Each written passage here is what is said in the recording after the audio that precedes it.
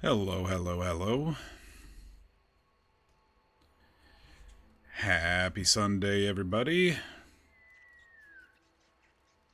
Happy Sunday. I hope everyone is having a great holiday weekend. Hope the weather's not too hot for everybody. Hope you're enjoying your time off. Isn't it funny how on Labor Day, which is tomorrow, all the general laborers these days, the store workers that are forced to be open, we're supposed to be celebrating them, and yet all these stores are open because people shop on Labor Day. I mean, yes, there's, plumbers and house builders and such that also labor who probably have tomorrow off, but I just find it ironic, that's all. If you are new to the channel, welcome. I am Mock, and here we like to play through story-driven games.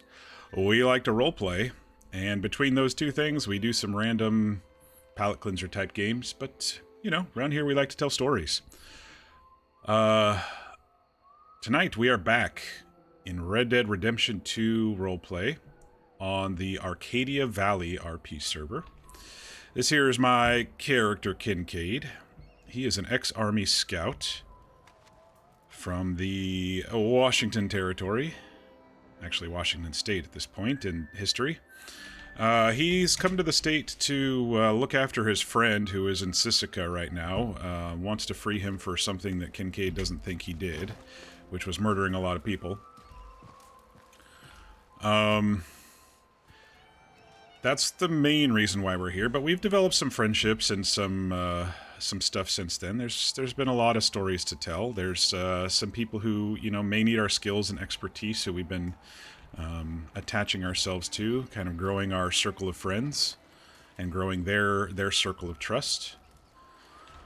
Last night was a long stream. We went up there into the mountains over there, and then we had the opening of the saloon in Valentine and had a fight night. Then we did some more running around, some more RP. There was a lot of social RP last night. It was a little difficult for the people who get overwhelmed by multiple audio sources like myself or Soyala's player, Sinopa. Very difficult to be in there hearing all these various voices and stuff. It was just a bit overwhelming. One of the other reasons I like getting out of town when I can is because of that. A lot of talking over each other and stuff when you get that many people together. But yeah, so I think today, you can't see it right now, but his face is pretty bruised up. Kincaid took the potion Soyala gave him last night. It was some concoction that she made. She said I was the first one to have it, so I felt honored with that. Oh, hey, Mir. Hydrate. I can do that.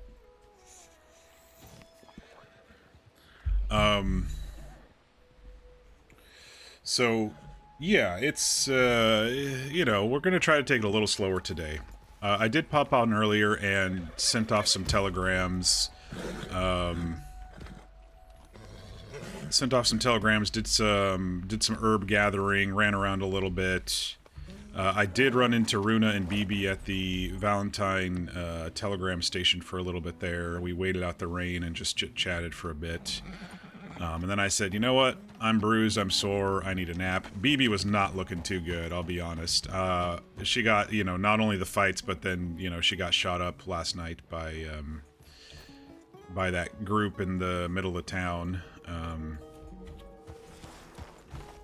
So yeah. It did not go well for Law last night.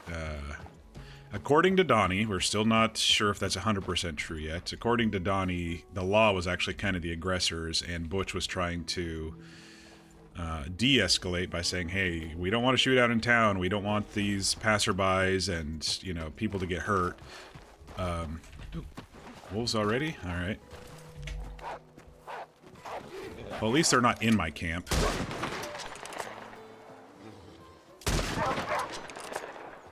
I don't think you can get away from me, boy.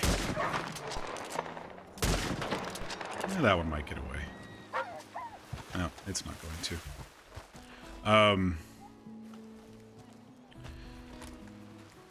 I'm sure the law wouldn't say otherwise. They're just doing what they have to do to try to get the wanted, get the bounty on somebody. You know, if someone needed to be brought in, they had to do what they had to do. However, I think if there was an opportunity to de-escalate, they probably should have taken it. Luckily, Annalise grabbed everyone and ran them over to the tents to stay away from the whole situation, which was very smart, because a lot of our folks were actually down at the stables during that whole thing. But no, I ran around, just took kind of a big circle of the map. I didn't see any sign of these guys, so I don't know where they actually went. I did receive a telegram from Archie that basically said, the law thinks they're over in Van Horn, so we're going to go back up to the hill. I didn't actually go into Van Horn when I was circling around, but I didn't see any signs on the trail or anything while I was looking for berries or anything like that, so... I don't know where they ended up, but I don't think it's up in Cumberland currently. So we could probably tell Sophie as well that if she needs to move anything with her stuff, that it's, I don't know, she maybe doesn't have to. If they're not going to be hiding out up there. Let's see, other than that, we found our first bull rush down in the Heartlands. Kincaid would use that maybe for fire starter, cattails. I mean, you can eat it, but it's not when it's fully developed. It's just kind of fluffy when it's fully developed like that. I think some people use it to, like, you know, help thicken up bandages and stuff like that, but he would use it as kind of a fire starter. But he's just going to check if Soyala needs it for anything. I don't know if she does. I don't know if it has many uses on this server in particular, but it's still there. But it's the first time I found it when I was out and about. Other than that, I'm starting to actually write down stuff in a notebook here like I used to, because there's so many balls in the air that Kincaid's juggling right now. It's been a long time since I've kind of been, I don't want to call it Mr. Information, but it kind of is like that right now, that, you know, I'm receiving info from a lot of sources and trying to weave together various things about, you know, our people and then, you know, possible aggressors and stuff. So and a list of things I need to do that I keep forgetting. So I've been writing stuff down today to help me reorganize my thoughts. It just gets so busy sometimes and so many storylines going on that it can be easy to miss out on some things. So, Lady Purple, how you doing tonight? Thank you for the raid. How was your stream? I popped in very briefly, but I was kind of napping. I was napping this afternoon. I did a 10-hour stream last night. I was so tired. But I hope it went well. I hope it went well. I might have seen a scene about your character in Saint Denis by the barbershop. I don't know if it's you or not, but some people don't get rid of their scenes, you know, so like I try to go back and get rid of my scenes after like a week, but sometimes they've been there for a long time. Frickin' snakes everywhere. Not you? Okay.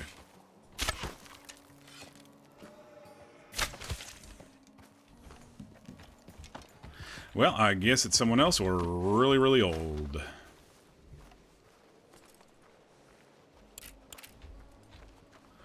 But I hope you had a good stream. And that things are going well for Mud. Yeah, I was just telling the stream that you know, after 20 plus streams, I'm gonna have to start writing things down because I can't keep it all in my overfilled brain right now. So that's what I was kind of saying before you raided. My previous character was a very easy character. He couldn't read, he couldn't write. I mean, not until like he started learning at the very end of my series. But he was a very simple man. He had some very simple goals. And so now I'm playing a character that has, you know, I'm not saying he's a web weaver or anything like that, but I've got a lot of information coming at me, so I'm gonna have to write this shit down. I can't keep it all in. And I've got like lists of things I'm supposed to do, and I keep forgetting to do them. The reason I brought this up was because also when I popped on this morning, I sent a missive off to Cutter, who is an old army buddy who's over in Washington at the War Department. If you all recall, Runa mentioned that her friend is up in Alaska, and at this point in history, it's the District of Alaska, doing reindeer husbandry. They sent a bunch of folks from Norway got paid by the government to come in and help with famine and taking care of, helping take care of the native reindeer population for the First Peoples and such up there. And so because her friend is up there, but as part of Runa's story, her dead ex-husband has a brother who is interested in finding Runa. And so I said the only way they're going to be able to... I need to go look at these plants. The only way they're going to be able to find you is through her. And so I was asking my dude what sort of army presence is up there during a program like this. That's all burdock root. That's a whole shit ton of burdock root.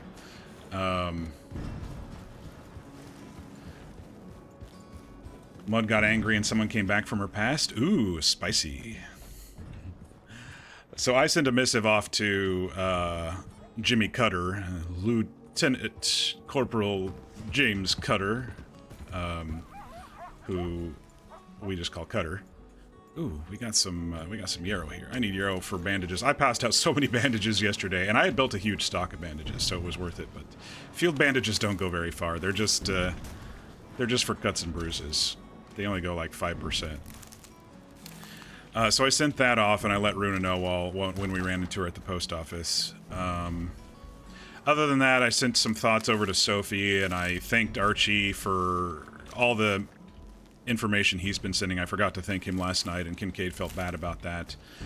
I thanked Soyalo as well for the concoction she made, because it actually helped Kincaid sleep, and so he can start healing up from all his bruises from fight night last night.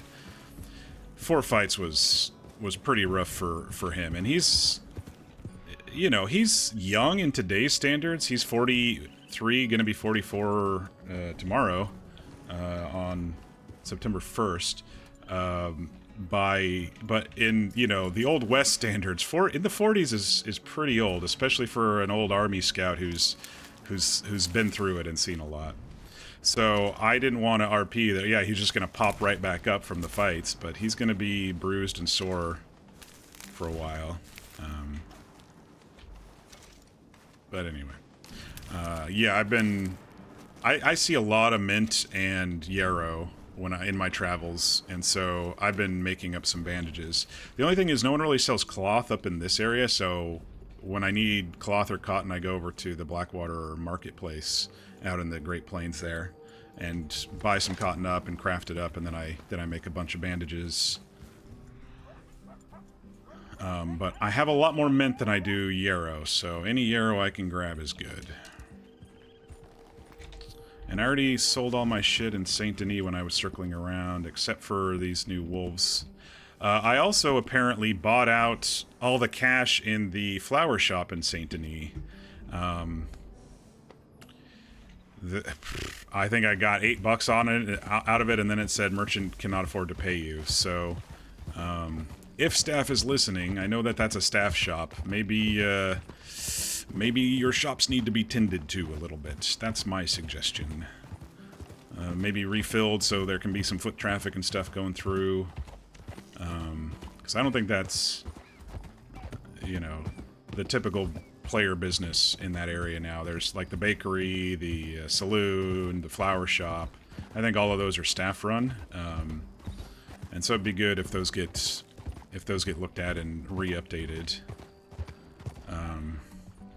And I mean, the other side of that is, if the idea was staff to start some shops and then have players then running the shop, they're not going to want to request a shop in the same spot that there's already a shop, right? So they're going to be looking for other places to set roots in, and So it'd be good there too to if there's nothing going on, or if the staff is kind of done with those, to maybe yank those out and let other players RP in the city if they want to. But otherwise, it'd be good to get some foot traffic in there by refilling stock, and we can only check so many times and see that, oh yeah, all there is you know, $20 apple pies left in the bakery and a couple sips of tea and in the flower shop sort of stuff. So just a suggestion from me is all.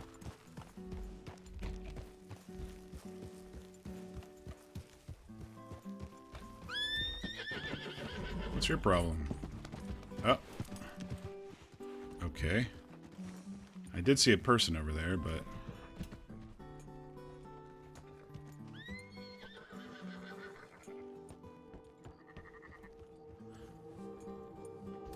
It might have been Grant, it might have been... the Mumbler?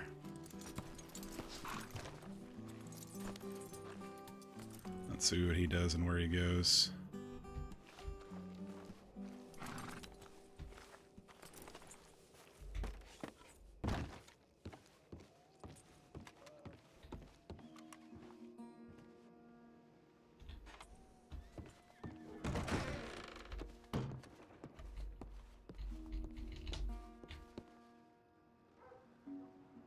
He's wandering.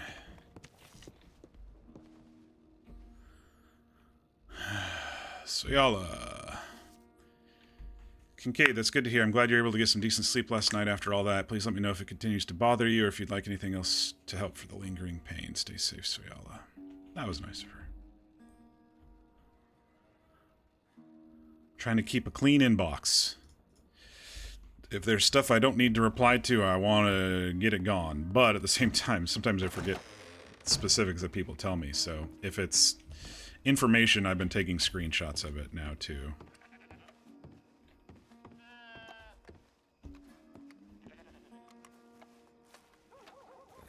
Yeah, whoever that person was definitely trying to be sneaky and avoid me, it looked like.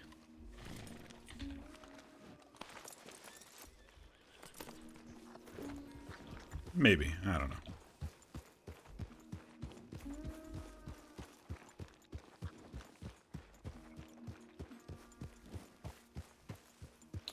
But anyway, let's go look around town. Oh, the other thing is Runa left a nice wreath of flowers over for Piper, and left a note over at Sophie's place in support of Piper having to be put down last night. Piper was Sophie's horse, for those who don't know or weren't around to see last night.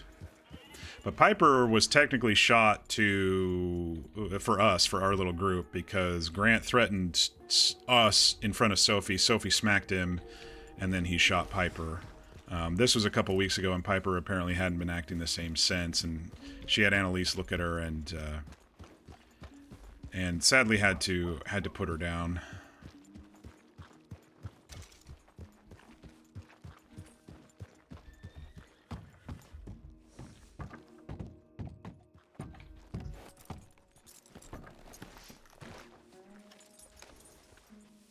But I'll go show you all the wreath so we get it on stream here.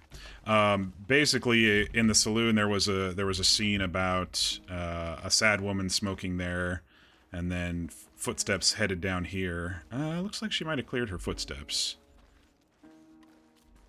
But I followed them because I didn't know if it was Sophie, I didn't know if it was Runa. It said someone who has been seen smoking in front of the saloon, and I think they both have, so...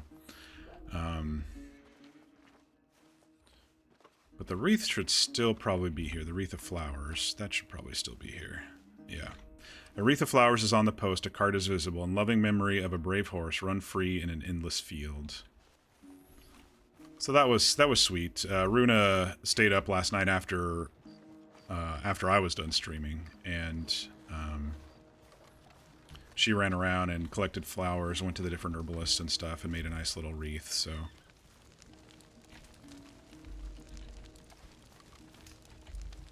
What do I have? I should have some meat here. Just a couple of big game meat.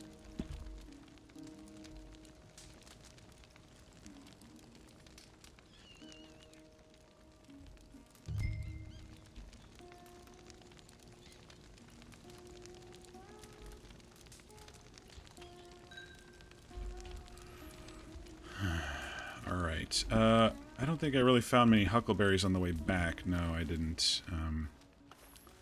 I found a bunch. I threw them in the bank. I'm hoping to see if I can enlist Archie to make me some more trail bars.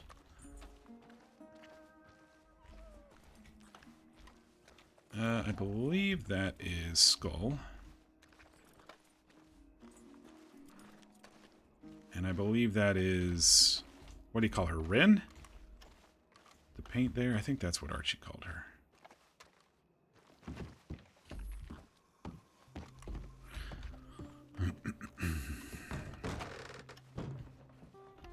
Actually, do I have cash I need to deposit? No, I'm good. Apparently I have some gator skins too.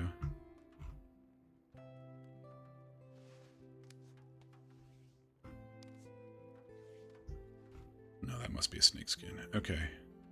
So I've got 39 huckleberries, 129 wintergreen. Which means he should be able to make me a handful of bars. I'll go talk to him here, but I want to drop these in here. So that's 48 yarrow total. And mint, how much mint do I have? 105. I still have a shit ton of mint. And then this stuff is to sell or to give. I got some raspberries, but I got plenty of raspberry water on me and in the bank. Alright. Let's go see if anyone's ootin' about in the saloon. Since I see a couple familiar horses here.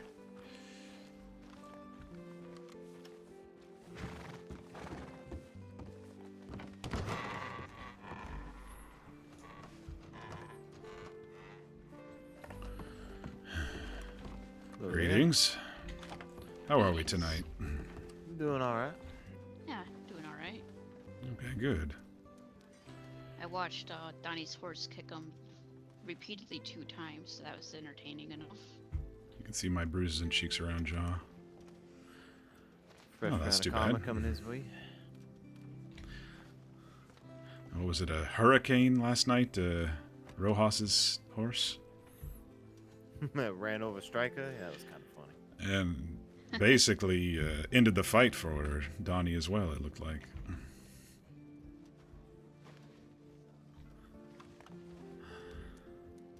Seems Donnie's having a hard time with horses these days. Even his own. Hmm.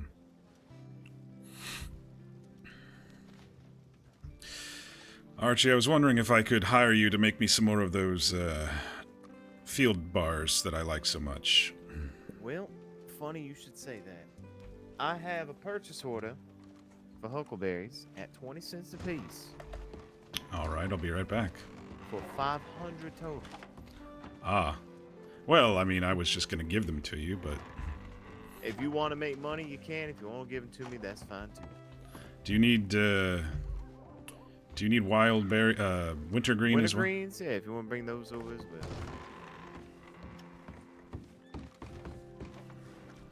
I'll keep some for myself because I can make a mush. I can make a medley mush thingy.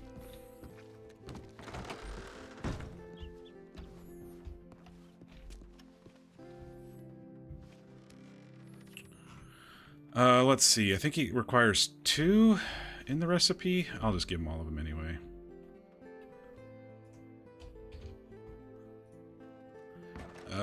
Wintergreen, I've got 129. I think I have some in here, actually. I'll give him 50 of those. That leaves 80 for me.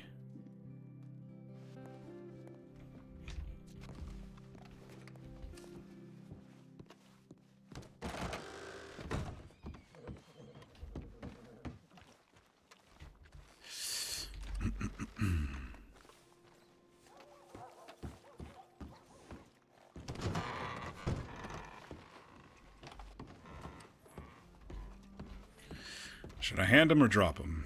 Just drop them there on the ground.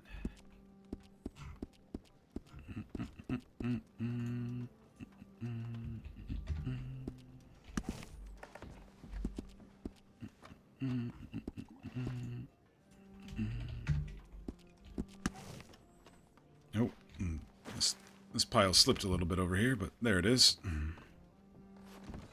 bit over here, but there it is.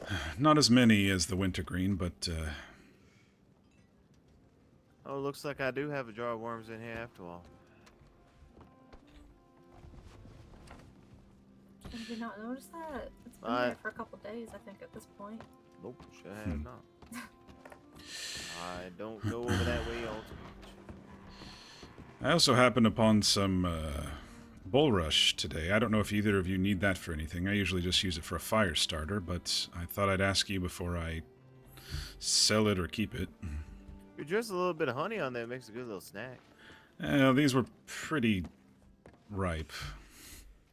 Already tufting, so... Well, that's when they taste the best. You got anything? Sure, if you want them stuck in your throat for the evening.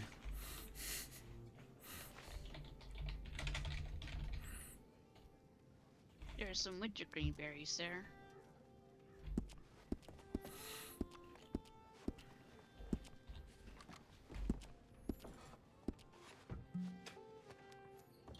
Let me see what my stores look like with wintergreen and huckleberries.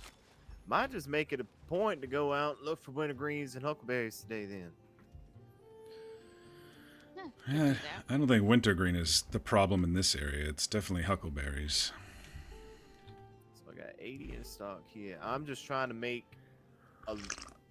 have enough to make a bunch, and then also allow Soyal to make some as well. That's the way she can sharpen up her skills. Hmm. Let's see. So that needs wintergreen berries, huckleberries, flour, water, and butter, right? Mm-hmm. Okay. So it might not be a bad idea to go grow some wheat as well. Let's get that stocked. I've got wheat seeds and about 32 bone meal fertilizer. 65 wintergreen berries and almost 100 huckleberries. 80 of those. Yeah, if you need more wintergreen, I probably have some more to match up if you need to get the same number. I don't really think that's going to matter too much, because after we go out and hunt a bunch of this stuff down, it'll probably end up being uneven anyway. Up to you. Be my guess. Seeds.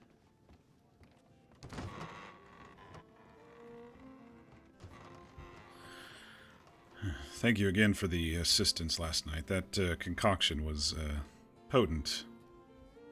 It's no problem. I was worried I wasn't going to be able to sleep for the pain, and well, that put me right to sleep. Good. Glad to hear it. Then again, it was a very long day. I think I probably would have slept anyway, just woken up from pain. But you know, the more you sleep, the better you heal. Mm-hmm. It's true. I was busy all night, running around and gathering flowers and stuff.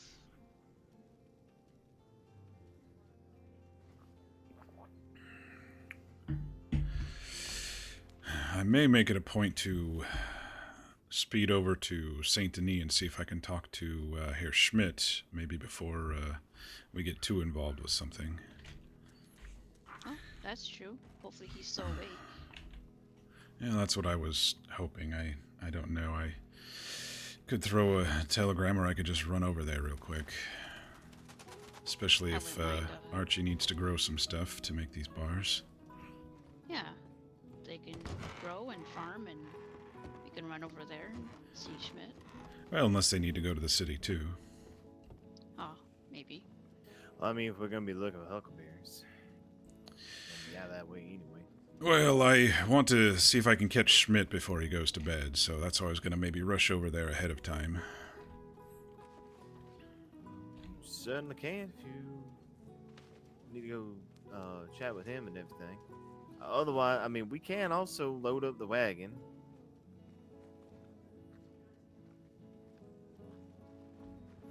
Now, I have noticed, Soyala, that you've become a little bit more brave and hopped on the back of wagons lately. Yeah, I mean, it's not my preferred, but if I can sit on the back and not see the horses and just kind of block out the trampling of the hooves, I'm okay.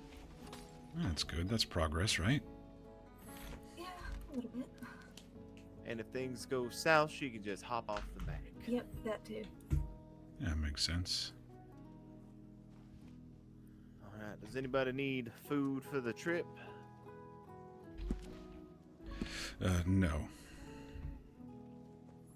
Unless you have already made the bars, which I don't think you have. I can make up what I got right now. I could take a couple then.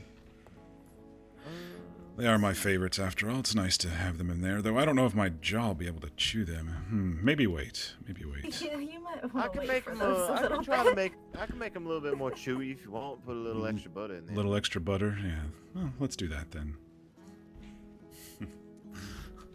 Let them melt in the mouth instead of take larger bites.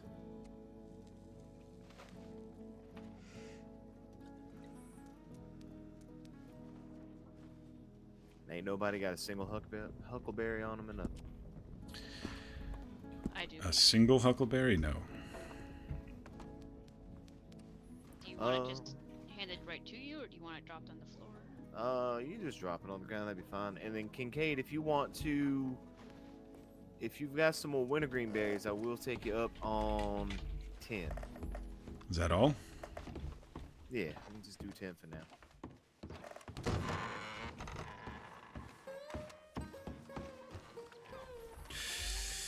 Yeah, because I got a pile of wintergreen. That's not an issue. I'm finding those all over the place up here. It's the huckleberries now that I'm in this area that I'm not finding.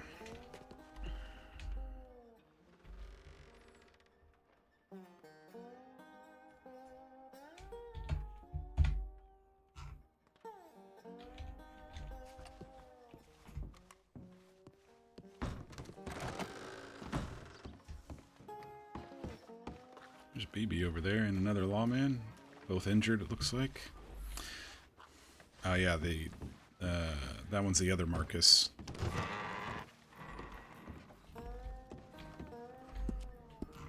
Alright, we'll see where this one drops. I'll drop it over. There's somebody there. Where the hell did they go? Oh, they're there.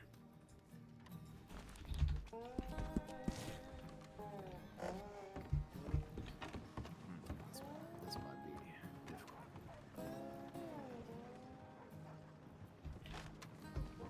Oh, bad spot.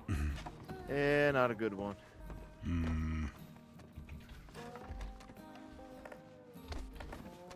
Sir, I need you to move. Alright, things might get a little rowdy. So if you don't want to get rowdy, I'd step outside. Leave this home. Sir,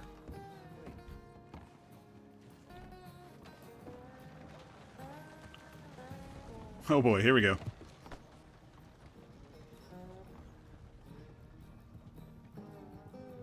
I want to sock him, but I don't want everyone else jumping to him.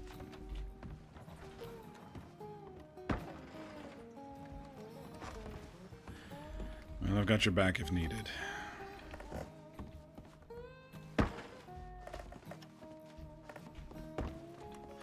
Let me just go get 10 more. Those can just rot.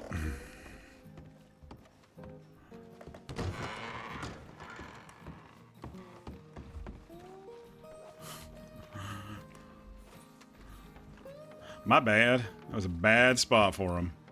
With the storefront right there, and then the table chair interactions right there.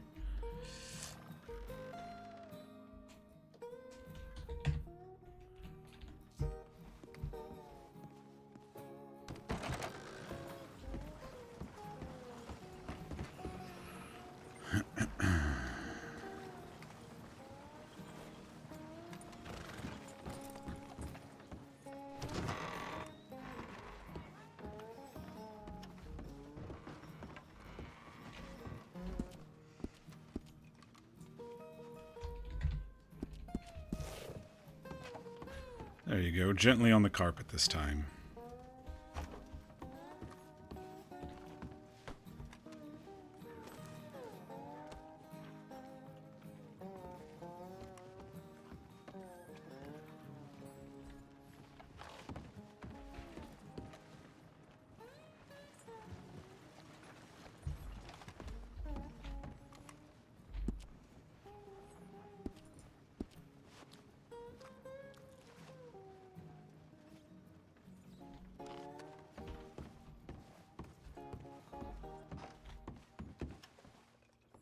Some very sad looking went to the stables. I hope she's okay. She often smokes here. Yeah, that was the one that triggered it for Kincaid earlier to look around.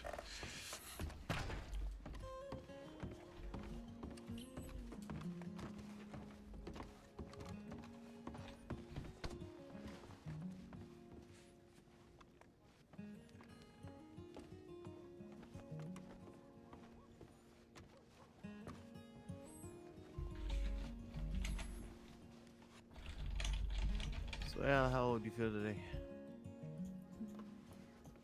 39. Oh, having a long day.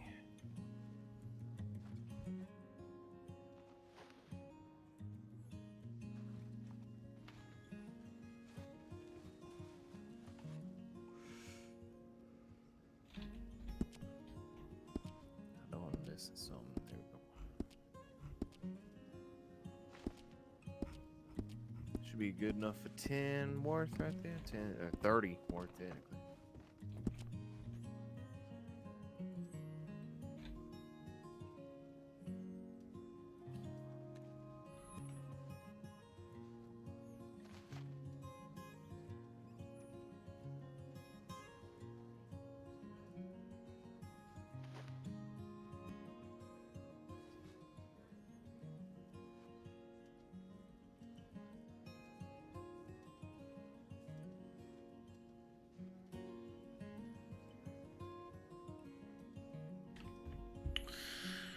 I did upload my 10-hour stream to YouTube. I had to re-encode it myself last night because my file size was too big. However, YouTube is taking forever to encode it themselves in higher quality right now because it's such a large file. Well, such a long video, even though the file was compressed to fit.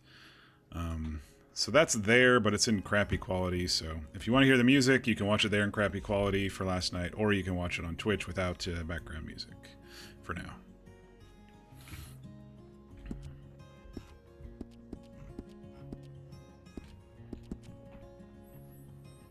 But there was a nice poignant moment that I want to send shenanigans about Piper. It just kind of worked out pretty well with the song choice and everything, and I haven't been able to send it to her yet.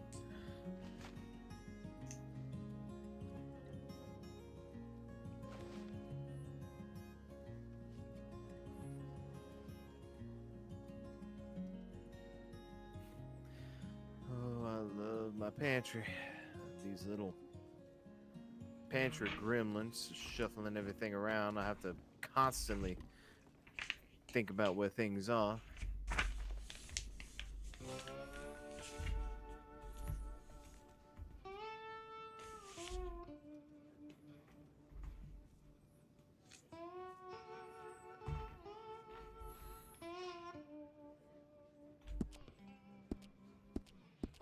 Yeah, the randomness of the pantry is kind of rough, but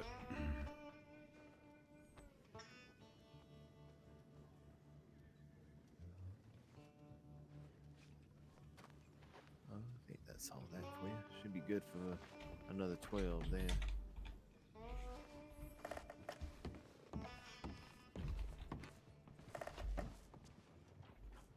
ooh.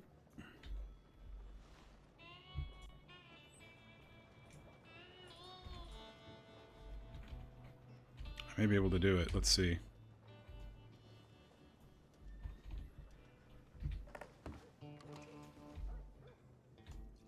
You gonna give me the huckleberries? I suppose I can. Dang. Why am I focused on him? Like, there we go.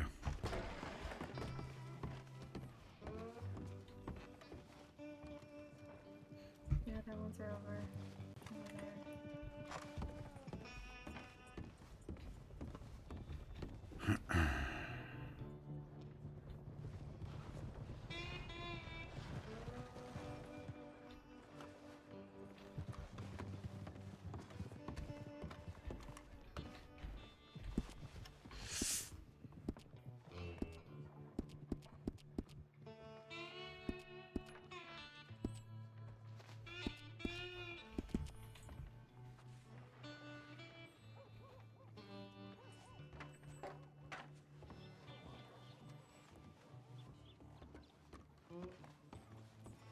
Kincaid, here's what I'm willing to do. There's a little stack of them over there. Those are yours. And split them with Runa, whomever, however you want to do it. Sounds good. These up in the shells, ready to go for you.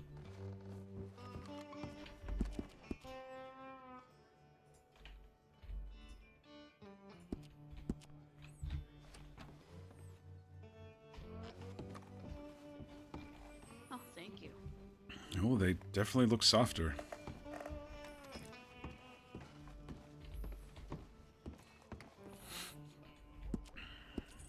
That could be a new recipe, maybe. I just changed up how I measured out the butter. Just put a little bit extra in there and then left it in the oven a little bit less than I normally do. The softest tarts in the north, huh? I mean, I don't necessarily like a crunchy granola kind of deal anyway. Hmm.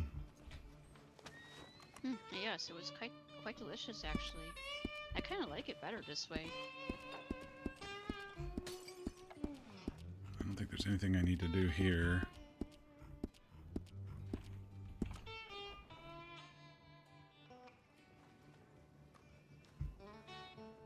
Well, I guess these will just be stomped into the floorboards over time.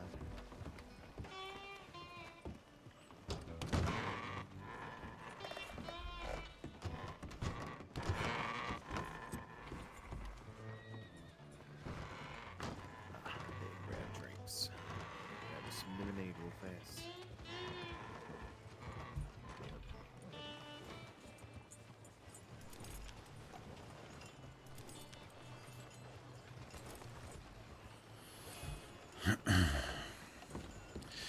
How was it working on all those doctors last night? Or those lawmen last night?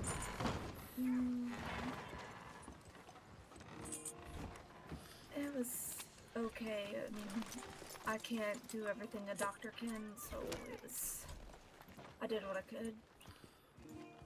Seemed like they kept you busy for fairly late. Yeah, I had been ready to go to bed probably at like 8, 9 o'clock, so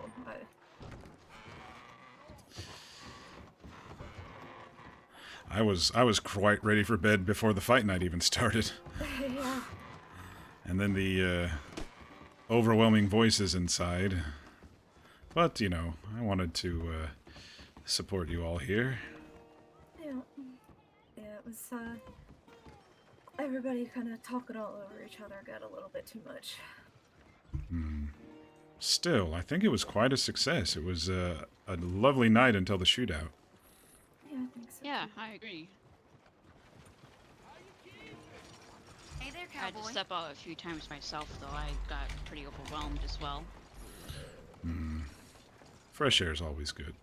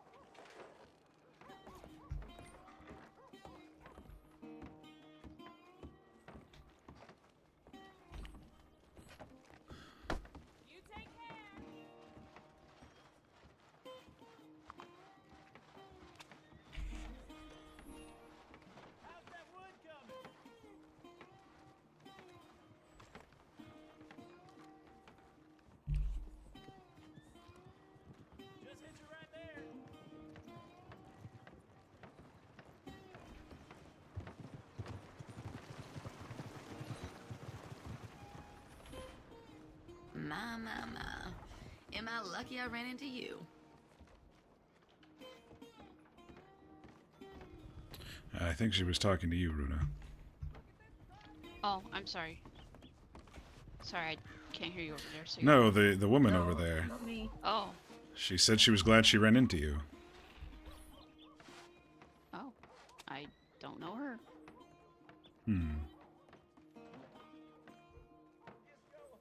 Well, she wasn't talking to me, so it had to have been you. Hmm. I don't know. Could be that we bumped into each other. Maybe when I was standing on the porch smoking a cigarette or something. Who knows? Well, she's coming back. You must go say hi.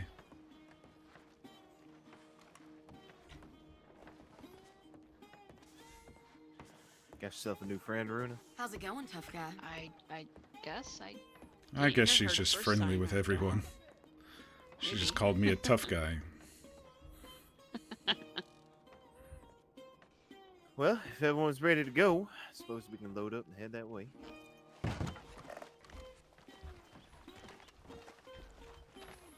Perfectly good set of stairs, and everyone just jumps on the porch. Fair suggestion. That's not my horse. Nope.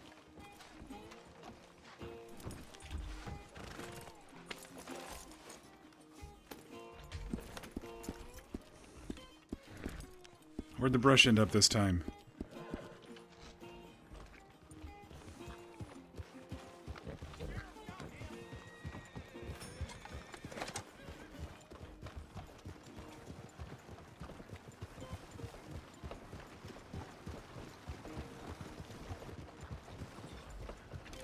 Need to raise my voice a little bit. Yeah, that's right. You can't change your voice when you're on the wagon. What the? Oh, there might be some residual butter from a crate right there. I just slid on.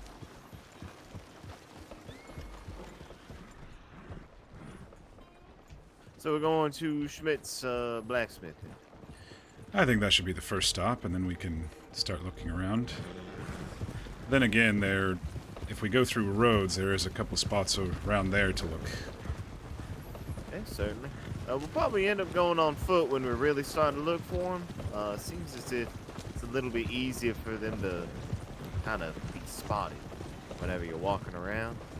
I know when Swell and I first got into the state, we were looking around for all manner of stuff. We couldn't manage to find much of anything. And next thing we know, we're in a whole field of all manner of different herbs, from wisteria to huckleberries to hummingbird sage, everything. I can usually spot a good deal from the horse, but I agree. On foot, it seems like your eyes are trained a little bit better at that height. Really gives your eyes a chance to adjust to where you're at, where you can better spot things. Just things like, you might spot some huckleberries. Maybe guess, is there a padlock? There's a padlock right there. Look at that. I didn't see it. Got the road locked down.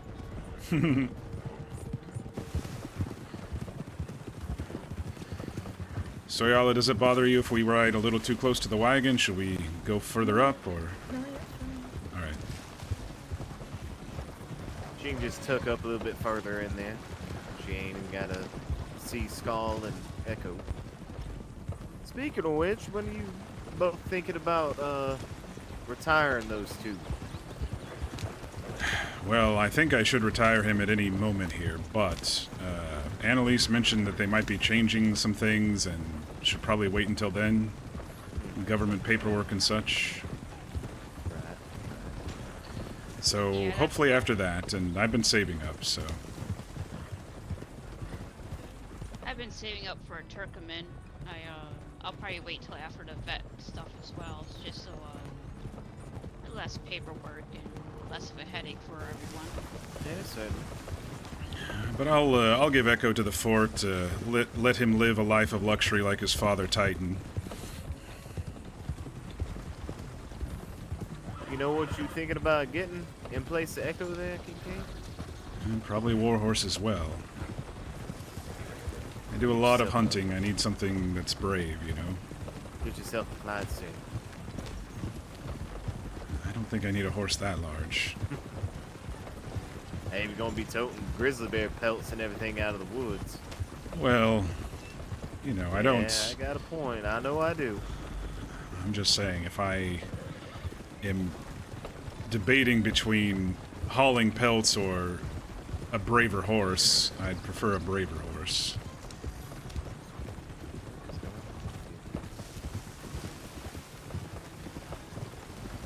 Oh, hello, Hazel.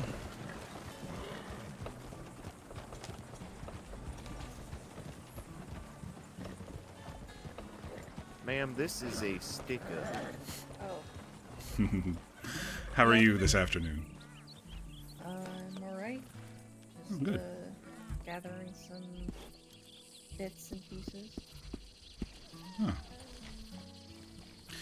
How are you? We're doing the same thing. We're out and about. Well, I'm gonna head over to Schmidt's place, but yeah, we're looking for herbs as well, berries and such. Mainly huckleberries. Oh, I haven't run into any of those. I have some raspberries and rhubarb, but that's about it. Yeah, Blackcurrant. I'm always taking huckleberries raspberries. Huckleberries are a bit more elusive around these parts anyway. What are they used for? I mean, food-wise. Wild berry tarts. Alright. Yeah, it was just, nobody was in Blackwater and I was getting bored. So I was like, well, I'll do some herb hunting and see if I can't find any more Indian tobacco while I'm at it. You know, I have some in my my vault. If you need another bushel or two. Need? I mean, I don't necessarily need any right now. It's more just I'm trying to cure my own boredom, to be completely honest. I think I have some in the bank as well. I'll have to look. I only have like 10 on me, I think, right now. Yeah, it's fine for now. I'm not exactly running out. I just needed to find something to do. Otherwise, I was gonna start smashing my head against the brick walls. Well, if you're bored, you're welcome to join us. We're just gonna wander a bit. Yeah, I suppose. We're gonna head to the city, then look for those berries. We can show you the spots. Yeah, Okay. you can even follow along, or if you want to get someone to take your cart on back, you can ride with us. Yeah. Alright. Sit in the back of your cart again. Or the front. It's got shade. Either or.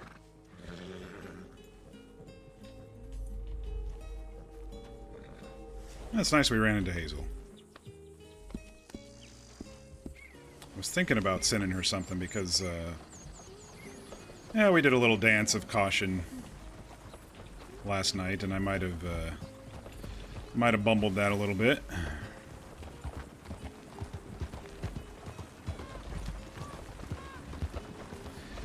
But yes, I think some sort of warhorse there, Archie, would probably be the best with as much guns as I fire in my life.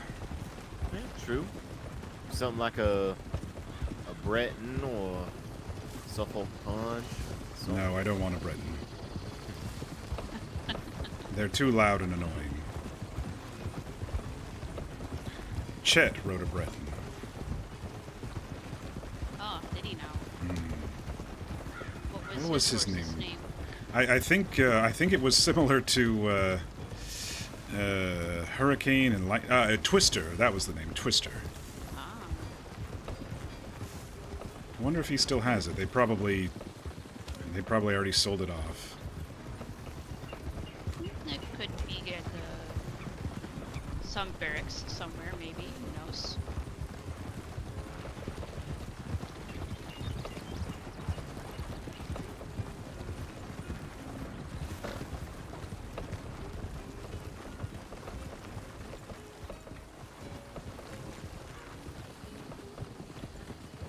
It'd be nice if we could get some folks to open up shops through here. Yeah, I think Skylar's planning on it. Yeah, she's, her family is trying to take over Emerald, so she's, planning on moving her farmer, well, she has to set it up, because apparently nobody owns the, farmer's market, so she has to But get yes, the I'll probably get a farmer's market set Turkoman, up. honestly. It's also a warhorse. Hey, so how loud you talking right now? Seems brave enough. How loud you talking right now? Like 15 feet out. Should I Just be Yeah, I'll let you speak up a little bit more. I don't think Rona could hear you. Oh, it's fine. So- Thank you. Mhm. Oh, Oh no. All right, see you later then. I try to stay in. Okay, bye. I invite her and you just leave her in the dust. I see how it is. She hopped off on her own accord. I don't know what she was doing. I don't think See she you really later, knew what she was losers. doing. Bunch of squares. Mm. But yeah, no, Skylar, I was talking to her about it. She said that nobody set up the stalls here yet, so she has to get with the clerk and get that set up and then get it transferred, her license transferred over to the stalls here, so. Speaking of which, did you get in touch with the clerk, get your license all renewed? I did, yeah. It's renewed up until November now. I need to get with the clerk as well and go ahead and get that knocked out.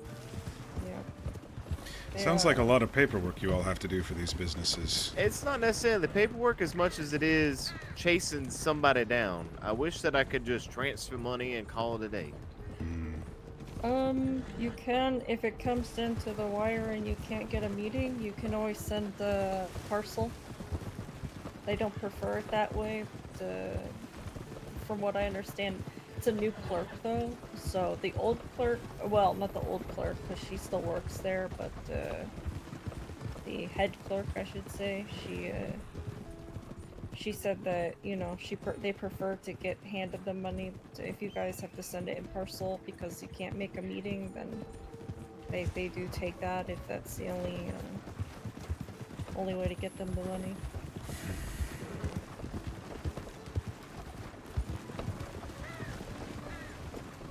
Yeah, well, I'll have approximately 3 more days to be able to meet with them for Soyal and I going out to Havana.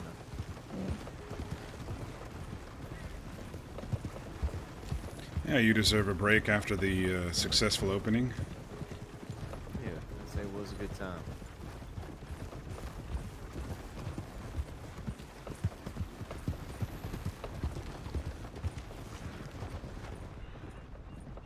It's a bit easier for me because I can just meet her down the road from where I work. So.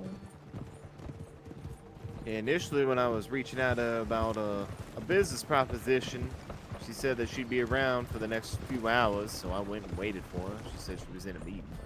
So I was over there waiting and waiting and waiting. I waited for a good hour, hour and a half. Never saw Where the anybody. hell are we going, dude? Then the postmaster sent a crier out, found me over there at the courthouse, and she had said, "Oh, by the way, I'm in Blackwater." I'm like, "Oh, all right." I indicated I'd be around Saint Denis, not Blackwater. I'm not too terribly sure why you assumed I'd be around Blackwater. From what I understand, that's kind of where they're stationed out of, is Blackwater. Yeah, beforehand she indicated that she could either meet in Saint Denis or Blackwater. It was more convenient to Saint Denis considering I was in the area around the time. Gotcha.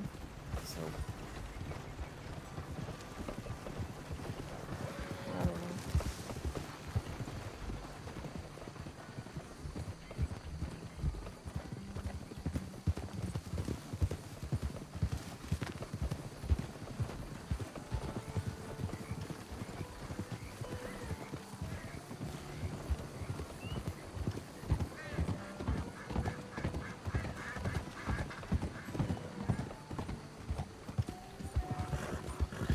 Taking the long way around to the shop there, Archie? yeah, figured. As much. Why not? See what kind of gators are here today. See if we need to thin down the population a little bit. Yeah, we've been killing so many lately.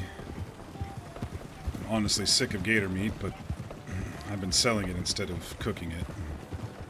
After just your waiting. 20-footer and eating it all through Arizona the week I was gone. Well, just wait till I'm able to make that gator jump alive. Then. I think you'll have a little bit of a different opinion on gator meat. Seeing that you're probably only eating it grilled. You have to clean it real well too. It's like catfish. Clean it real well, and then make sure the right seasoning's on there. Leave it seasoned enough for the meat to take. gator's one of those things that really depends on what they've been eating is how they're gonna taste. Speaking of gators, there's some right there. I don't know if y'all want to get about $6, but there's $6 laying right there to my left. Yeah, I did see that.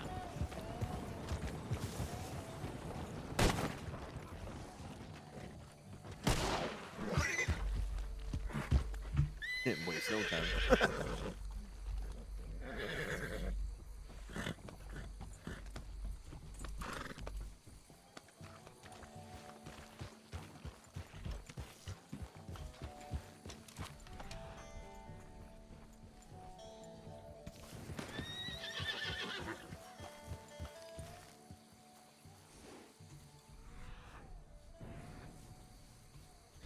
Hell, they go.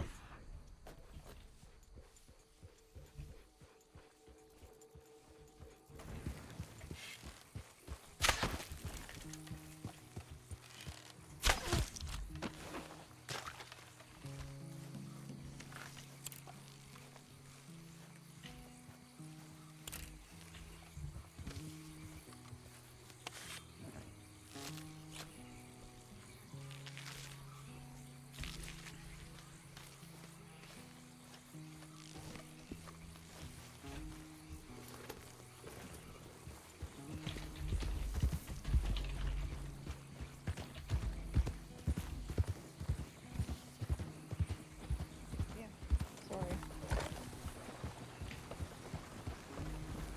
Shooting. Thanks.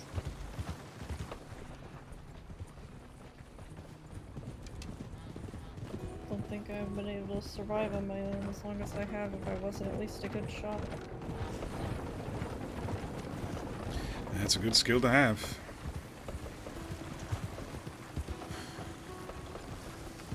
Spent a couple hours training Sophie up in the way of the gun since she hadn't really used one before. Oh, fell it. You want to get run over.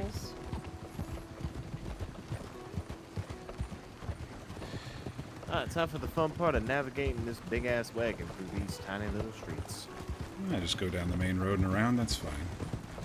I should mention, I seem to have bought out... I seem to have emptied the registers of the flower shop here. Last time I was selling some of those expensive flowers, she didn't have enough money, so... I don't know if she's going out of business, or... just as a fair warning if you're holding on to snowdrops or whatever.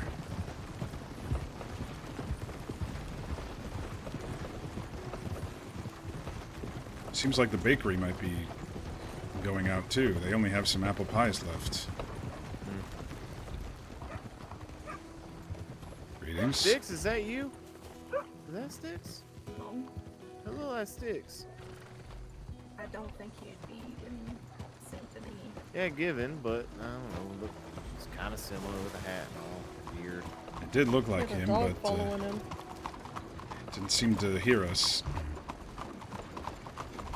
He had a rifle out, heading out of town pretty quick.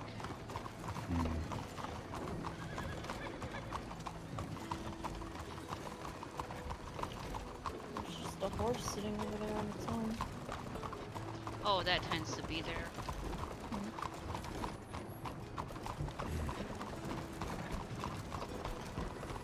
Oh, there's Donnie. No? That's an NPC. I saw the red, I thought it was Donnie. He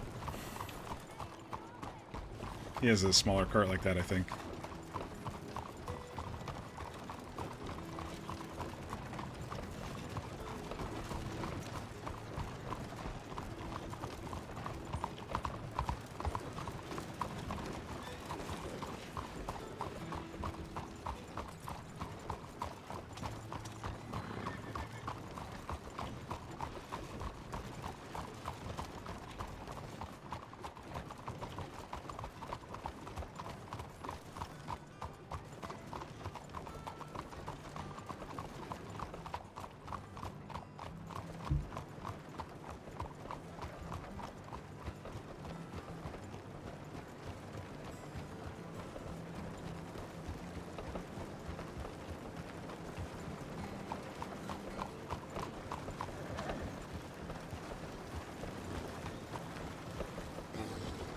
gonna be turning left right here, Kincaid, just so you know. All right.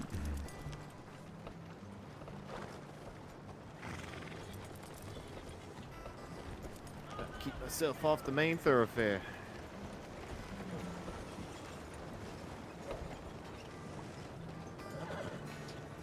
All right. I will hitch elsewhere. There's one right there.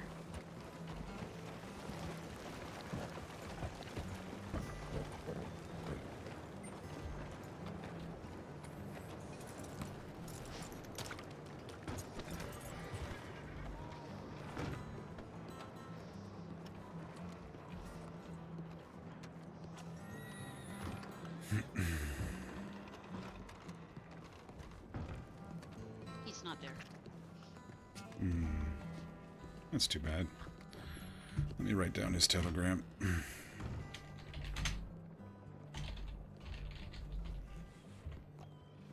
Is he buying anything there, Archie? Nope, doesn't seem that way. Oh, fair enough.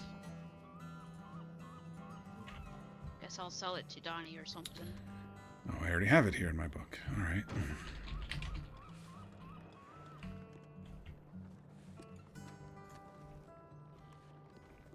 Oh, sorry.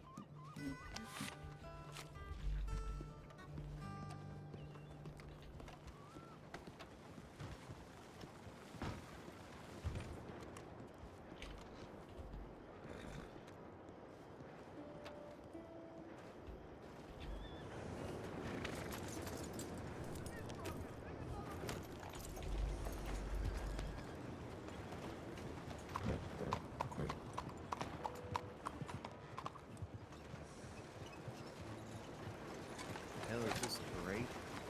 Two wagons. Looks like a break a little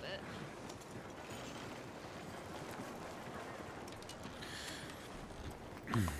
There's a clearing between here and Rhodes that could have a good chance of huckleberries if we want to go there first. Yeah, I think I know the spot. All right. Grab some crawfish while I'm out there too. At least along the way. If it's where I'm thinking. It's just right outside. Oh, all right. I guess we're going I was elsewhere. gonna go to the telegram office. Go ahead and write the clerk before I forget. Good. That'll give me a chance to write Herr Schmidt. That is the other reason why I was going this way. I figured you would want to go there to write a telegram for me away. Yes, sir. That's a good looking hitching post for you there. Just stand right there. You're fine.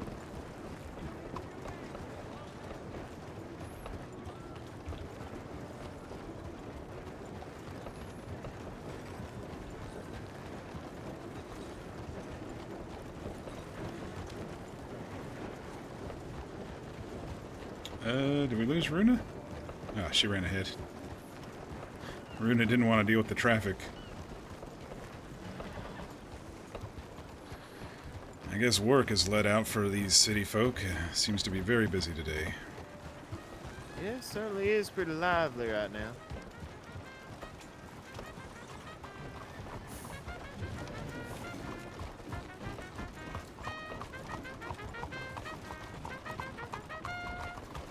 Oh, that trumpeter is quite loud. I agree.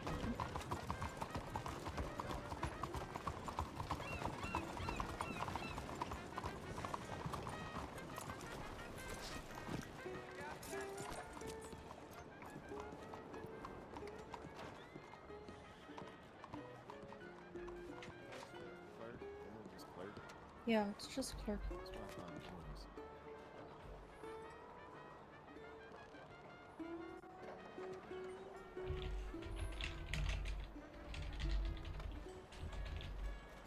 If you're writing Schmidt, can you like add a PS and ask about the machete and that progress as well? I can.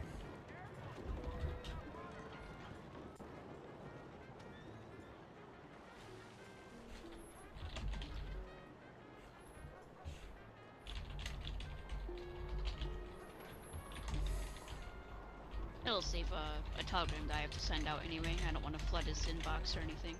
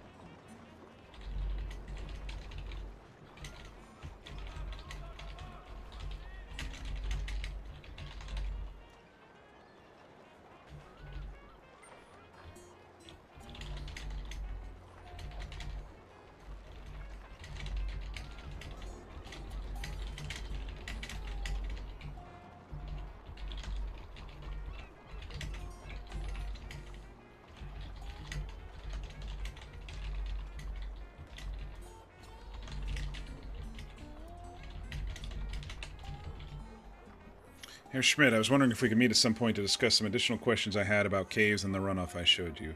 Donnie mentioned that you may be privy to the experience of possible toxicity deep inside mines and caves. I was curious to hear your experiences. Your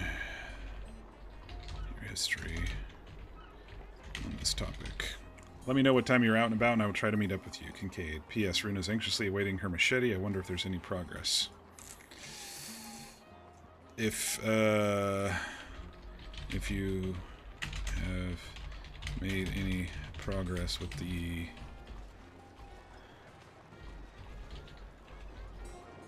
meteor metals.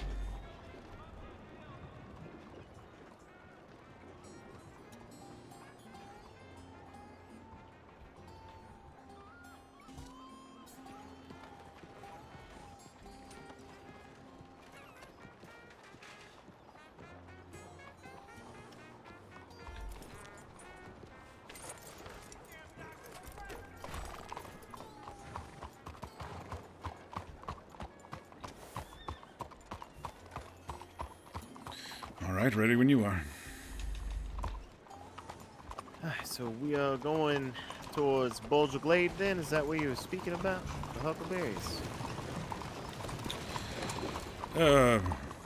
Yes, I think in that area. I think that's what they call it. It's just outside of town. Alright. I know there in Bulger Glade I have seen huckleberries, so can go past the there's an old broken down brick building. Could probably get someone to get the wagon and just go for a little stroll from there and hook up into roads. Alright. I'm assuming everybody's feet and legs are working just fine. Kincaid, you took more hits to the chest and the jaw than anything. So. Yeah, the legs work fine. Just don't make me walk on my... I don't know where I was going with that.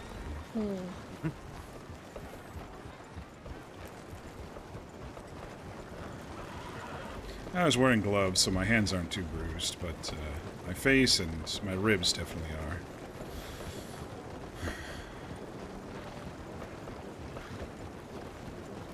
When I was getting trained by you, Kincaid, I had no gloves on. My knuckles are still a little red.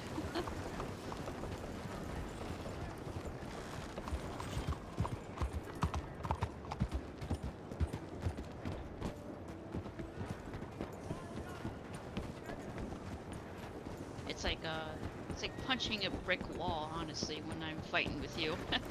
Stryker did indicate that he was interested in running his next fight night at this little warehouse over here. He's gonna pay the potluck $200 to cater, and then we can keep whatever money we earn off of that too. So I kind of want to go and look at this little spot over here.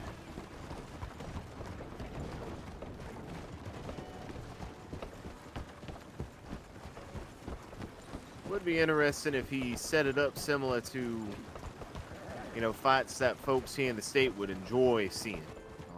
I would say one of the more popular fights would probably be between you and BB, Kincaid.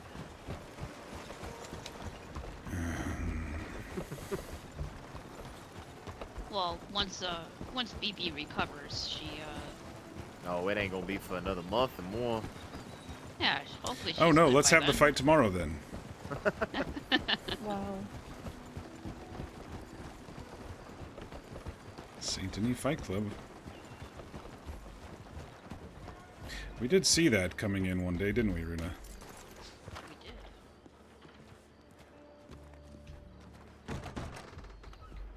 I do remember reading the sign anyway.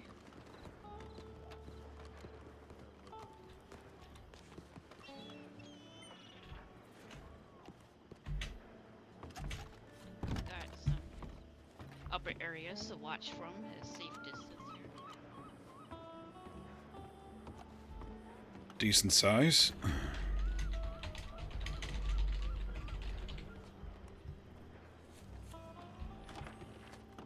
Have you ever sparred in something like this before? I certainly Come haven't. over Not here. this nice. Archie.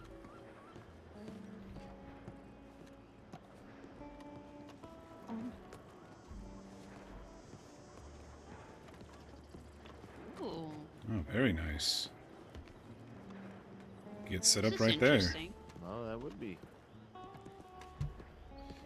Well, this is a little weird.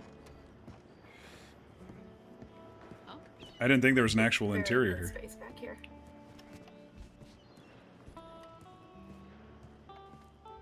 Because we couldn't see through the windows. Usually if you can't see through the windows, there's not an interior. And I thought then maybe there's a waypoint.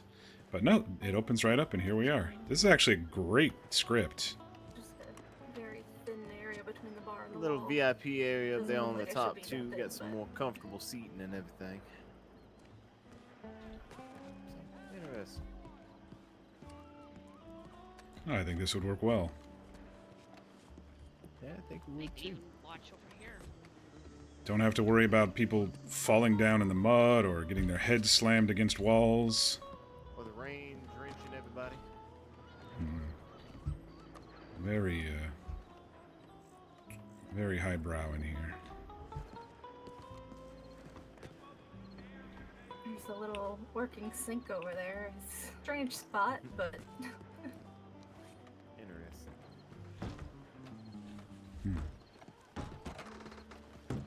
Oof, I'm starting to get a headache. That's not good. Well, that's something new.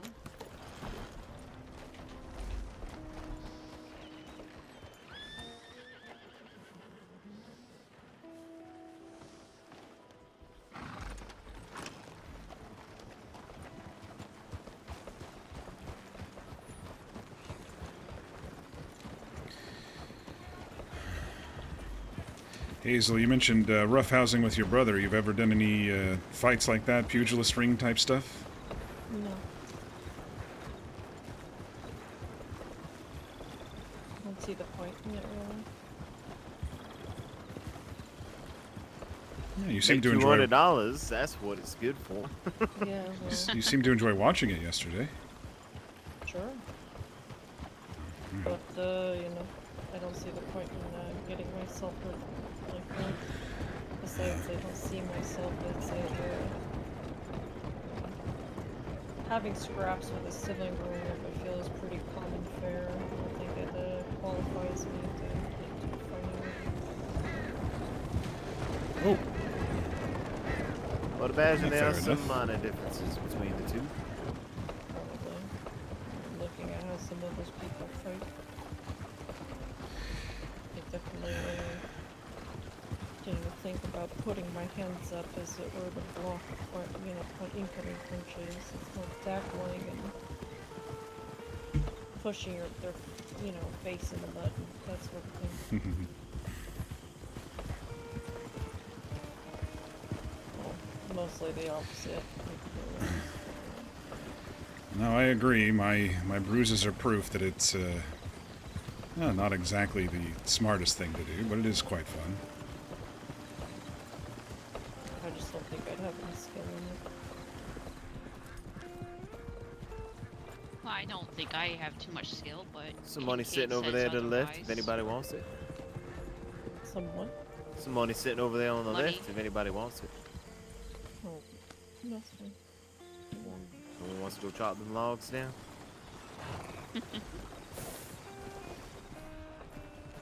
Swamp toads. There you go. Yeah, something like that.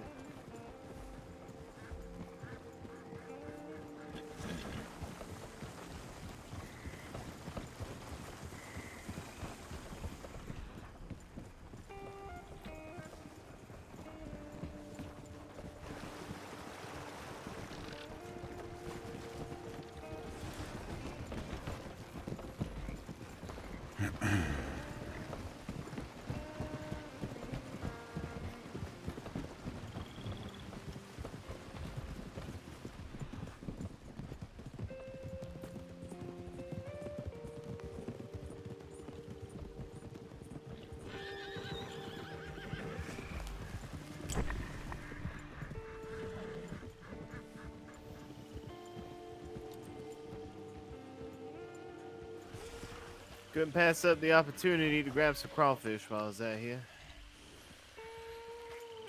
Considering I'm down to my last one in the stores anyway.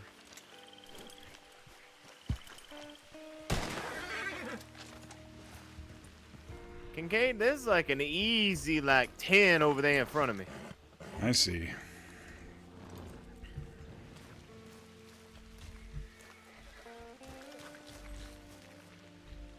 Alright, Echo, go find some fresh water or something.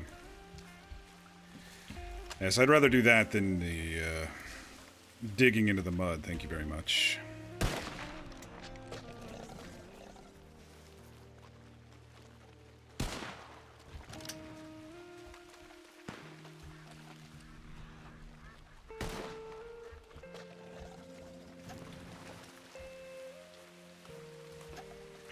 What, did he kill them all already?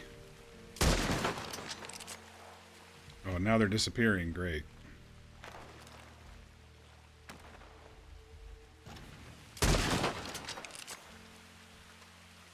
Yeah, they're disappearing now.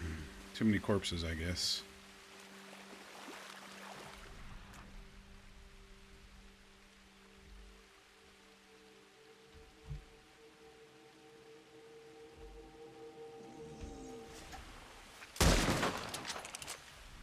You made it sound like you were alive there, buddy.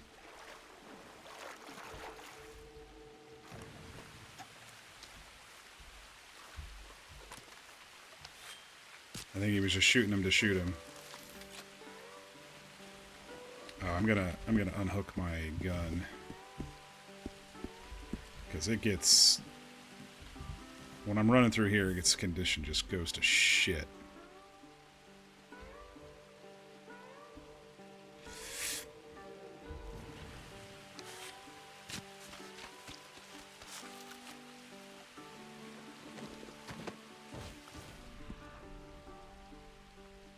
There's an alligator over here somewhere.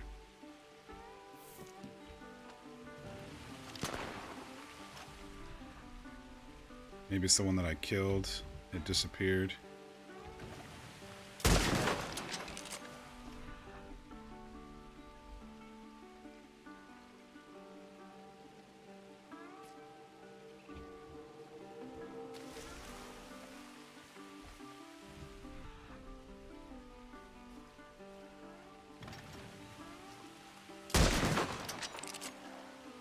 I think one went into the water here. It looks like some tracks here.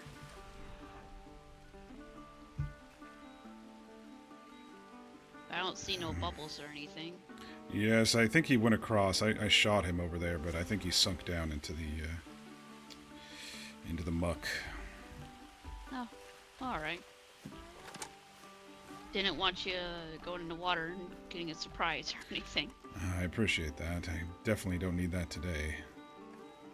There's one out there. See it? Mm-hmm.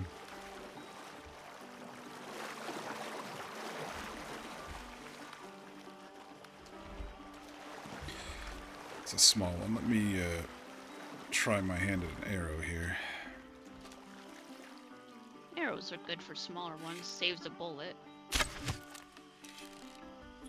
I haven't been using it too much except for on snakes, so...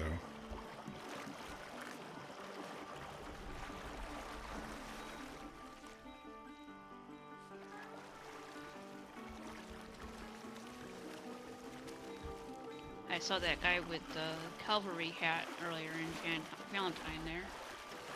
He had a dark horse. Yeah, I know. But it wasn't gray or anything. It was a dark one. He seemed to want to avoid me as I was coming into town for some reason. You must have he that. Pointedly called his horse to the other side of the telegram office. Is this one? Oh, it is. Ah, there's nothing in there. Archie. Well, I see the tracks now. Look at this. Little footsteps here. Mm. He already found it. Good. Yeah. Keep our elbows clean.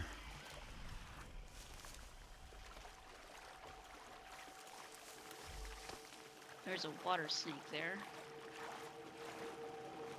I don't know, I know the rattlesnakes are poisonous, but I don't know about these guys in here. I think it depends on the type of water snake.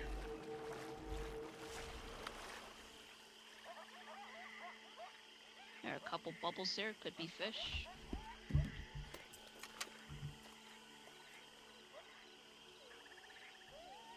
I saw some coyotes among those gravestones over there. I thought it might have been a pack of wolves down this far. Kind of rare if they showed up over here, but... Alright, I'll try first here. Make sure I don't get bitten. That looks safe enough.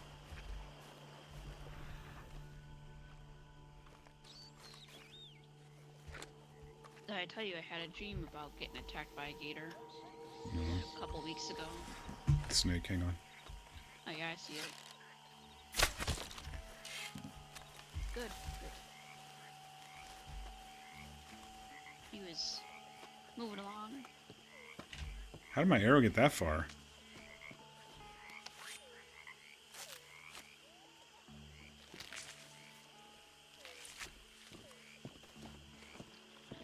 I don't know, someone lost the arrow right here. Right in front of me. I think it went through, and that's mine. Oh. I wasn't able to pick it up. I guess it sunk in the mud or something.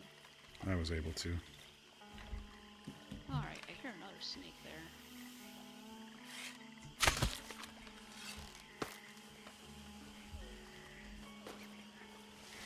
Yeah, it seems to be ricocheting off the ground a little.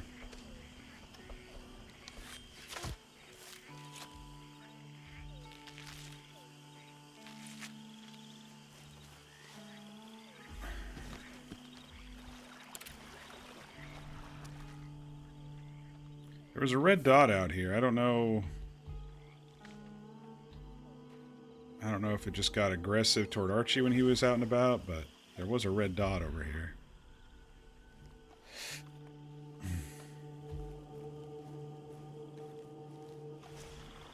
When it started raining, I kind of thought we would run into the panther, perhaps. I mean, it could still happen.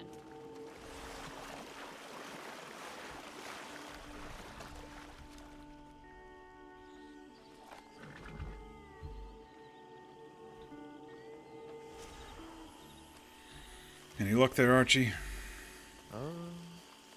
Got your elbows muddy enough yet?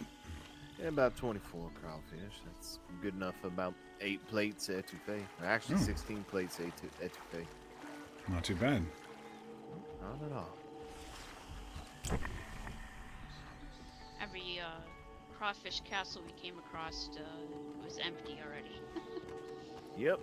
I don't necessarily lollygag out here.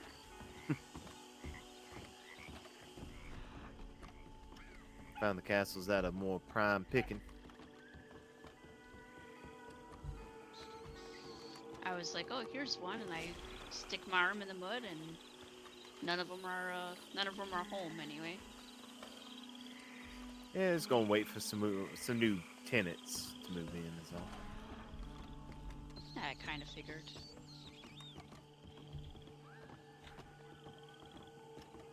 What's she stalking? Pig.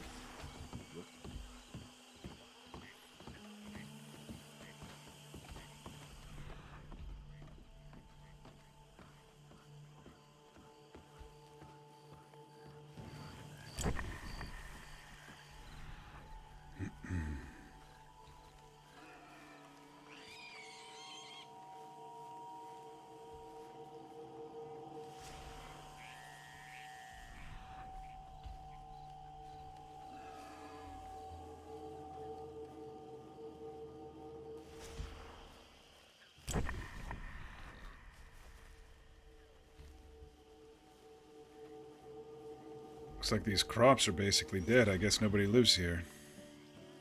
And on account of the state of the house, I'm going to imagine not. How that little workers' quarters there seems to be caving in on itself.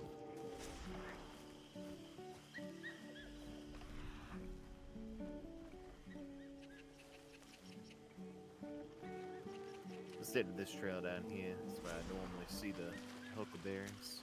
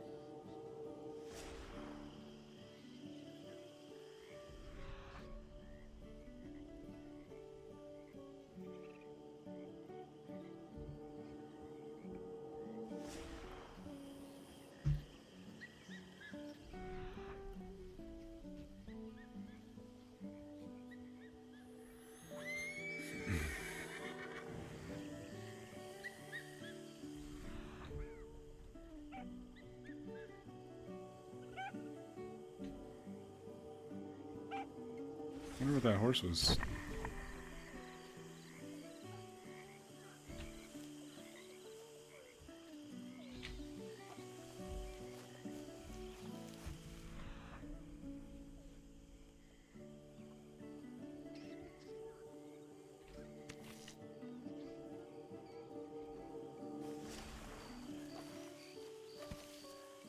Hey, this is new on this server.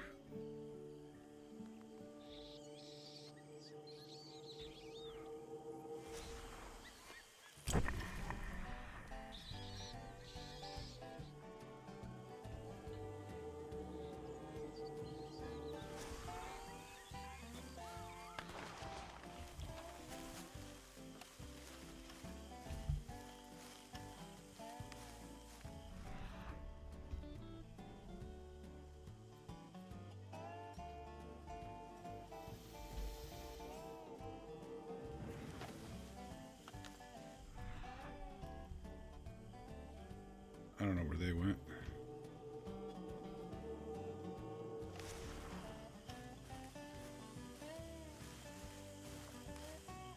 They were right behind me, ish.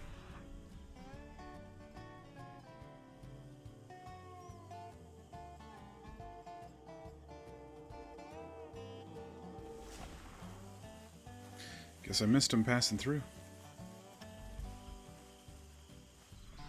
Yeah, that house is not normally here. Ooh, I see some huckleberries. Either that or wisteria over here.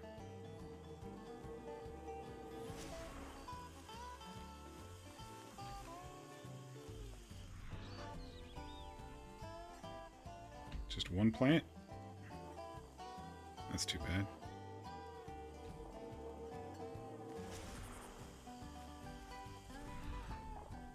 Some yarrow.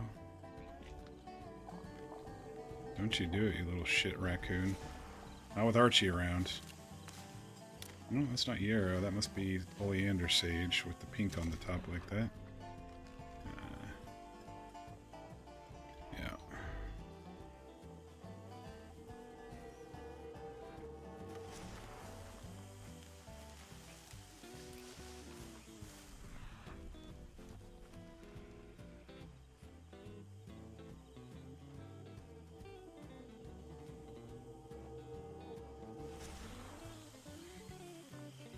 That is wisteria.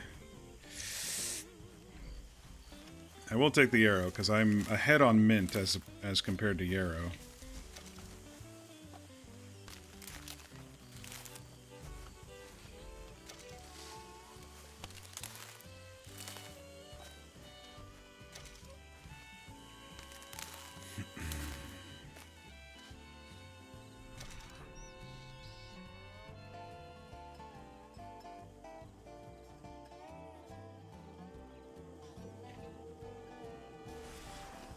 Cardinal flower, more wisteria. That's too bad. It's nice to know there's some over here, though.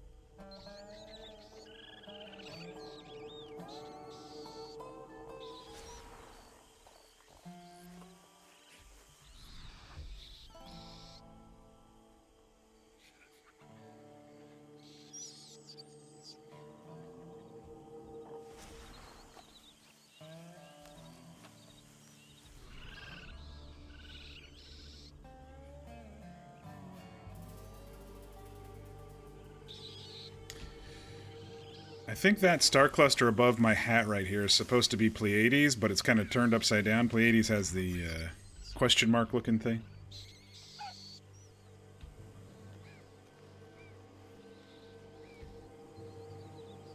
Not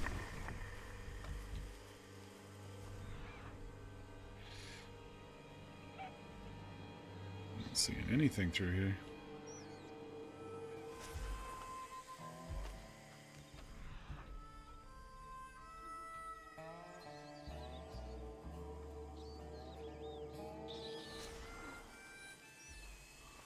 Check across the road here. I don't know where our Archie went. He was up there somewhere, but...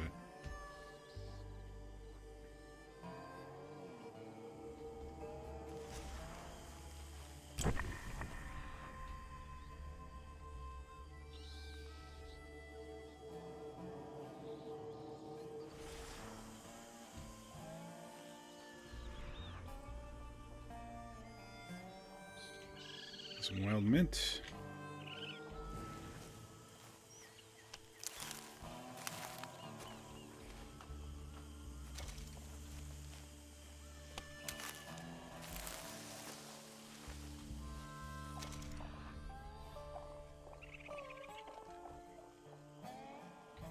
Some euro.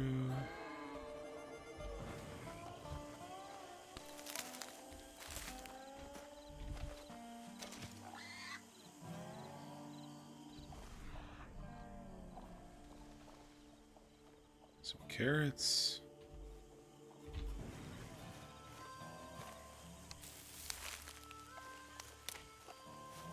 Do you still need a yarrow? Oh, yes. Alright, I'll pick it.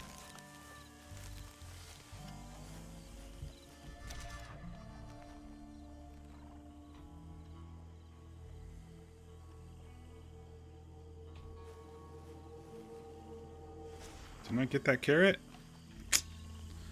Goodness sakes. I'm not going back. You can't make me.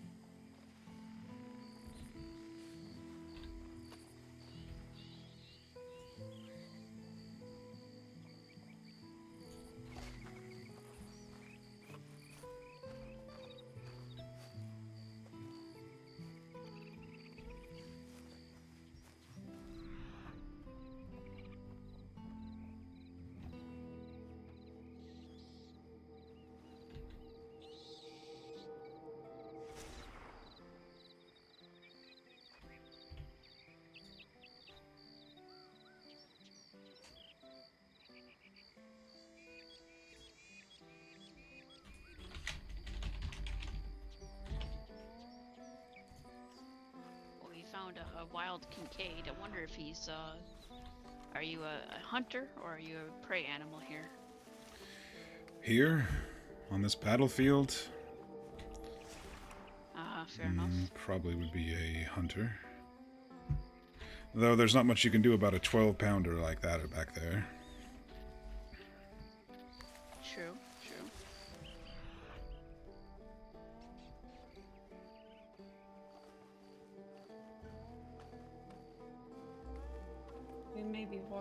about the other two.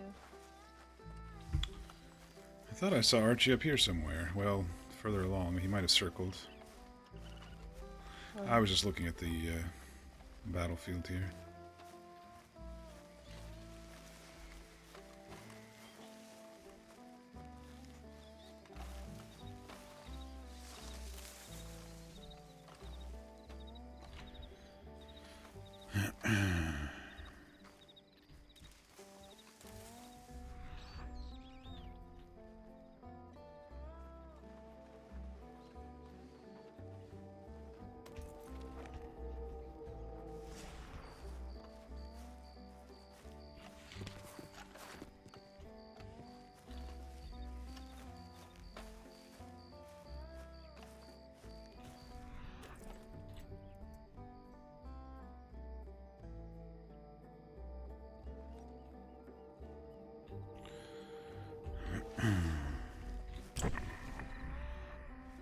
They're there.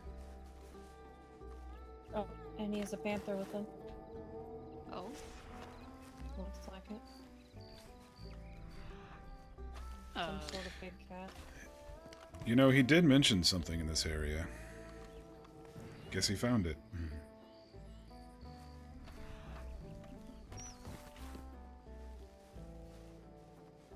You found a friend. yeah. Is that the new pet? I said no. No, she won't let me keep it. Yeah, this Aw, is but can I keep it? this is the spotted one you mentioned. Look at that. There you go. You take a look at him. Yeah, it looks like the one I got anyway. This one's a bit lighter though than the one you got. Yeah, true. Wider paws, thicker tail. Well, the tail's about the same. You must have raised the tackles before it died. The eyes are definitely the same glowing ones I'd seen even a couple of weeks ago. Nice kill. Outside of the orchard there. It could be the same one, or maybe it's a different one. I feel like he was pretty new to hunting and everything. He was chasing down any sort of small rabbit, badger, raccoon that he could lay his eyes on. Never caught one. Florida panther, yeah. Maybe just fresh from the mom. Yeah, that would be what I would imagine. Color-wise, it looked a lot like that man-eater that was stalking Valentine there last week. I think that one was more reddish orange, wasn't it? Yeah, this one had some red tinge to it, but yes. Did that other one attack anybody? No, it didn't, thankfully. It's just very strange behavior for a large predator like that to be hanging around a town full of humans. Yeah, that's why I suspected it might be a man-eater. There was plenty of game around, plenty of horses, but it was definitely circling the town still. That or it's sick. It walked right down Main Street there in Valentine. It didn't attack any of the horses or anything? Nope. It spooked a couple, but no, didn't attack. Well, spooking horses is different. I tried tracking it up into the hills, lost sight of it behind the church, and it went up, and then Runa and I looked around, couldn't find it. Be careful. Well, we haven't seen it since, so I don't know what happened.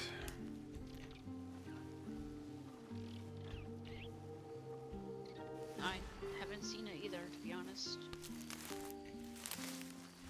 There was that time me and Mimi were in town in Valentine, and black and white, I think it looked like a Mustang a little bit, showed up. Just be careful, it might have mad dog disease. Huh? The panther there? No, the cat that's been hanging around Valentine. It's odd behavior. Usually when animals act oddly like that, they usually have the mad dog disease. Wouldn't that have made it attack anything and everything, though? Not necessarily. I'm not completely familiar. I've seen deer with it before, and they'll walk right up to humans and then they'll bite them. Oh. Well, that's Yeah, not just- good. No, it just Yeah, it's a makes bit their odd. and then their you know, then the human has the disease and then the human dies. Was this the clan you were talking about, Kincaid? No, across the tracks, that way a little bit more. But I am seeing some here, too.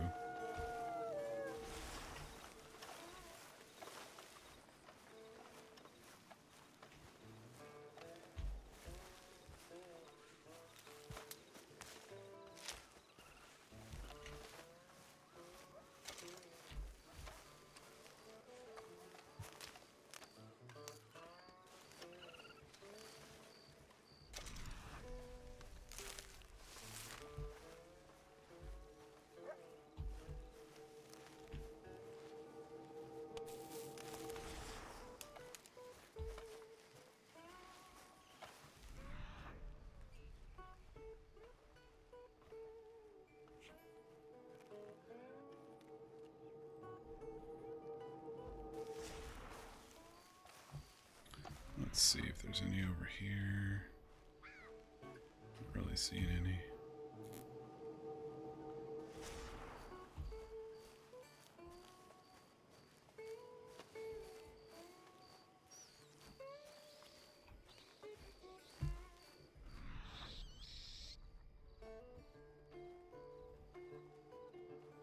Yeah, I think what he was talking about when you're off the horse and you're walking slower, you can see them spawn a little bit more. Like they, instead of riding by on a horse, sometimes you might miss them.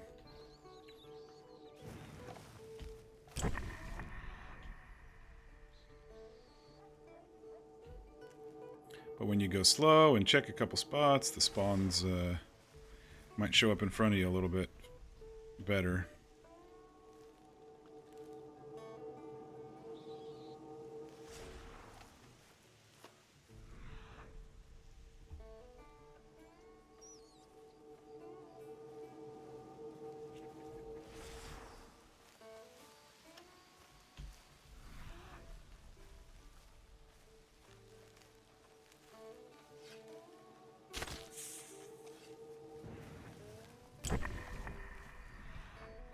Not seeing anything through here.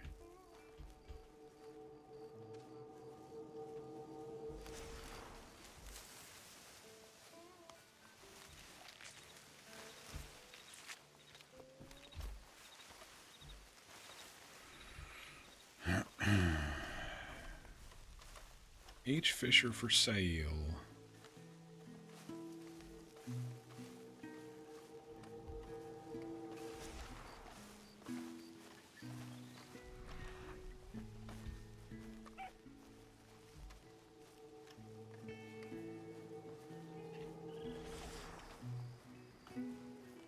We definitely do a lot of walking when we're with Archie and land. Soyala.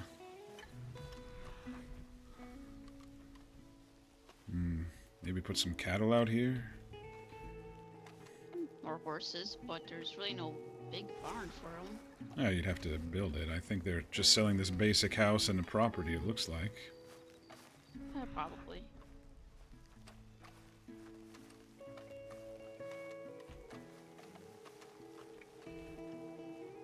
That's what I'd imagine.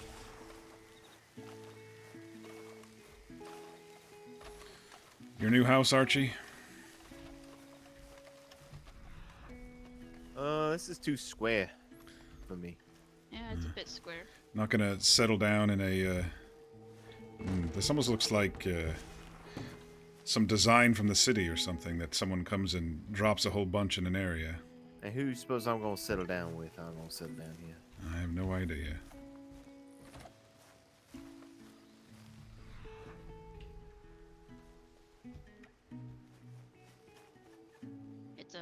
It's a bit empty as well. These shutters really wouldn't do much of anything for you, would it? These in the No, middle. they Too won't. small. Not gonna do you much any good during a storm. Maybe it's just for looks then.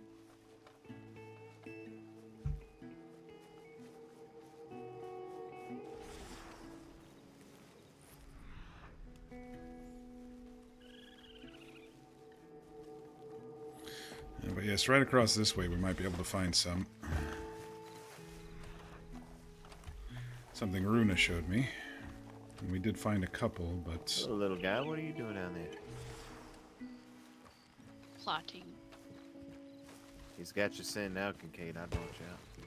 I already saw a raccoon near his camp. Well, I guess his old one now. He's closing in. That's all I have to do is move around every couple of days. I did have a raccoon take my camp cutlery set yesterday. Had to bribe him with a button off my gun belt. Yeah, so he's moved on to annoying you then. Well, you and Soyala, didn't he take your glasses?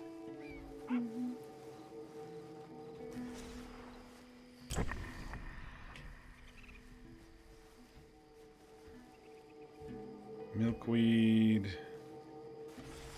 Oh, there's some down there that I'm going to go get. I'm not getting any burdock root tonight. I don't need to fill my pockets with that.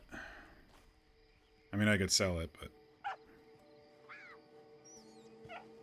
No, that is wisteria, isn't it?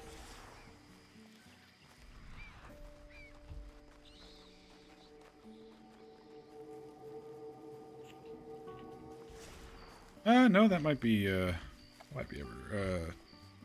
huckleberry. Maybe 2 bushes of it, in fact.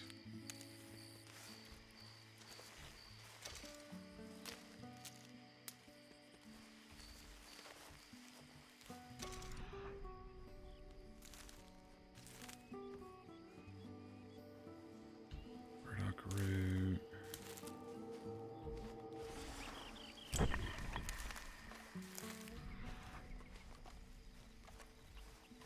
Where did Hazel run off to? The raccoon has yet to visit my my camp, so I guess I'm lucky or unlucky. I don't know. Yeah, or you're protected by Freya, was it? Freya, Odin, all of them, but they don't really attack or protect from animals. They can still come around.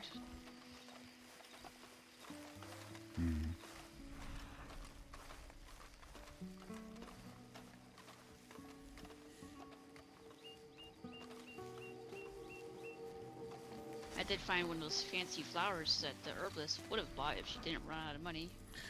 Well, here's what you do. You go buy some tea, and then you sell the sell the herbs.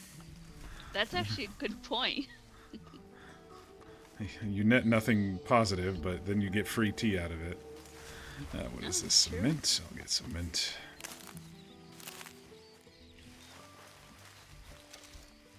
You don't use hummingbird sage, do you? That's what I use to clear off the insects, but I have plenty. Oh, good.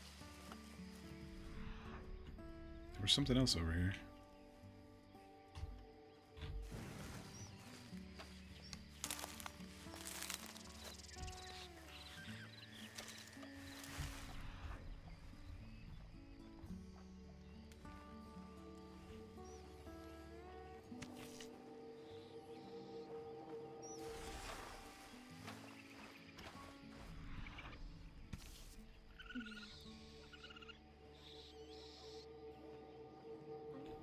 Don't need cardinal flower.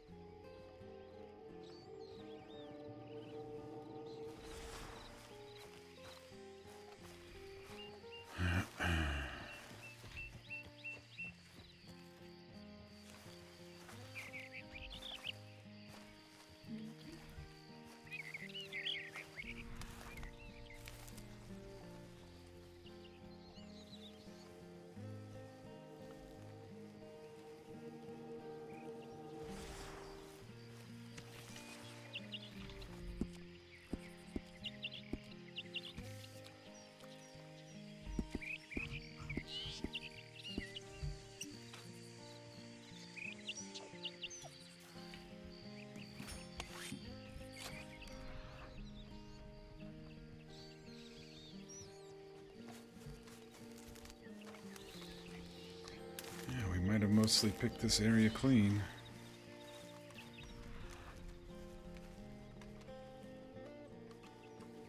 unfortunately, just have to wait for it to grow again.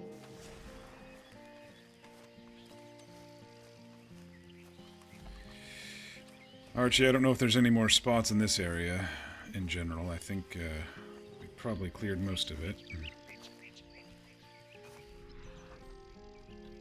Yeah, it's not a problem. I could always go over the road, see if I can't get my wagon out from that stable there, Minnie Mae's stable, and just kind of compile everything together. I only found 6 of them out here. Yeah, I've only found like 3. What were you looking for again? The Huckleberries. I found 36. Alright. Wow. You beat me by 5. Nice work. Oh no, you beat me by 15. I guess, I also go- found enough oleander sage to kill a small army. Yeah, I was about to say, maybe if we combine our efforts, we might be able to take down, I don't know, a couple horses. Yeah, That's a lot of oleander. they've poisoned the well.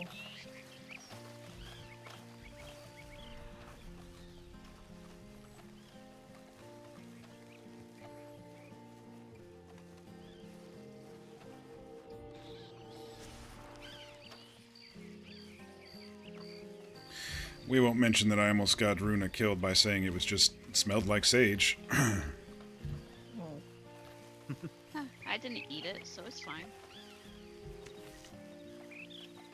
I took it to that Algernon wasp shop there, and he's like, this is poison. He still bought it though, so I don't know what he's using it for. I mean, some things that are poison in small doses can be medicine. So, maybe. I guess it kind of makes sense anyway.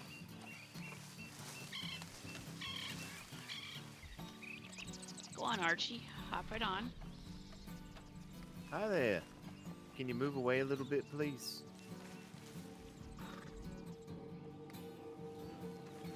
Yeah, look at him all tame.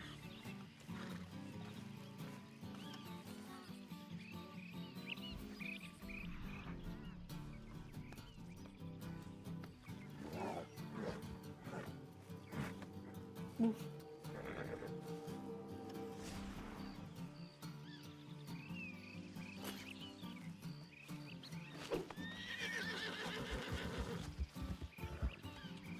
Well, Yeah, tame until he sees a rope. it definitely moved anyway.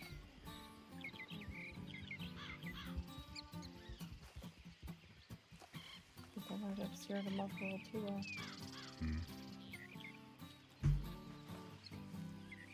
I'm sure it'll be back. There was a whole herd of them earlier when I passed through.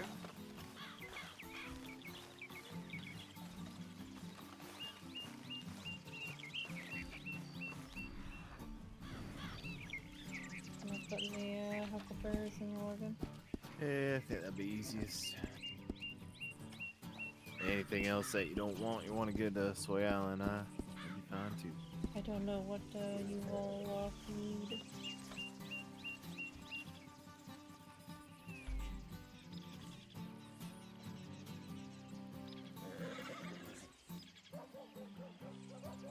Alright, next.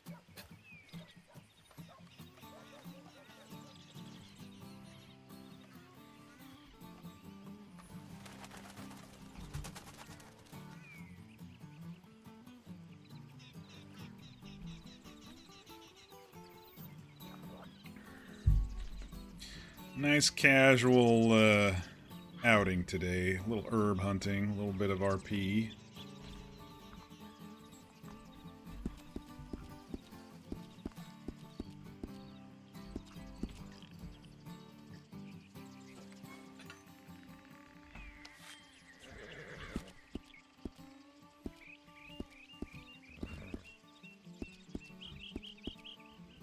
Don't really have anything else to get him.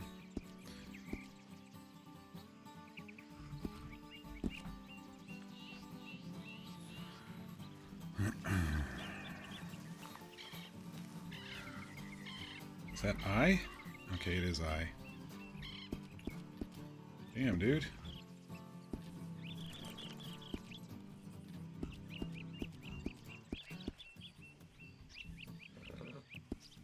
Oh, this works a lot better than the bank one does, doesn't it?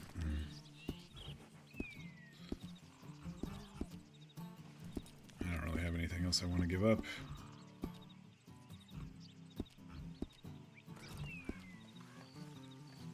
I'll give him the bull rush just because.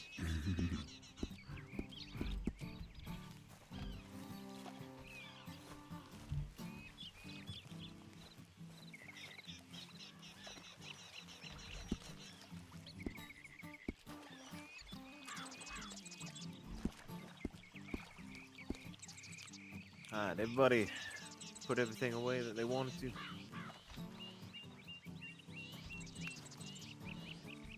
Come on, let me wash. I believe so. I just ended up giving away things directly, I guess.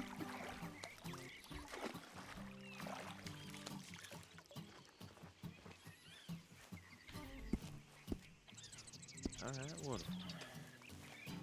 Well, I suppose we'll go to the north side of Saint Denis and go up along Roanoke Ridge and everything. Let's swing by and pick the horses up. Hey, plenty of room to hop on. Mm-hmm. Yeah, you can sit shotgun and I can hang on the side there. All right.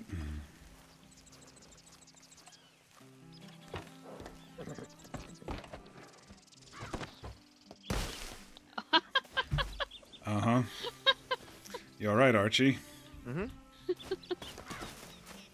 Didn't work out too well. Yeah, worked fine before.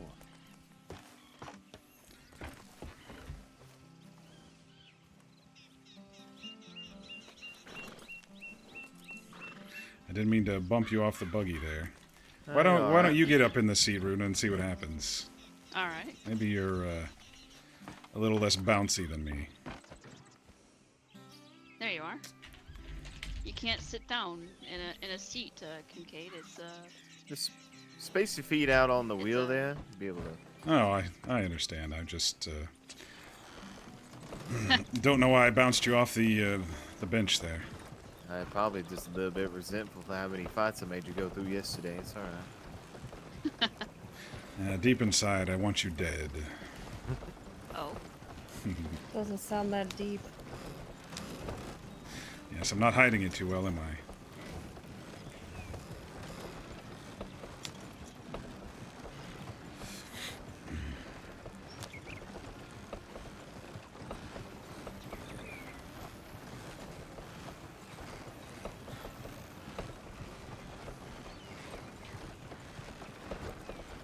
Let's see if I can get a good shot of all of us here somehow. Sorta. It just kind of changed.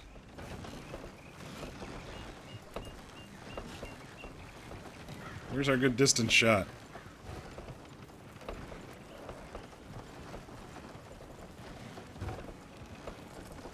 Cinematic is failing me.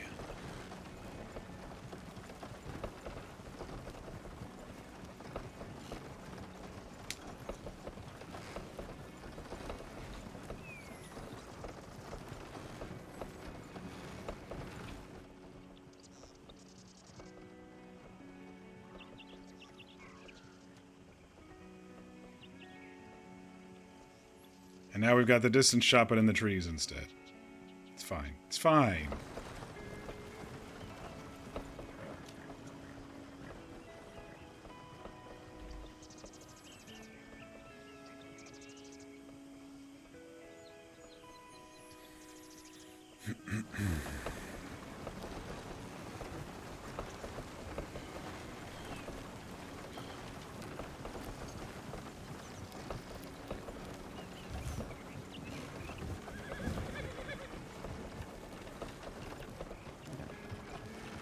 Smokes her pipe for a little bit. I believe that's, well, that might be, I don't know, it was 42 today.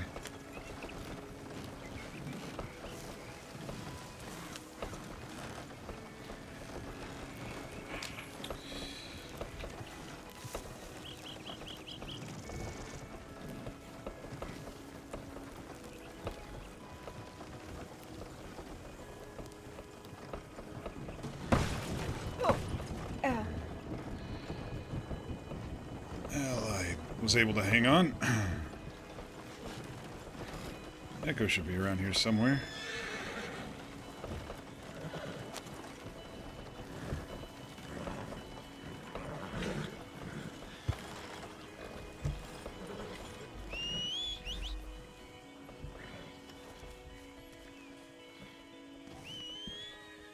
The heels all right back there, Hazel?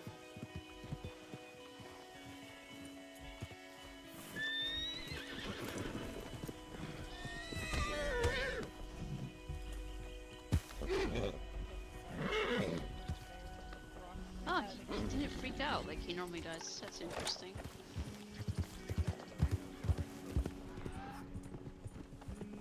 No, you're fine. Just wasn't expecting it. Let myself get a little too relaxed.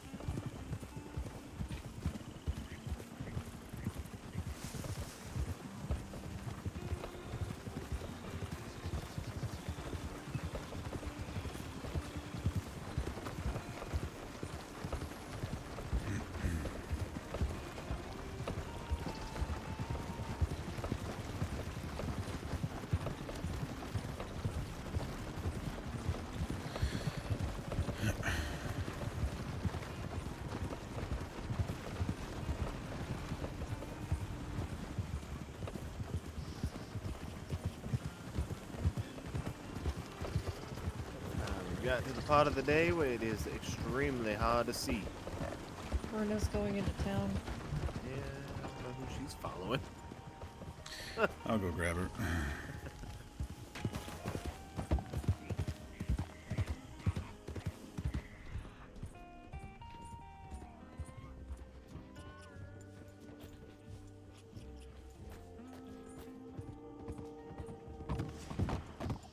We went the other way, Runa. Yeah, I kind of figured. For some reason, I thought we were going back to Saint Denis and out through the other side there.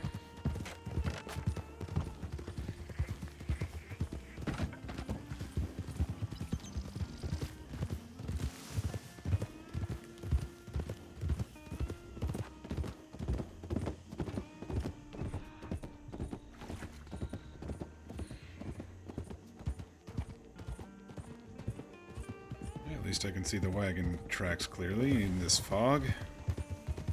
Yeah, it's the wagon's right up there. I just barely make it out. So for bounty hunters, which there doesn't seem to be any, so. Yeah, that's also true.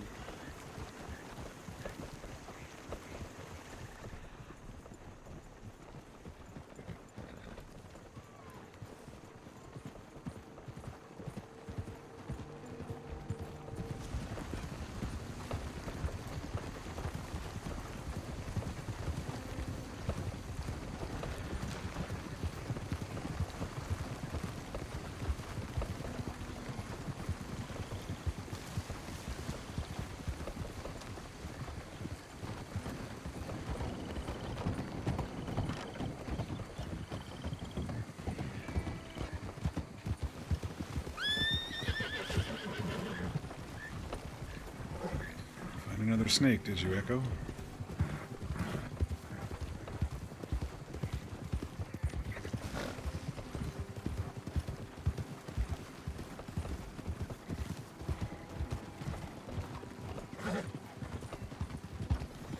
Fine day, gentlemen. Are you sure it's day? It's I can't see anything out here. The sun is still shining, so it's still day to me.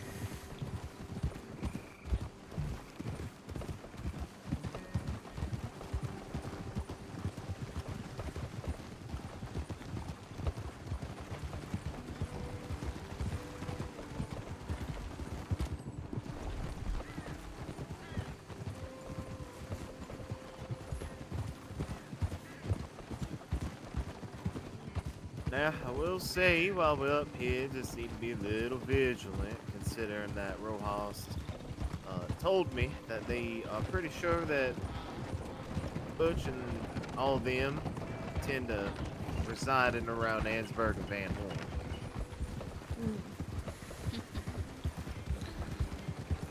Hi. I circled around earlier today. Didn't see any sign of them, but then again, I wasn't actually looking. But There was Go ahead, Ricky. there was talk of the locals were talking in Van Horn anyway about a group of 5 or 6 of them.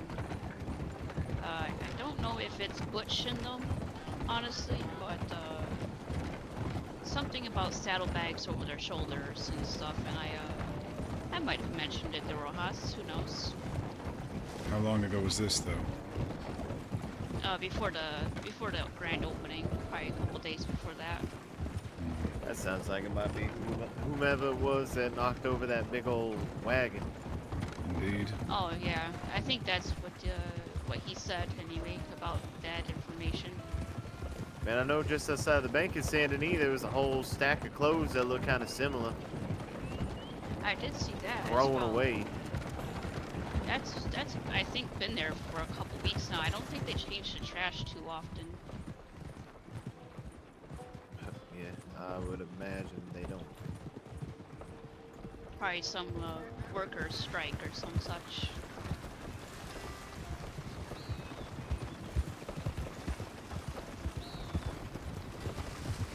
Alright, I suppose we'll get up over the tracks here. I'll get someone to take the wagon on back to his stable. Then we'll hike our way up to Ansburg.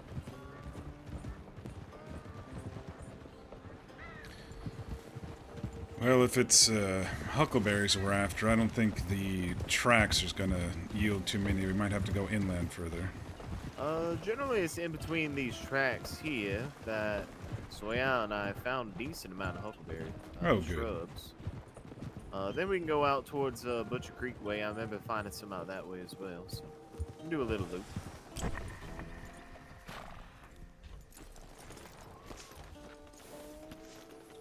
All right, Echo, go stomp some snakes or something.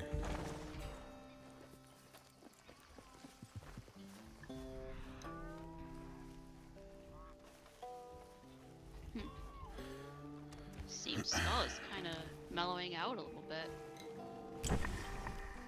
Normally he's quite eager to run off and play with deer and all that.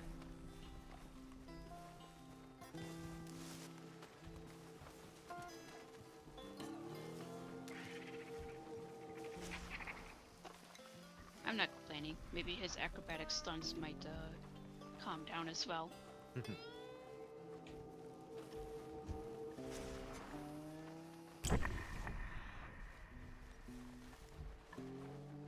Sorry about that, Hazel. What? Oh, I almost swerved right into you there. Oh, you're fine. Imagine your grave you just labeled as worker 1, 9, 6, 26, 27, 5, 33, 19, 12, 21, 5. They all died on the same day, it looks like. Oh no, they didn't. No. July, 2 in July, 3 in July. They don't even have them in order. May. July, June, May, June, May. Interesting. Sounds like there was maybe something with a mine or a cave-in. Or maybe that camp over there. This is worker, that'd though. That'd have been 20 years. Unless they had some prison detail out here from Sisika. They just worked them to death. I guess they could just call them workers to cover up what they did if they did work someone to death.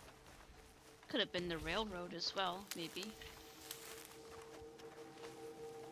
Too bad that we can't sell this. I'm gonna imagine she saw a shrub over there. Was really eager to go get it.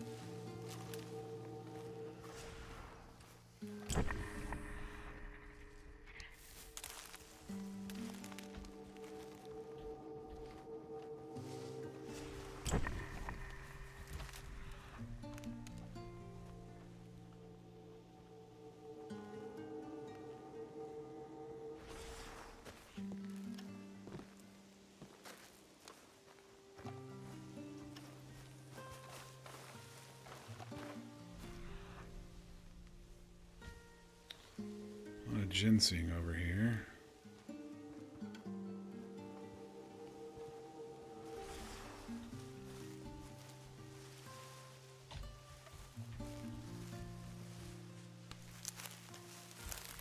I'll pick these up in case they eventually do add money to that shop again, because these sell for like $3 a piece or something, $2.50.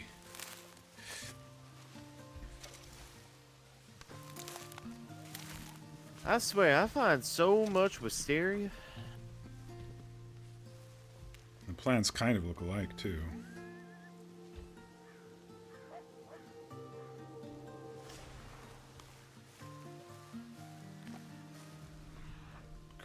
Current.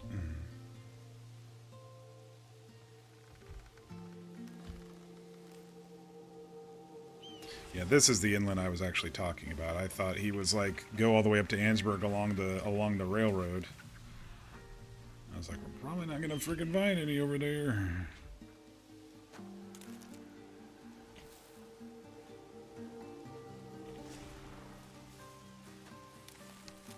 There's that old fort that you were staying at. Hmm. Wonder if the snakes and muskrats are still there. Yeah, they were last time I went by.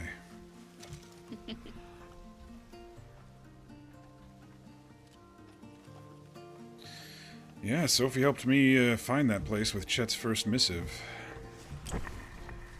I went the other side, the other side of the city, and found that brick building, and it was not the spot.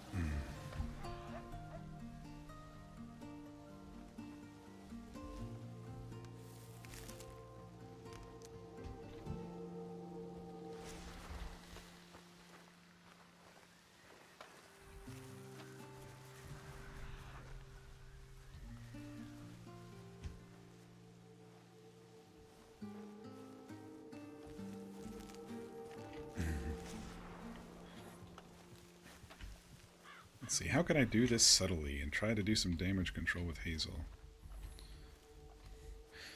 Do you use American ginseng much, or? I do a little in teas and such. I'll have to ask Soyala, see if she uses it for like healing and stuff. If not, It's good then for I'll nausea give as it to you. well.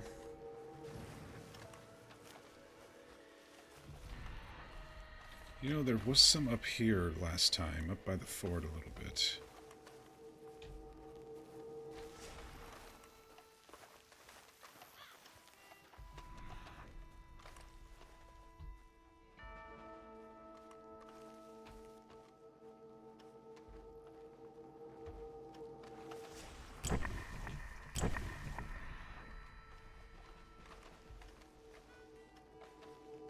I kind of missed it up here.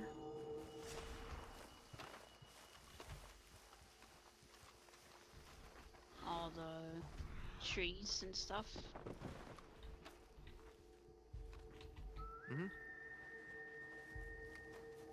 What? Sounded like someone fall over or something. I don't know what you heard, but- Oh. I think if we go back towards that trail we were originally along, probably gonna have a little bit more luck finding them going up towards Ansburg. I Yeah. think. I agree, I've just seen some over here before, so I'm just checking. That's just an opinion. He's stubborn.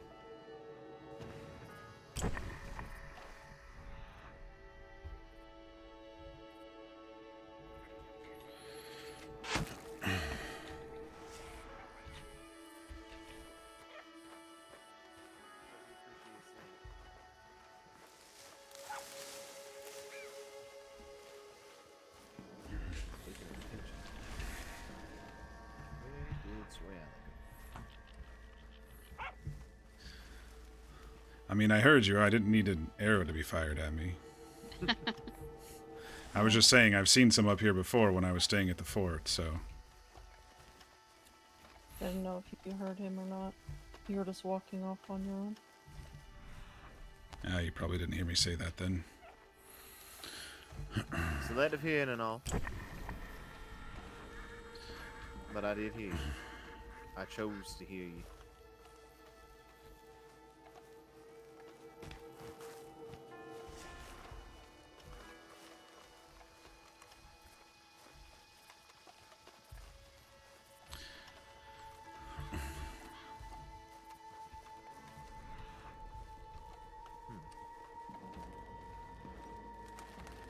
Unsure where Swella ran off to. I think I saw her cross the railroads over there somewhere else.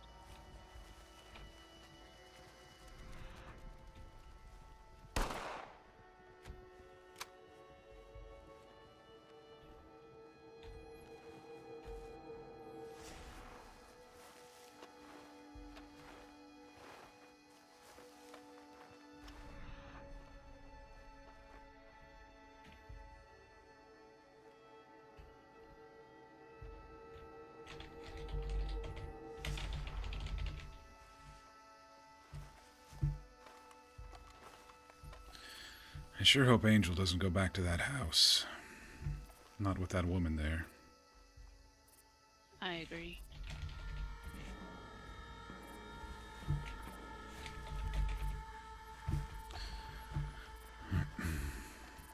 Especially if someone in Blackwater is saying the Angel of Death is spreading opiums around.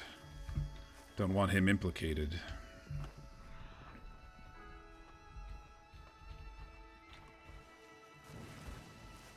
All kinds of strange things that happen. Y'all in see that over town. here? I don't see her. But be careful about that house. There's a woman who's living there who's taking people's eyes. Oh, there's somebody in Blackwater taking people's eyes. Yes, it's probably the same. Yeah, we think it's the same person. The house down by the river there, or by the lake there. Yeah, Just a fair warning. Somebody dumped a body behind my tobacco shop with their eyes dug out. There was a body up in Annisburg stables with the eyes dug out. Seems to get around. Well, our friend Sophie, her brother's name is Angel, and he was staying there until he went on a bit of a hunting trip, as far as I'm aware. And then, like I was telling you yesterday, Hazel, that mob of women were mentioning a name, Angel. I just don't want her brother implicated in that sort of business. He's wanting to become a bounty hunter, and it would ruin his reputation.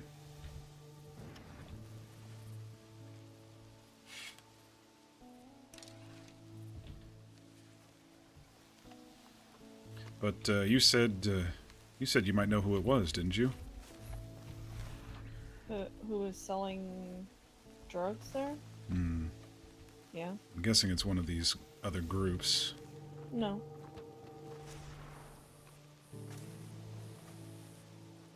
Well, the person I saw there wasn't one of those groups. That could be two groups here. No, there's a person that I know who goes in and out of Blackwater often enough. Well, I let slip to him that I used to do moonshine been a while ago, but they offered to show me how to do some moonshining in this area and also how to make drugs, but I told them I really had no interest in doing that, so... Did they seem to want to pressure you into it, or...? No. Ah. They basically told me that, the options there, and if there was any time that I, want to do moonshining again, to let them know. And I said I would, and that was it.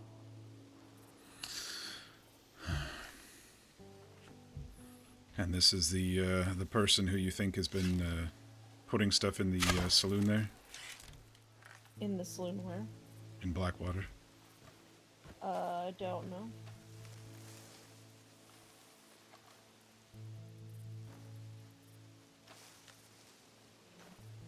I've seen them go around selling a few things, but, you don't earn trust with people in an area if you don't let certain things slide, so...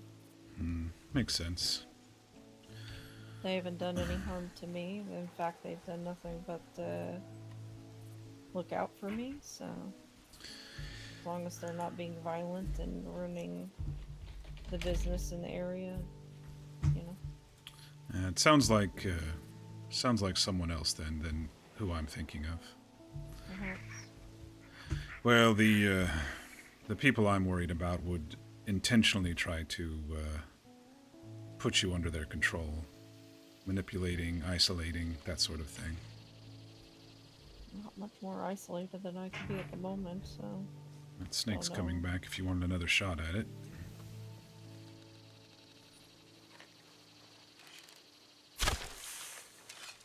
There you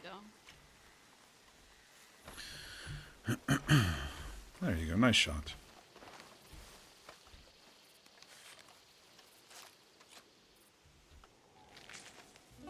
Also, those type of people tend to find people who have certain personalities, so. Well, sometimes they prey on the young or the weak or whatever and try to do it that way with the innocents, and then the other way is possibly to learn about them, something that they've done that they can hold against them, you know? But it doesn't sound like the folks I'm worried about, so thank you for letting me know. Just worried about some friends is all. Yeah, so I've heard. You said you're isolated. Do you like that lifestyle? I mean, doesn't matter if I like it or not. It's what it is. I don't know. You're making fast friends with us, I feel. Don't have to be isolated. Interesting. Didn't feel like that from our conversation yesterday. I was being overly cautious. I apologize. I realized I misstepped on my words and didn't really reveal to you why I was asking about Blackwater. But that was why.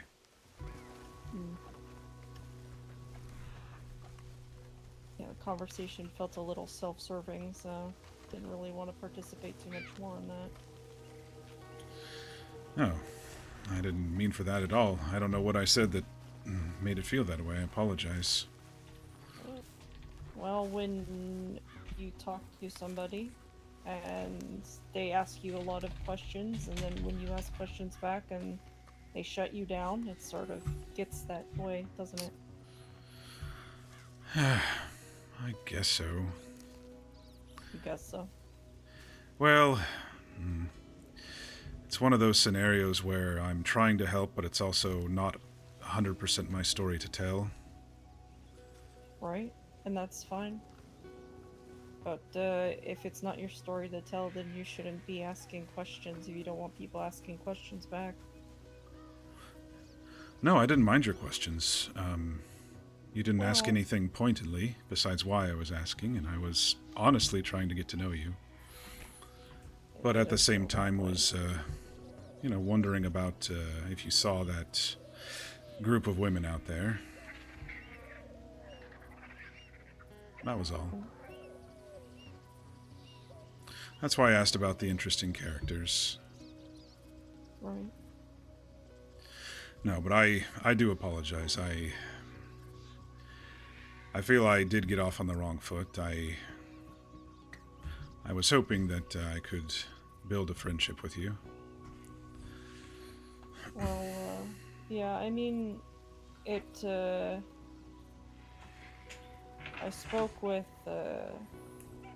Renette earlier. I'm going to be straightforward with you because I don't know you well enough to know what your intentions are. And, I understand they want to look out for those around you and protect those that you feel like you need to protect.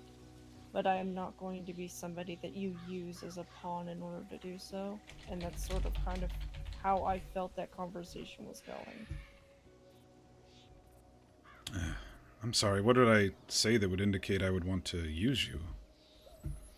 asking me questions that I would know the answers to, and then when I started trying to ask you questions, you shut the conversation down immediately.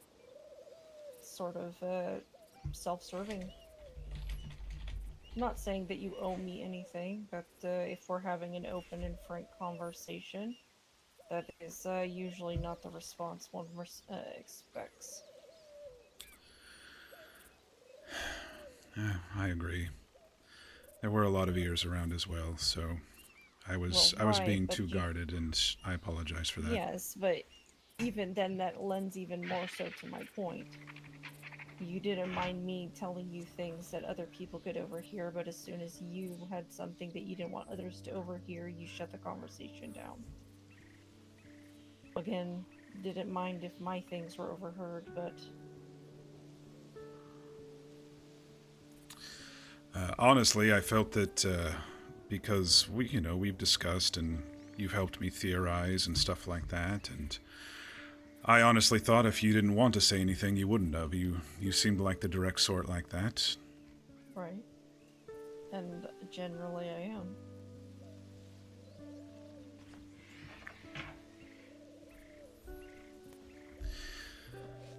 But while being the direct sort, I'm also of the mindset that if you're having a conversation with somebody, conversations go back and forth. If they don't go back and forth, then it's just an interrogation, isn't it?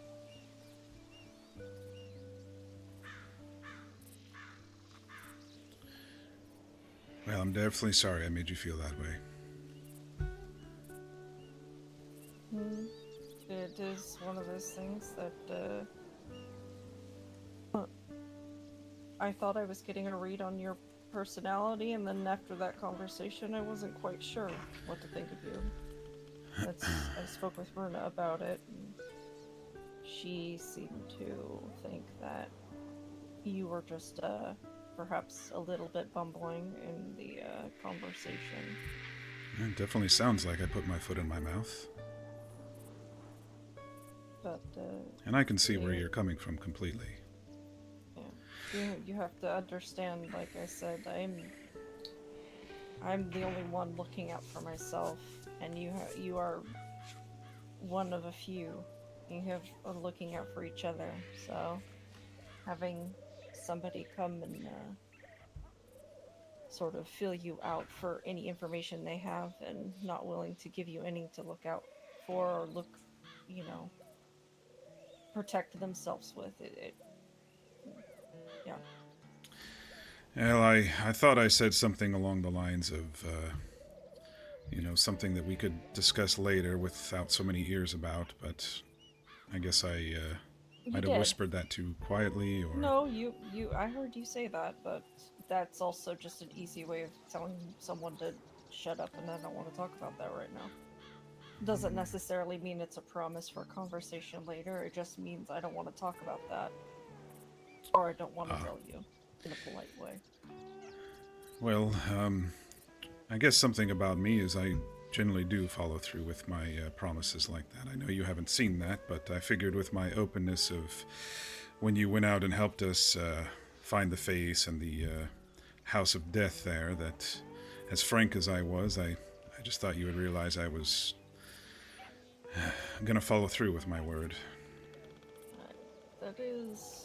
I mean, you have to understand, that is a single instance in which you know, people wear all sorts of masks in this world. And, I guess that's true. you know, and that's fine, right? Everyone has to do things to protect themselves in certain ways, but one instance of being open with something doesn't necessarily mean that there's trust there, or trust is it's earned, hard earned as well, and I don't know. No, I understand where you're coming from, but I don't expect others to trust me that quick, and in turn, I don't really trust others that quickly as as well, so. And I can respect that. No, I just thought, you should also maybe judge me by my actions or have seen, escorting you home and stuff like that, that I'm a man of my word and I look out for those around me, that sort of thing. Make sure the expeditions get back to town safely, But I guess I can understand your reservations. I mean... And it does take time. Right. I guess I've become fast friends with so many others around here that I was just hoping for something similar, but can't always work out that way. It's not that I don't wish for that, but you have to understand you are a very guarded person, and usually guarded people tend to either be guarded for one reason or the other. I can respect that. I'm not exactly the most open person myself, but tiger can see another tiger's stripes. I honestly don't feel that I'm too guarded, but I am cautious. You are often off with others talking alone.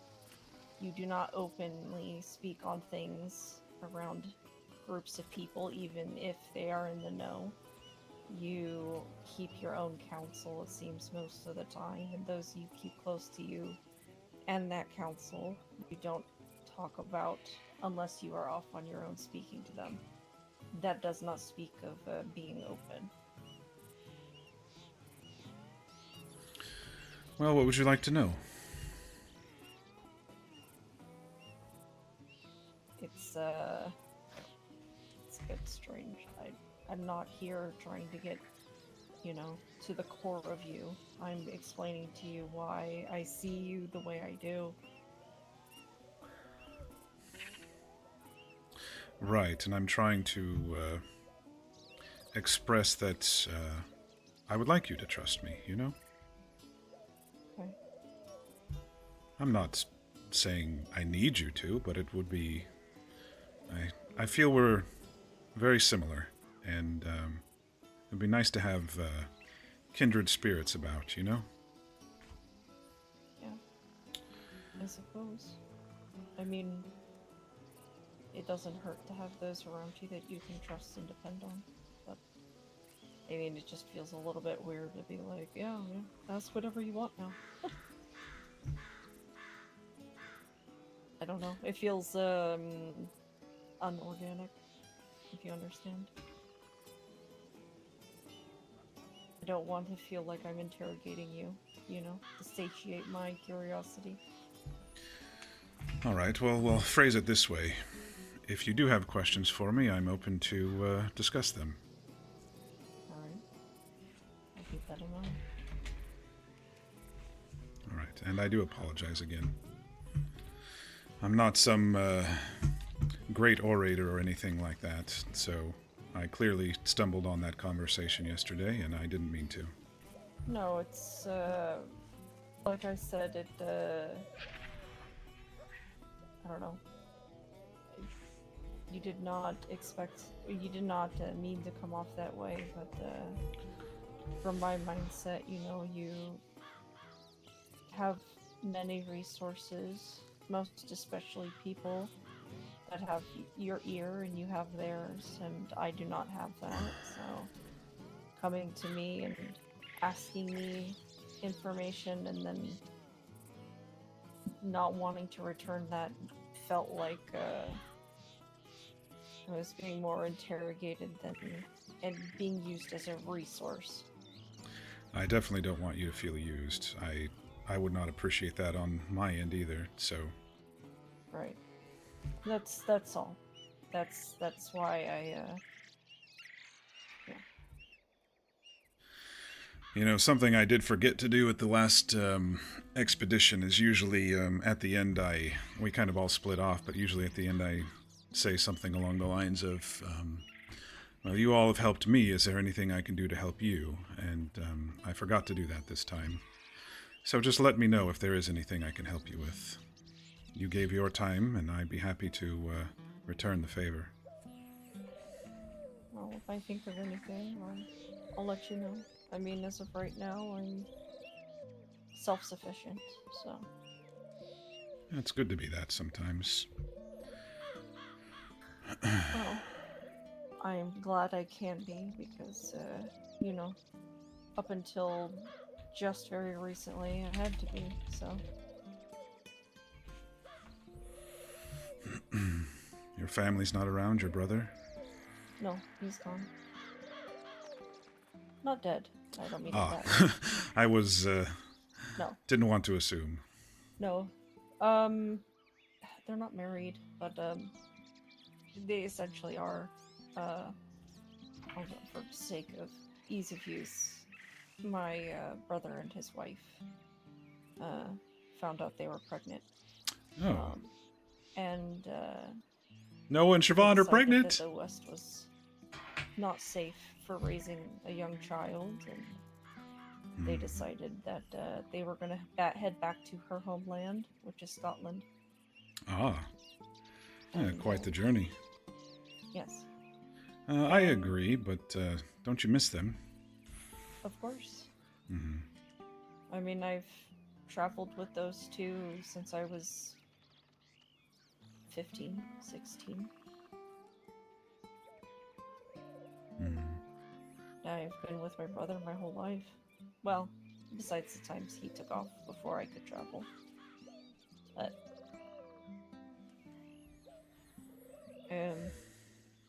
they don't really have much choice. I did not want to go to Scotland, and they decided that they did. I don't want to go home yet to my mom and dad. I still have too much to see and do. And I know if I go home, I probably would never leave again.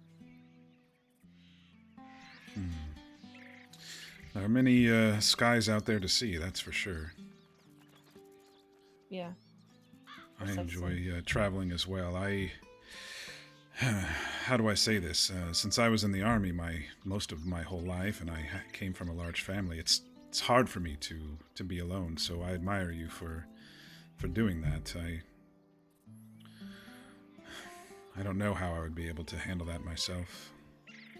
I was always surrounded by family, or squads, or platoons, or a large army. I mean, of course it's lonely. But what can I do? Well, you can always start by looking for friends if you wanted. I am. And I am offering. And I appreciate that. I don't trust easy. But, I understand. Yeah. And I came on strong. You came off, I don't know. You came off very welcoming and then very unwelcoming. So it was a bit of a mixed bag. I can see that. I didn't mean to be so disparate to you at all. It's fine. I don't want to rehash it again. Do you think we'll be able to move forward? Sure. Good, I appreciate that. Very gracious. Well, it sounds like it was a mix of misunderstanding on my part and, your need for caution on yours. And... Yeah, don't forget the blundering on my part. A boot in the mouth sort of scenario. Right. Well, either way.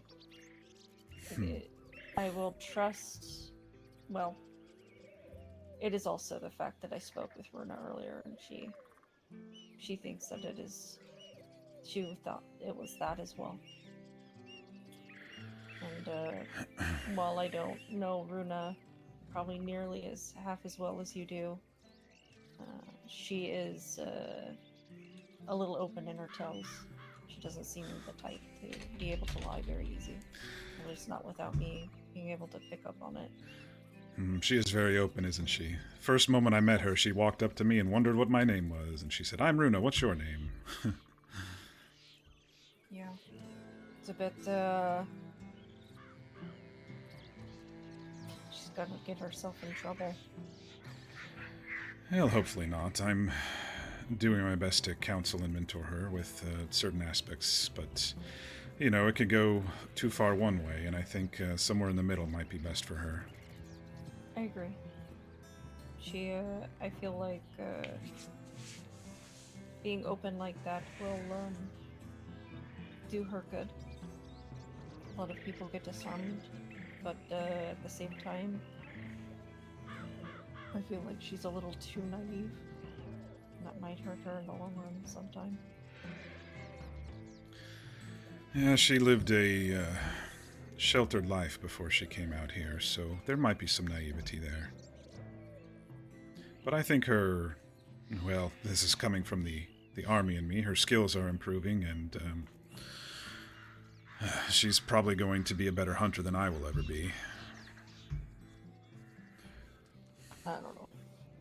I suppose. But yeah, she is friendly and disarming for sure. Mm-hmm. I mean, if she knows how to use that well, it'll do her good. I think it depends on, you know, what her goals are. True. Like I said, it's more of friendships than what you may have, what I may have portrayed yesterday. I'm not trying to manipulate or anything like that. I mean, Just trying to look after those who have helped me and who I care for. no, and I appreciate that. You know, I do. I'm not trying to disparage you of that. I get wanting to look out for you and yours.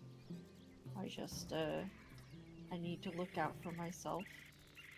And, you know, I don't have the luxury of having someone, as of right yet, looking out for me. So, when I can take an opportunity to get information that might help me, I would like to do that. So that's sort of where I had my misgivings.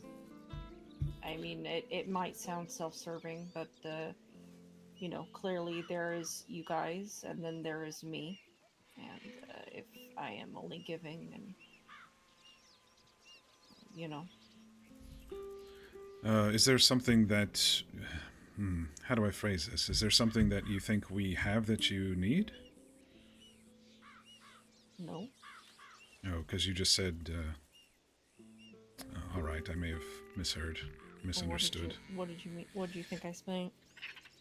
Well, you are alone and you don't have resources. I was just thinking that maybe you thought that we did or something. No. I mean, I can go and I can chop wood and gather and hunt. That's... I don't mean, like, material resources. I mean, people. No, I also meant... You said information, so Yeah. that's what I was asking. If there was No, something I that don't mean we anything had that would help you.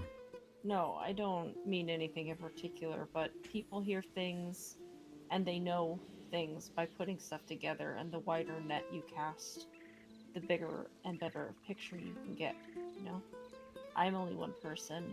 There are certain things that I can pick up, and I have gotten better at casting a wide net on my own, but there is nothing that's going to beat having people that are constantly on the watch with you and for you. And I don't have that, and you guys do. And information is important because it gives you an idea of who you can trust and who you can't trust, and certain things to look out for and stay away from. That's what I mean. I understand. I feel like I'm receiving a lot more than my mind can hold sometimes.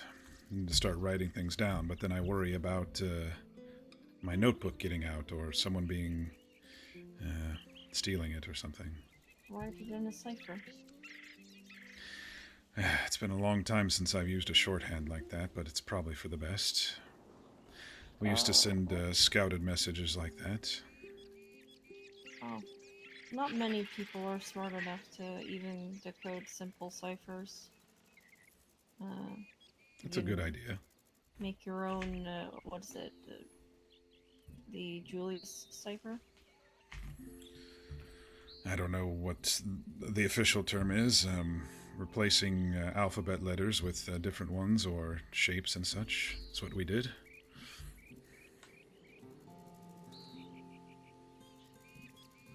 Granted, it would be great if I learned a different language that I could write in, but in my old age, I don't know if the cup would runneth full or not.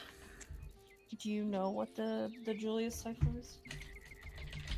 It's pretty simple. No, I don't believe so. You basically pick a number, any number you want, between 1 and 26, though a smaller number, probably in the teens or even less than that. And instead of writing, you know, A, for instance, if you picked 7 as the number, you would go 7 letters, or 7 letters in front of A. So H, and you're to write H instead of A. Ah, yes. Just Yeah, enough. similar. I understand, yes.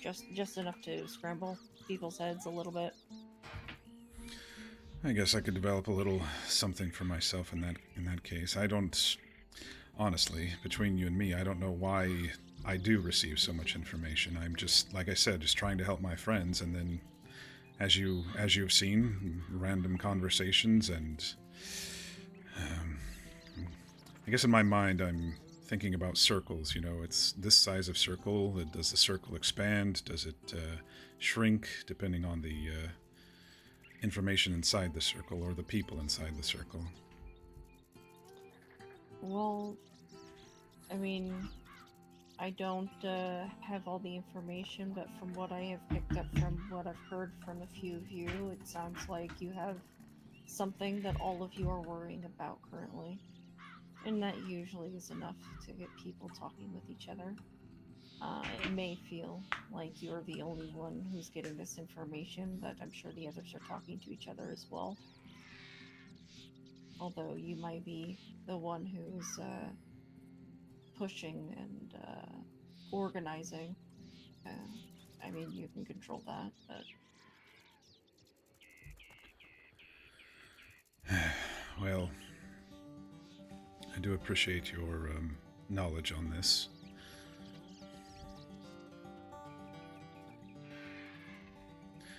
I do feel a bit overwhelmed right now.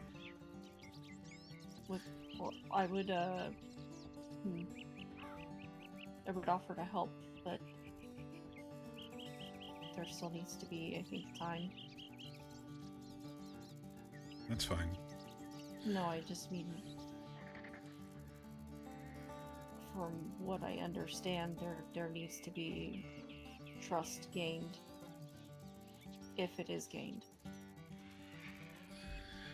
Well, and some of this, like I said, is not my decision, sadly. Right. No, and I understand that. I mean, you guys seem to function as a group, and you cannot be unilaterally making decisions for the whole.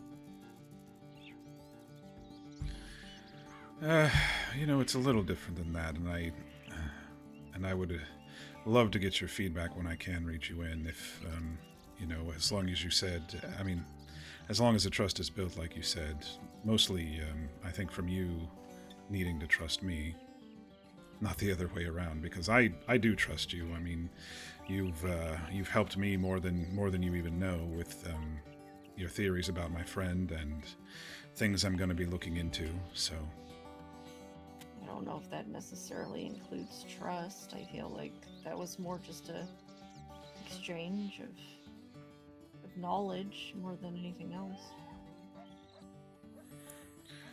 Well, I haven't really invited people on these expeditions unless I get a good feeling about them. Oh. Because I am opening myself up to a risk of someone harming my friend if it gets in the wrong hands. I was under the impression that you just invited anybody who was around. No, I don't. But after our walk out to the desert and a couple other discussions, like I said, I felt you were a kindred spirit. I suppose. Yeah, you like the open air and to travel like I do, little things like that, and I think your mind thinks a bit like mine, though I think yours is a bit more complex than mine. I just, right over there. Is that Runa? Yes, that's Runa. Okay, she's riding off in the distance. I don't know about more complex, but, thank you, I guess.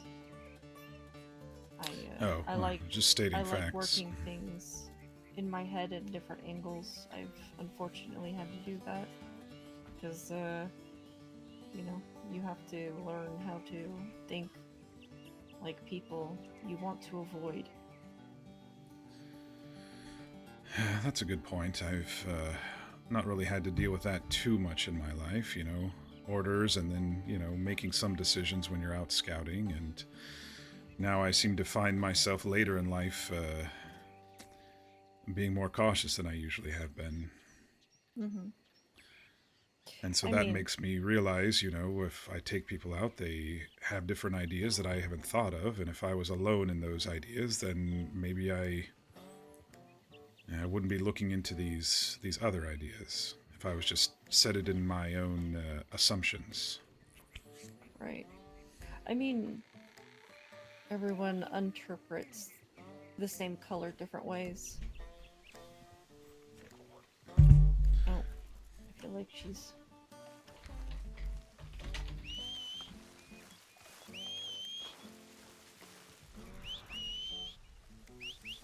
I feel like she's gonna wander around until she ends up getting attacked by something.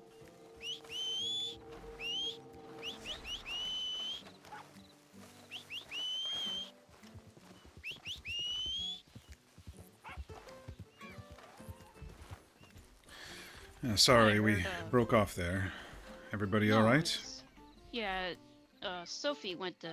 Not Sophie, Soyella went to Emerald and went to the hill. Ah, yes, getting late for her.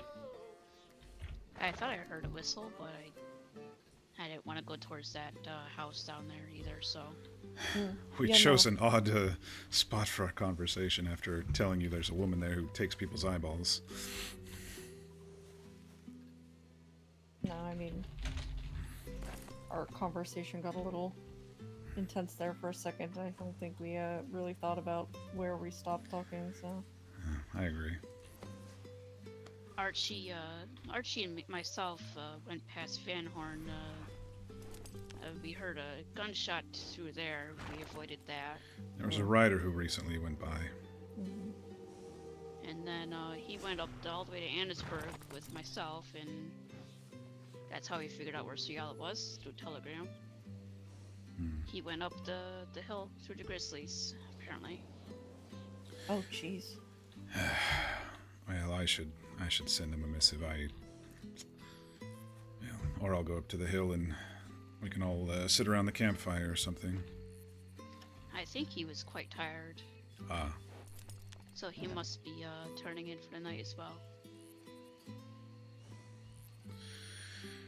All right. Hopefully we got enough stock for him to make those delicious trail tarts. Yeah, hopefully. I was having rotten luck up here anyway. All I found were flowers and American ginseng up here.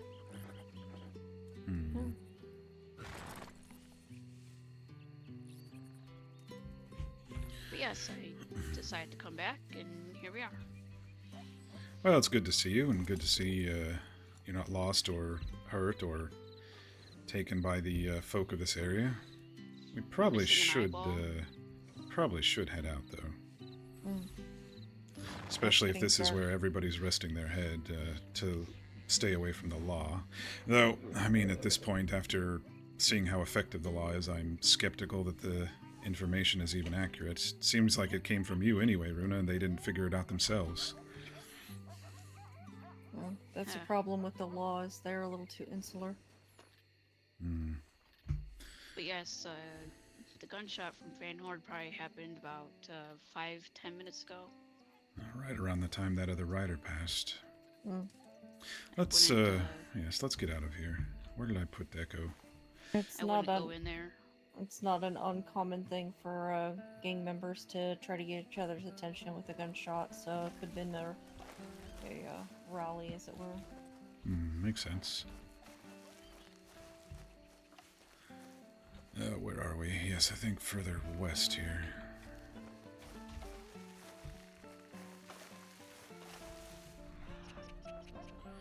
Whew, man. That was difficult damage control. Hazel is very guarded, y'all. Even more guarded than Kincaid has been lately.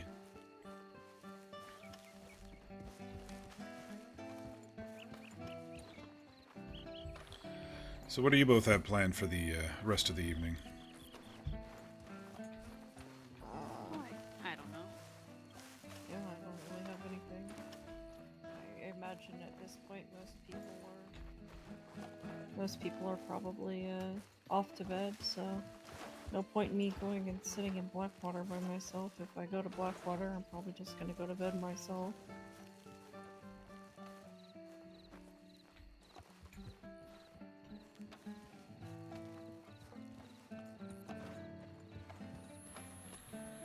Mostly because there's nothing else to do.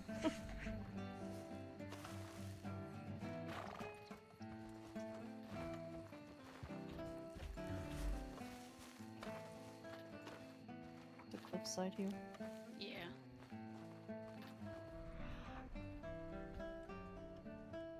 Hey, Fear. Sorry, was elbows deep in a very intense conversation. I put my foot in my mouth last night with Hazel, and I realized it a little too late. So I started dropping hints that I was asking about Well, I don't specific know. things from her Probably because think of something to do, specific other things. hopefully.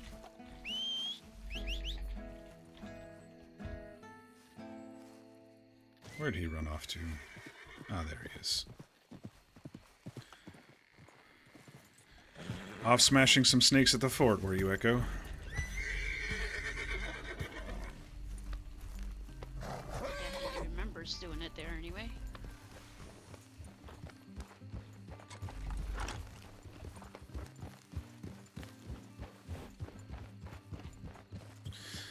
Let's see. Hazel, I have some tobacco in the vault for you, so we can head to the bank and I can hand that over to you. I don't know if I can carry it myself at the moment. I'd have to get my wagon out, but Ah, alright. sure. Up to you. I think it's 30 or so leaves. Oh, okay. If not, I can... I don't think I have your telegram. I can send you a parcel. Whatever works for you. Yeah, I don't have your telegram. Yeah, well, when we stop, we can exchange. Alright.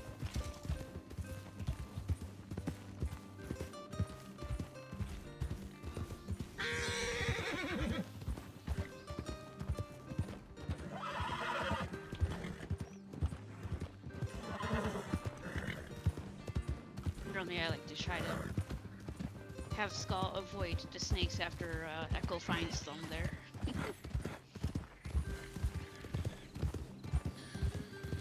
Yeah, this poor old man, I feel I'm gonna work his heart to death. I definitely need to get a new horse soon. He's been with me a long time. You just said a warhorse, so you're not really set on any certain one? I think I need to speak to Annalise about it further. I still need to wait until she's confirmed about the government paperwork and such. I don't want to spend all this money and then have to re-register later. Oh, she spoke on me with this yesterday. Oh, She let me know that when the changeover happens, that the paperwork's going to be taken on, and they're going to take into account the type of horse you have and if it is trained or not. And yeah, so it shouldn't. so you won't have to re-register or juggle through the stables or anything? Correct.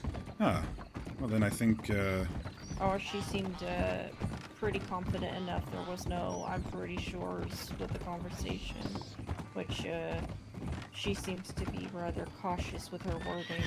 So if she says it, she said it to me like she did yesterday. I'm pretty sure that I confidently think that that's how it's gonna work. oh, well, that's good to hear. Then I might push forward with that then. So what, like a reimbursement or some such, or I don't redistribution? know how they're going to do it. I would imagine they're most likely going to have Oh, I'm sorry about that. stable hands take into account people's animals, and then the government will make sure that those are set up for people. All right. I don't know exactly the execution. All I know is their intentions are to make sure that people have their correct horses and that they are at their previous training and health and all that. That's good to know. Because she was discouraging me just a couple weeks ago from getting the Healy trained. But last night I talked to her about it, and she's like, "I'll train her up. It shouldn't be a problem once the once the breeding programs come out for the horses. That it should Hold up a moment. be transferable." So That's good to hear. Does anybody have any additional herbs and stuff that we picked today that they want to sell? yeah.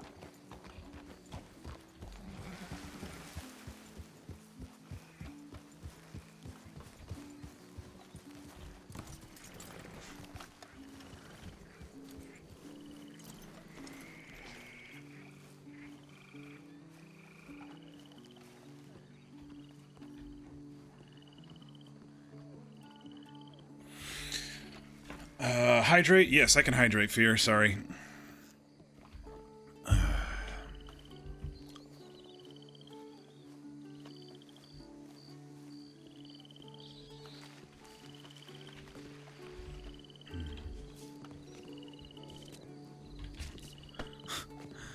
We're just dancing. Yeah, the door seemed a bit stuck too.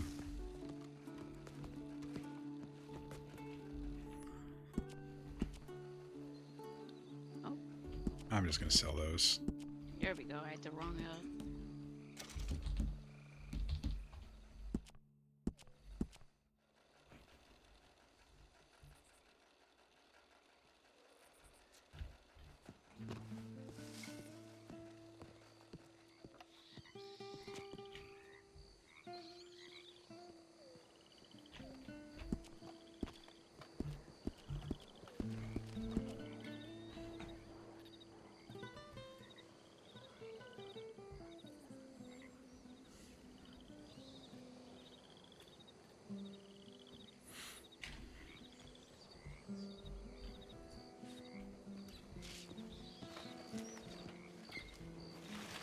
She looks like she's been stuck in first-person mode or gunshot mode for a while. It's kind of funny.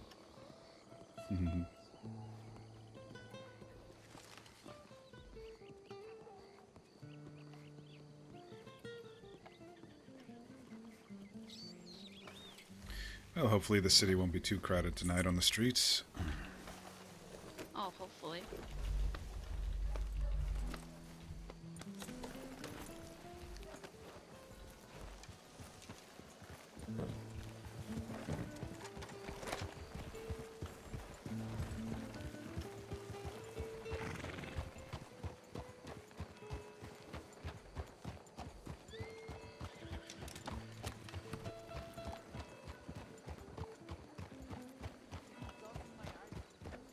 No hand saving this. Hey, move it. I spoke too soon.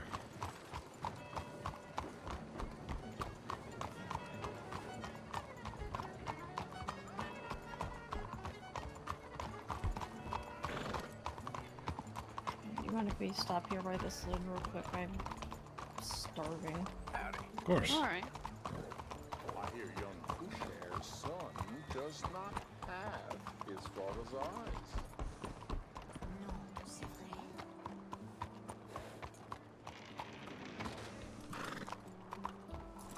Hey, mister!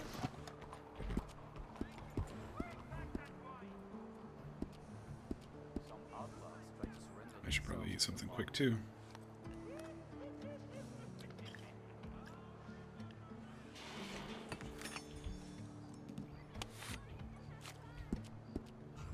Put my gun back on.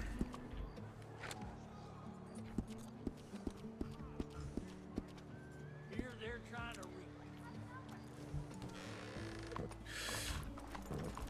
Careful, Echo. Mhm. There we go. Um,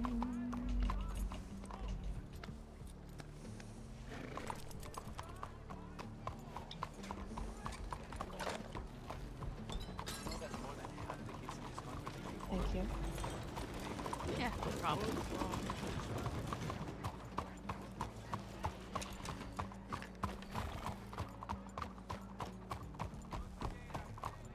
Alright, sir, don't turn into me.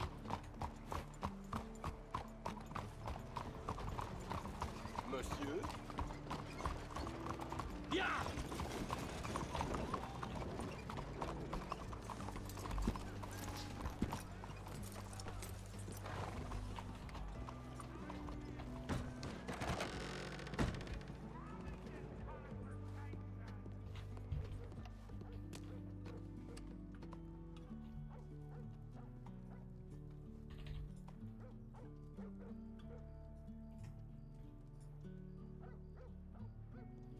It's funny because well,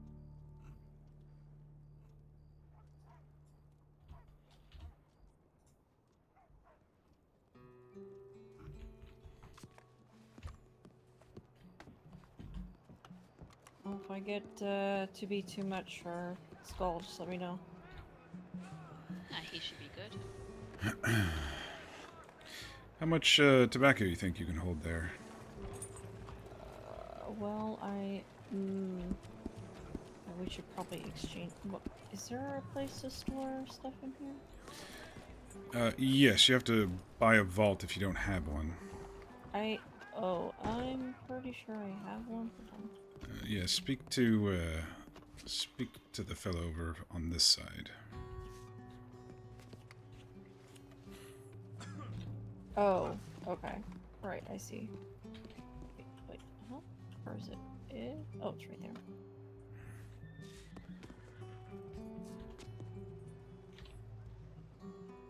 I need to go through and clear out my vault.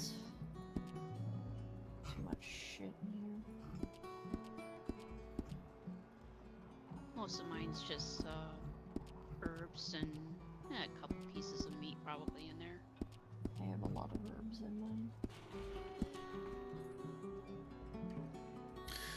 Yes, I had some schnitzel from like 3 weeks back in there. I had to throw that away. Don't want to eat rotten pork. Even though I Also did have eat a lot it. of seasoning in there as well.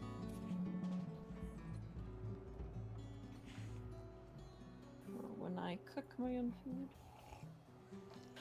Alright. I should be able to. Oh my gosh, I need to go to a trapper at some point.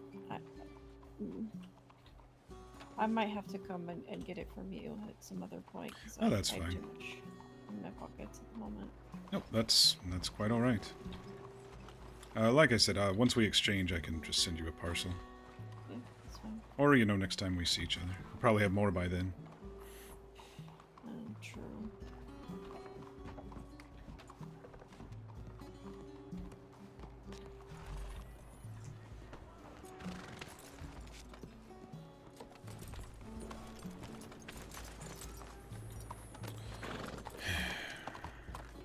Yeah, let's see what's else on my list here.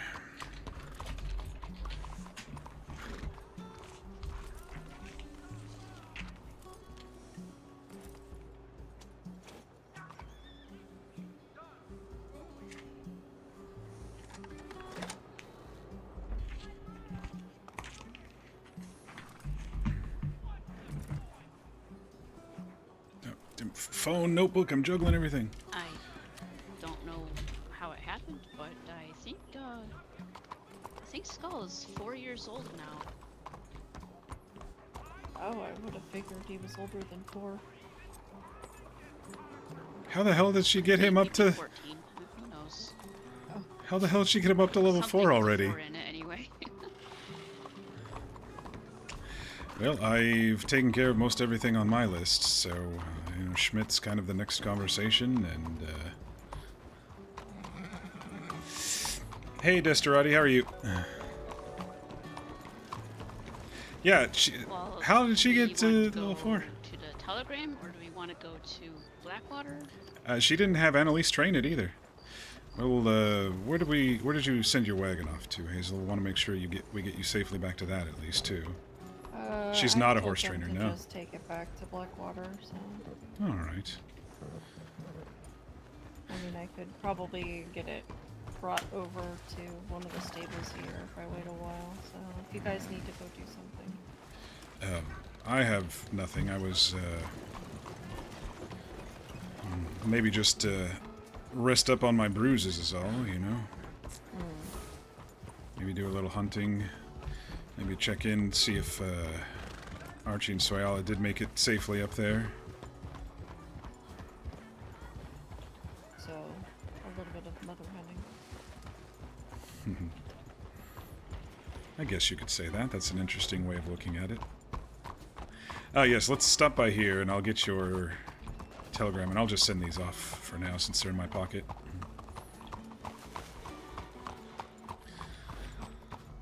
Hey Shenanigans, how are you tonight? You said maybe you're gonna pop on. I didn't know if you were going to, because that'll also change what Kincaid plans on doing next, maybe? He hasn't heard back from you though, so...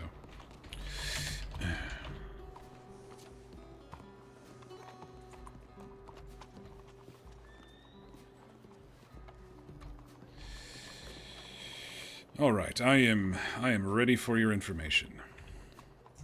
Okay, it is AV268. AV268. And mine, if you are ready, it is EI314. Alright. Alright, so let me just send these off to you.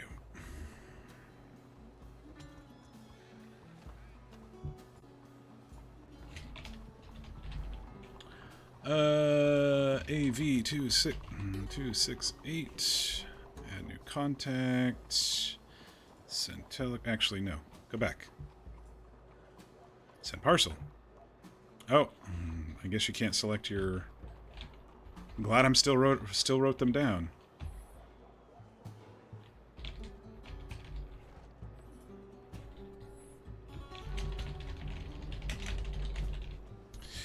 Alright, where are you hiding there in this whole shenanigans? There it is.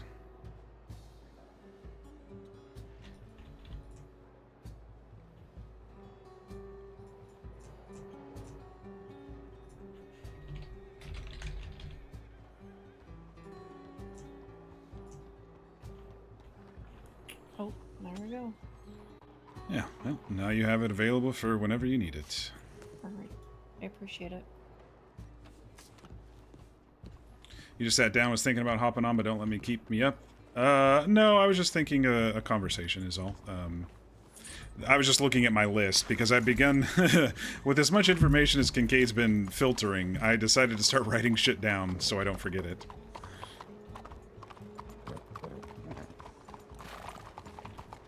Someone did run through here a couple minutes ago. Or seconds ago.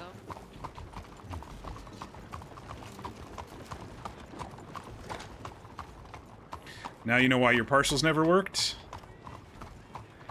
Because of the amount? Yeah, you have to select the amount. I figured that out the very first time I tried to send some bones over to Archie.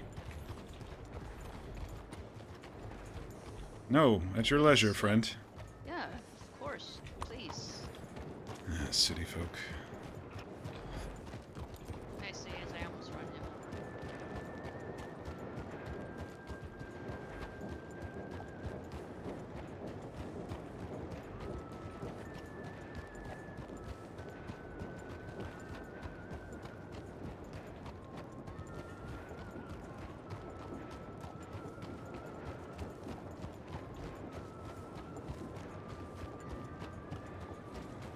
But yes, that's very good to know about horses. I should probably look at the catalog and figure out at some point what I want. Thank you for that information. Mm-hmm. I've been saving up, but I don't think I quite have enough money yet. Thought I had more time, to be honest.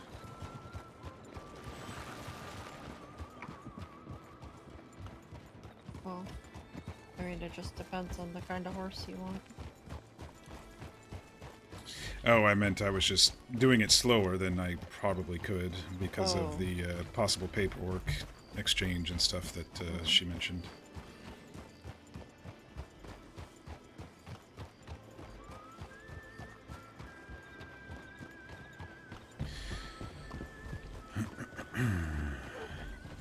So, Runa, are you going to change camps, or you still like your current camp after a couple more Right. nights there? I still like my current camp. I think I'll stick to it for now. It's a nice spot. Yeah, it's hidden. Plus the camps that we were looking at on the river behind Valentine. I did get chased by a grizzly bear all the way from Cattail Pond down there. Ah. I did see a grizzly over there. I took care of it, of course, up by that small tunnel that we walked by on the trip back last night. Or yesterday afternoon, I guess. Coming down from the mountain. Yeah, it probably could have been maybe one of their, cub mates or something, who knows. Well, with all those wild horses on that hill, I assume that would be easy kills for them if they're milling about.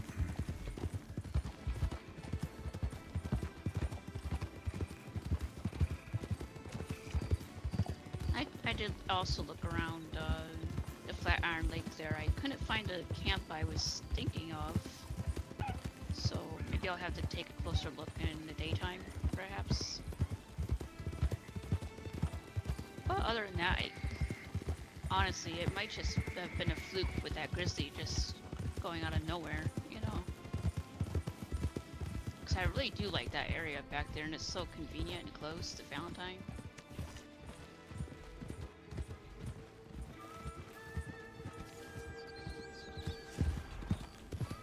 Yeah, I agree. I'm just trying to stay on Chet's trail, or else I probably would have chosen a couple different spots. You probably would have taken my spot that I currently have, huh? Maybe. Do you all mind if we head up the hill just to say goodnight to Archie and Soyala, if they haven't gone to bed yet? I don't mind. As long as Hazel's not too tired. No, it's fine. Alright. We'll get you back to Blackwater if you want. Alright.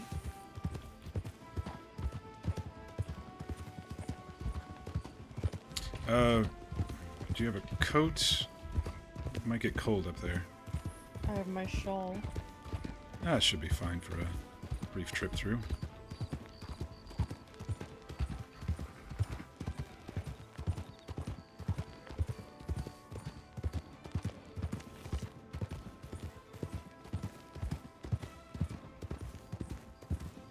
If you, well, you already have quite a nice spot, actually. If you didn't find that spot, Kincaid, I probably would have shown you the one I kind of found it, but it's a little bit more towards Strawberry. I didn't know how far out you want to go with that. Well, at the moment, I'm still kind of exploring the Heartlands and seeing if there's anything else that I missed with Chet's last missive.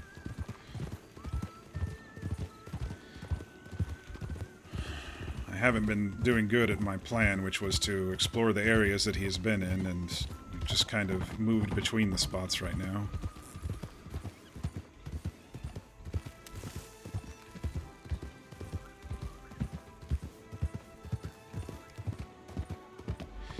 But who knows where he's going to be taking us next.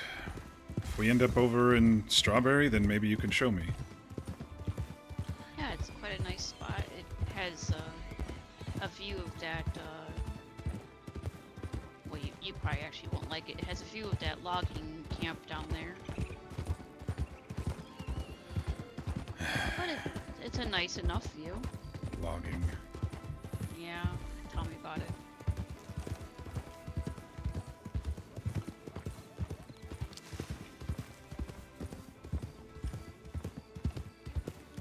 But it had other views as well, you know. It's not just logging.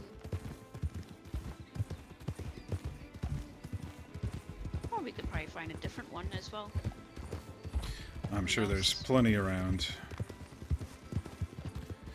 Honestly, I kind of liked the view. The logging wasn't too noticeable. Yes, The until view was they nice. until they clear cut it. Yeah, true. Oh, let's cut across the heartland, save ourselves a little bit of time here. All right.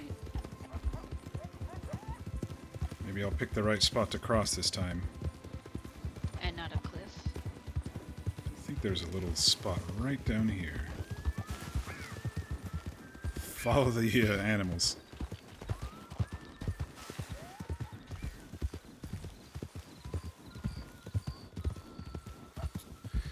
You know what? It is getting a little chilly.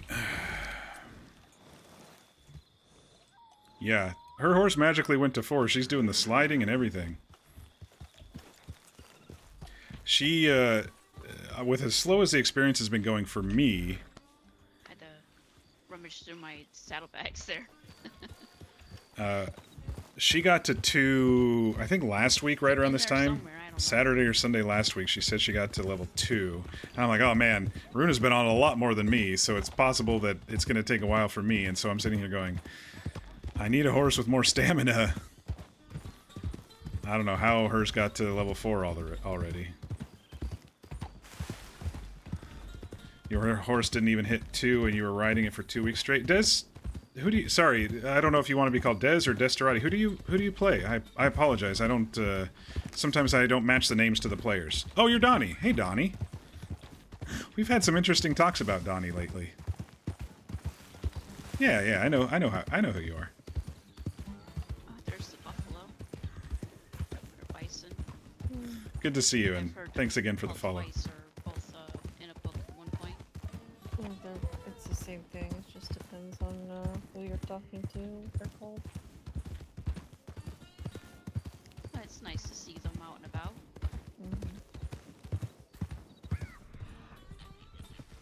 A lot of rhubarb around here. Should we ride horses through here or walk through here? Because the wolves, Kincaid.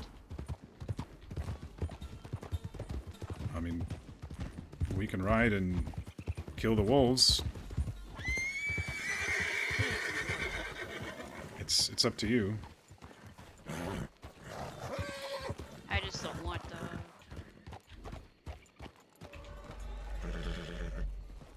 I don't want Skull bucking about. All right.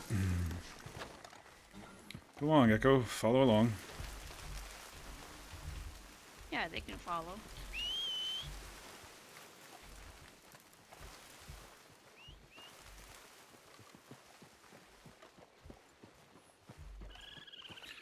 It's always when you're never looking for them that they show up, and other way around.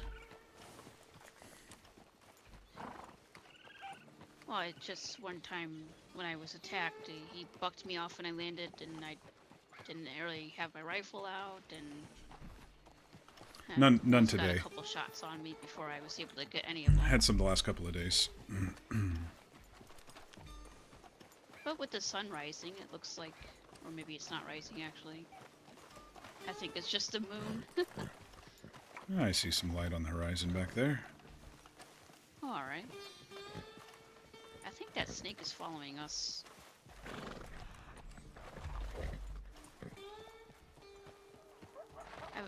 I have a chill down my spine is all.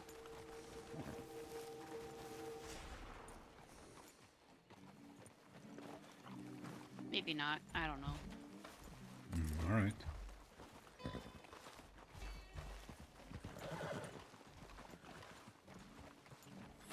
He joined when the Hazel moment happened, but glad he is being brought up in talks.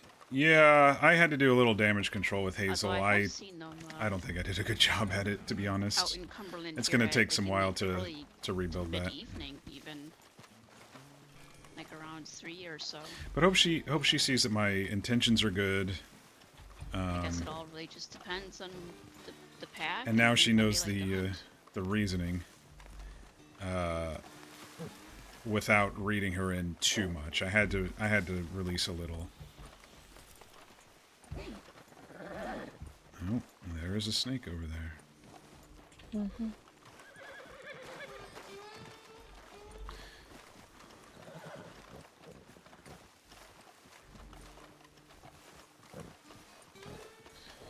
I did kill some wolves on the way down from my camp today.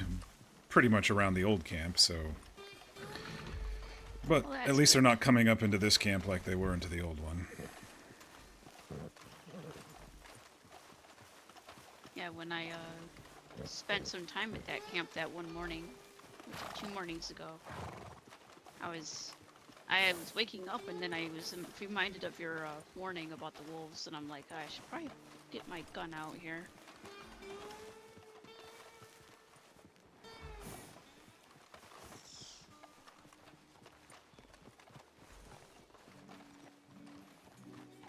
Yeah, we probably could have ridden. I was just trying to be a little extra cautious, is all. Yeah, we can hop on the horses here in a bit. We have done a lot of walking today. Though I don't mind, it's good for the constitution.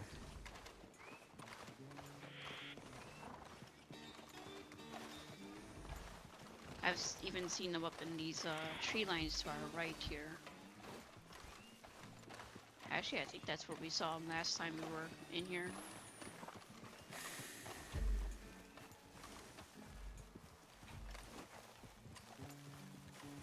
You don't even know how to use that thing properly.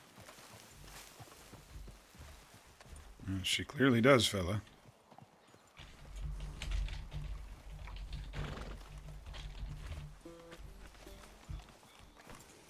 What was that? Oh, he was commenting that Hazel didn't know how to use her bow, and clearly she does. Oh, yeah, fair enough.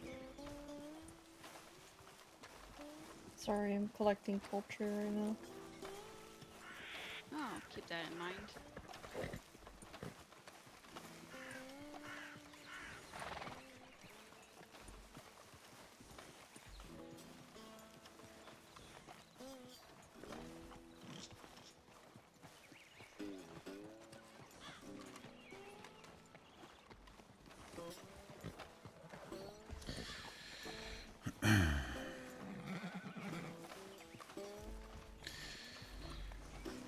Are you interested in seeing a cave full of starmen who were turned to stone there, Hazel? Sure. Right now, or just like in general? Well, we'll be up nearby after seeing if Archie and Soyala are there. I just figured I could show you if you wanted. Yeah, Right, sure. right across the street there.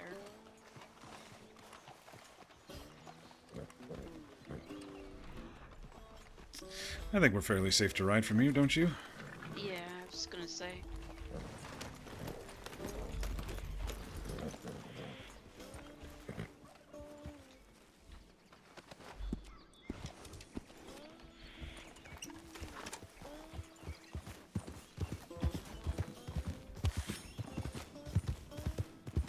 Watch, a whole freaking pack of them are going to come out.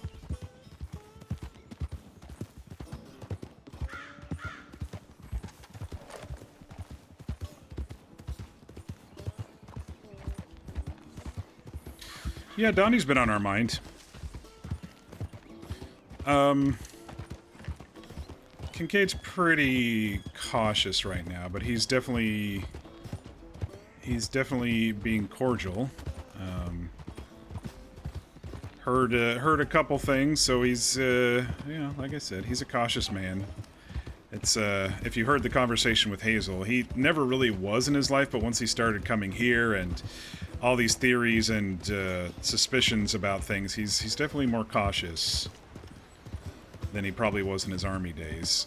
It's not like he was an investigator or anything like that, nor a detective or whatever. He was just, you know, an army scout. And then once he left the army, he was contracted out to protect the army flocks and stuff. And so he's treading on unknown waters himself, but he does have a variety of skills that I think people are seeing and hoping, you know, he can help mentor and pass on to others.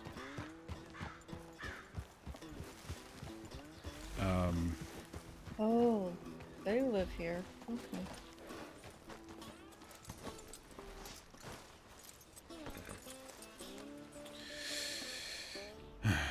Yes, obviously if you come up with a horse, you know, keep it far away for Soyala's sake. Yeah. No, it's like 2 weeks ago. We were up through here, Cross and I, looking for the people poaching the bison. And we saw people living here, and he had told me that it was Bluefeather and Nora that were living here. But clearly that isn't the case.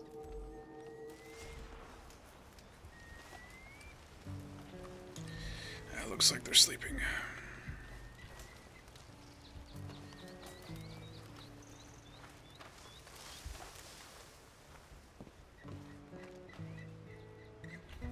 Oh, look, our flower.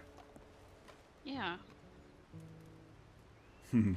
He said it was called a bird of paradise.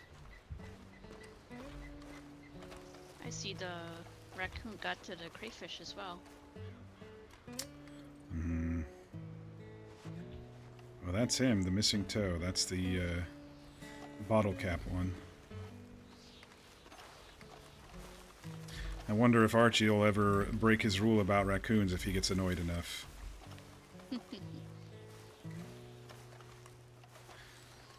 Alright, well, the cave is actually just behind over here, so we can just walk right over.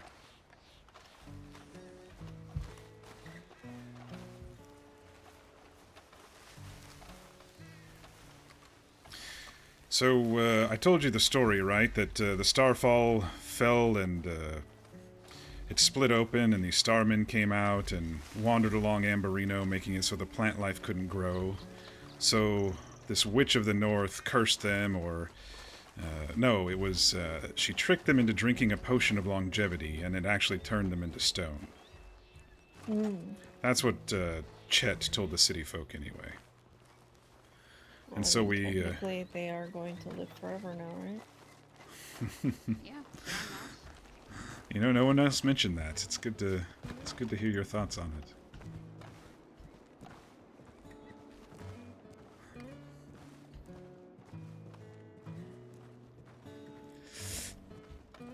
Oh, I don't like this. So apparently, Same reaction. well, just really quickly, apparently they had some sort of treasure, and before, as they were turning to stone and dying, they supposedly hid it here, and my friend Chet supposedly found it. We assume it's maybe what was in this little nook here under this harpy. I don't know if you can see it, but there's a little velvet cloth under there. We thought maybe gold bars, you know, what would people chase someone for treasure for, or something else, some jewelry or some heirloom or something. But Chet says he supposedly solved their puzzle and took the treasure. That's what he's been telling the city folk anyway. But yes, here's our starmen, supposedly. The I mean- harpy has 3 tits. Does she? Yes. Didn't notice that last time I was in here. Wonder how hard it would be to control them with undergarments. What kind of fucking thought was that? Jeez. But anyway, Also, these don't what look kind like of control do you think tits need to be under? Gracious. Well, I don't know. I don't have them. Wow. But anyway, these just look like marble statues to me, of course. But you know, interesting thought. Yeah. I'm trying, Shenanigans. I'm trying to get her with us. I'm trying, but she is very, very guarded and cautious. It's going to take some more skill And we building. don't know where the creepy music box is from, so. Chet did not mention that. When I brought Herr Schmidt here, he played it and nothing happened, so we were worried that, you know, the harpy was going to come out or something, but not really. I'm not superstitious. I don't believe in any of that nonsense. He I says don't as he know. quickly exit the cave. There's a lot of things in this world, Kincaid. Well, we've physically seen a lot of things, but that doesn't mean the stories that Chet are that he's saying are true. Well, I'm not necessarily saying his stories are true, but not believing in anything that you don't see your eyes on. Well, I've seen my eyes on things, and if there is a God out there, I don't necessarily mean about God or anything like that necessarily, but I definitely have heard enough stories that other people have heard from their ancestors across the sea that are too similar.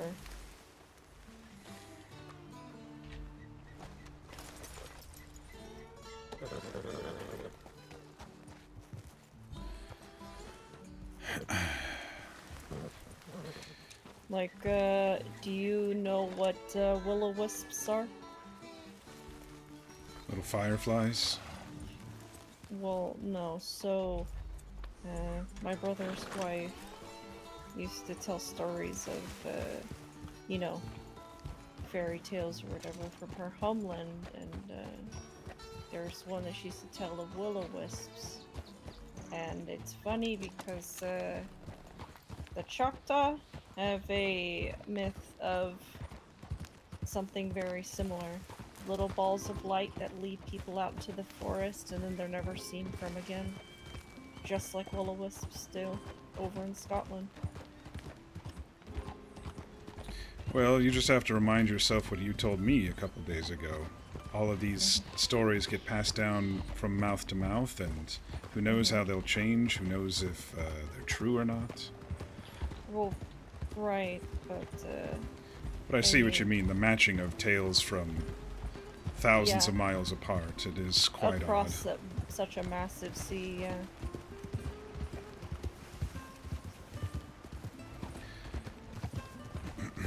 But I don't know, if I've only seen things to prove that men are probably the most evil force in this world, and if there's anybody fighting that, I don't see it besides other men.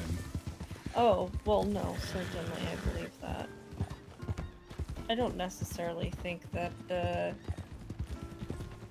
if there are other things out in this world, that they are necessarily good or evil. I think that they are bound to their nature, like animals. I don't think a bear is evil because it hunts and kills and eats people. It's just what it's meant to do.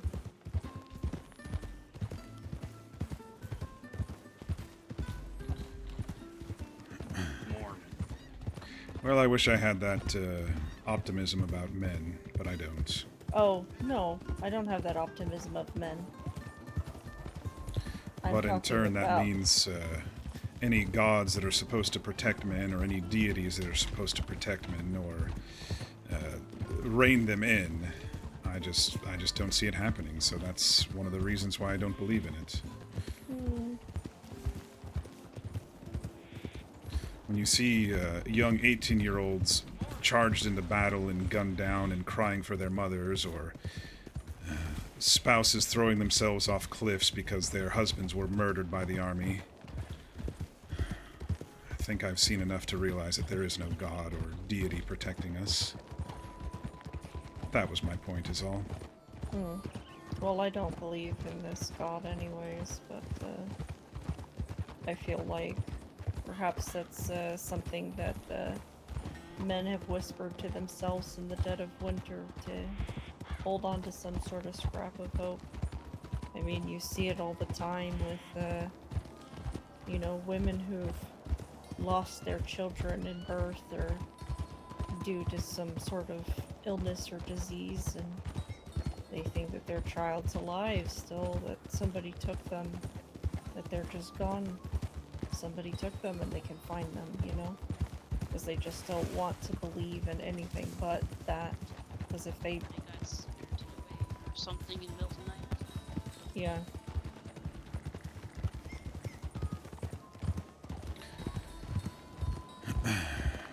Well, until the world shows me different on my adventures, I gracefully disagree. Disagree with what?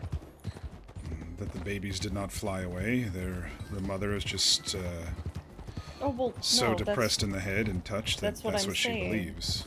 No, right, I'm agreeing with you. Ah, I'm saying that the human mind will make up anything to give themselves solace instead of facing reality. ah, yes. Now I understand. A bit defensive there, Kincaid. I'm sorry. I grew up in a very religious household, and I escaped it as soon as I could. And I haven't seen, like I said, anything else since then that would prove otherwise. I think that expecting something else larger than yourself to come and save you from your sorrows is a bit mundane.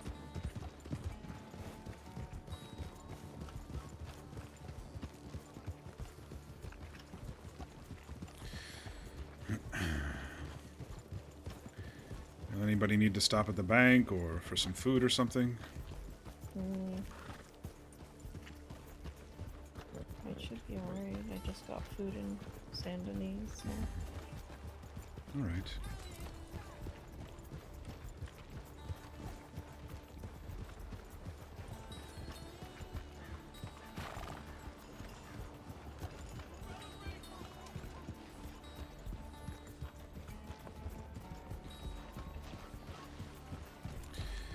Well, since we are discussing it, what do you believe in, Hazel? In that sense, you said it was something else? I mean... Or you said that there's things out there that Yeah. don't believe just what my eyes can see, so I guess... Right. I guess I should ask along don't necessarily that. mean some sort of greater being. I just mean... spirits or... things of nature that linger. Do you have any examples that you've seen? Or felt, I guess, if it's spirits? I mean, nothing that exactly I could put my finger on, but you know, I've heard tales from enough people. You know, I do a lot of listening. If you all can't tell, Kincaid's an and atheist. watching. The shit he's seen, Okay, he like, does not believe in any god.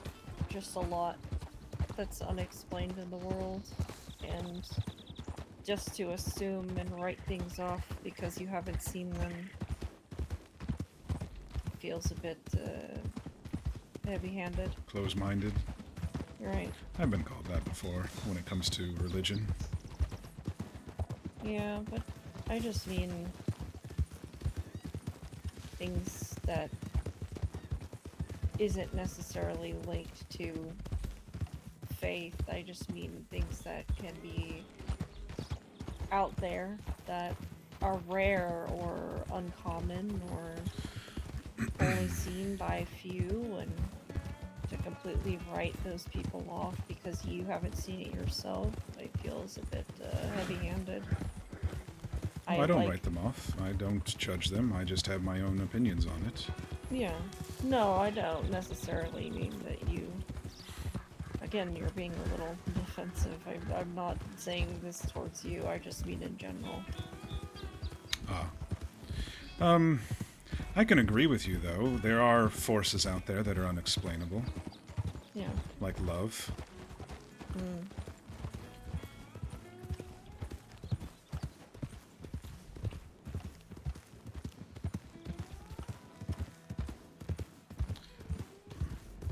Can't exactly choose who we love. We just feel it, you know? Where does that come from? Sure. I mean, I've read stories on it. It seems a bit bizarre.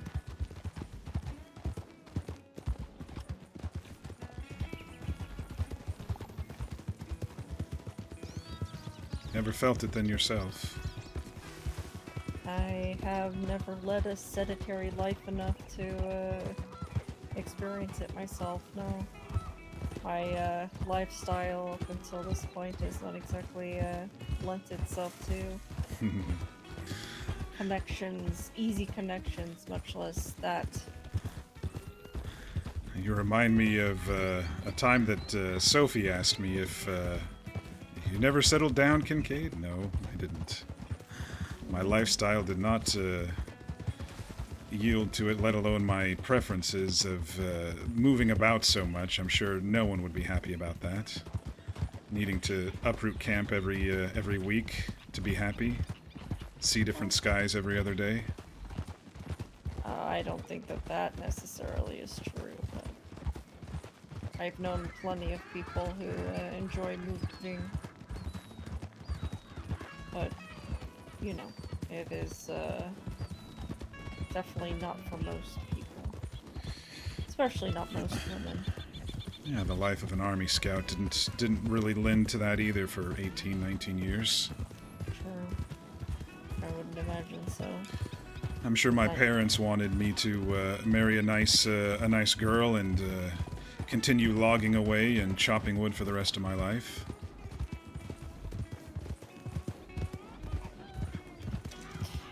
That and having to fucking drag someone by the collar all the way home so that my mother can approve of them doesn't sound very romantic either.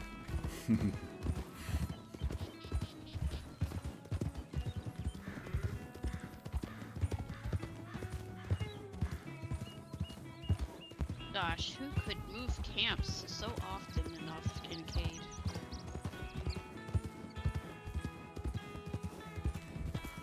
What are you saying, Runa? I don't know.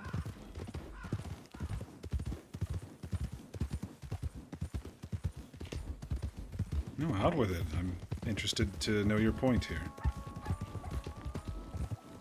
But you said you like moving camps so much, and I changed camps a few times now.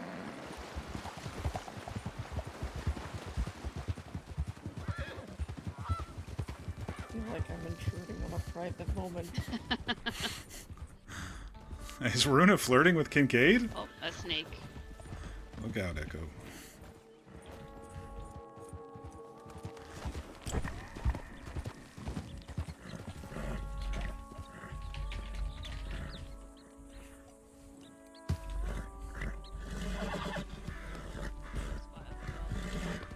Along the way, you took the shorter one.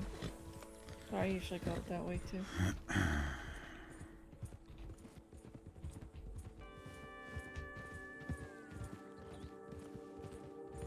Well, you know, I do need to head by that market. Let's go up there first. Oh, was that a rock? Oh yeah, that's one of your odd occurrences in nature, Kincaid. Yes, I love looking down the sight of my rifle and thinking I see a deer and go, no, that's a rock. Well, it's okay. You mix earlier up deers and rocks? Occasionally at a distance. Weren't you a scout? Oh. Indeed. A very good one.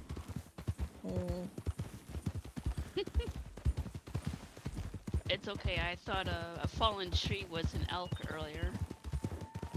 I shot it and everything, and I'm like, why didn't it fall over? Oh. I know, right? It really did look like one, though.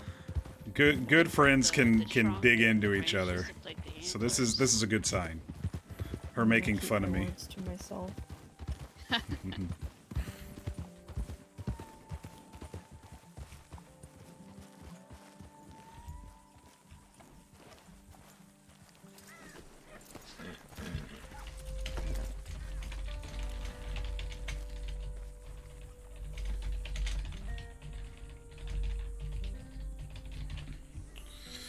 All right, I'm in search of some cottons for field bandages. I passed out a lot and used a lot last night. I think one of the stalls over here has some. Oh, it's nice to finally get a face to the person who owns this stable, or not stable, a tent here. Oh, you've never met Blue Feather before? Oh, not until recently. We went up into the snow. With, 25 cents for Slips. bones. He's good. I got 4. I'm gonna sell them. Yeah, he Sorry, was, Archie. Fairly interesting to talk to and Oops. meet. Saving up for a horse. When, He's hopefully going to be fixing up my bow soon. Where is this other? I think it's this one. Skylar's. I think it's my here. bow looked at. It's been with me for so long. She's Oh, not 15 this one. cents. This bow's shit. Cotton. No, Alright, 30 it's, cents. I think I got like 20 bow bucks my on father me. made for me before I left. Oh. Yeah, but I had it unstrung during the travels that I made from California, and it's in disrepair and it needs to get looked at. And I'm not a bow craftsman, so.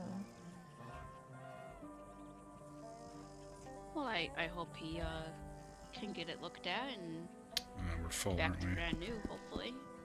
And get 4 more.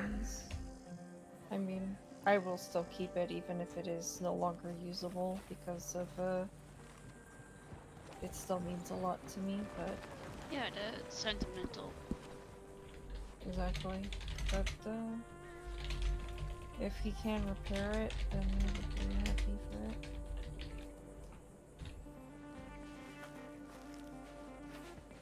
I hope so. A good bow's at your side is always helpful, let alone a sentimental one. Mm. Alright, well, I got what I needed. Alright. Did you all...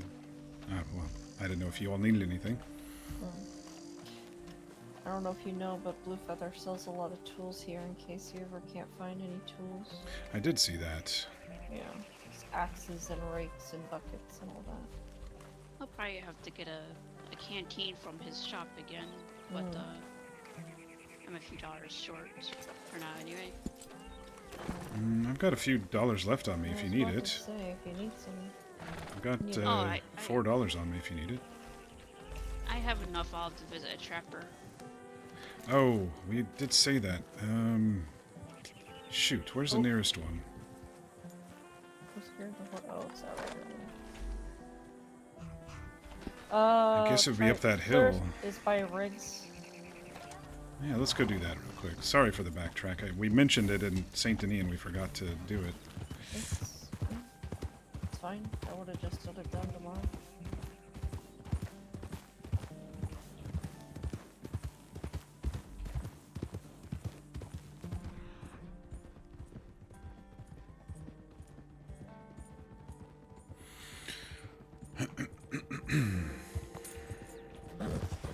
Yeah, I think a good sign of I think a good sign of friendship is that they can rag on each other just a little bit, you know? Just a little bit.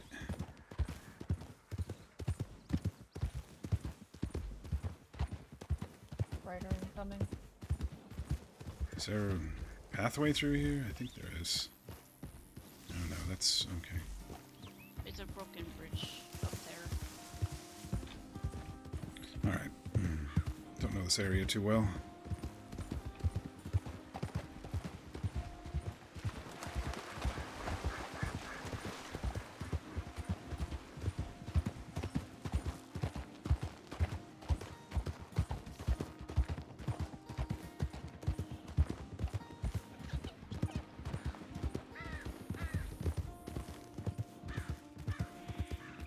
I think this was the road down here that I was looking for, wherever the crossing was for that one.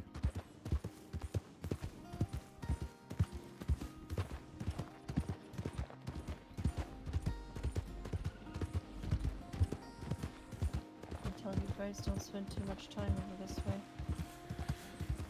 I probably spend more time over here than Kincaid does. I just feel like I'm taking the long way around. It looks like there's a road down there that we could have found. We could have gone back way, across the river the way we came in. Oh, I know. I just was looking around. The shepherd's on this hill in front of us, right? Yes. Yes. If you want a good view sometime, you do go over to the mountains behind Strawberry, all the way up at the top of those. That sounds Do you fun. like a good view? To the right. Yeah, I got it.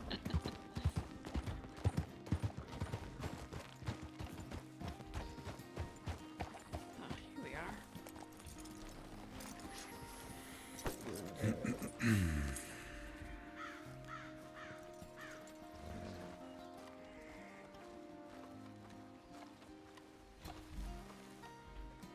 I put in the feedback, community feedback form, my kingdom for a sell-all button.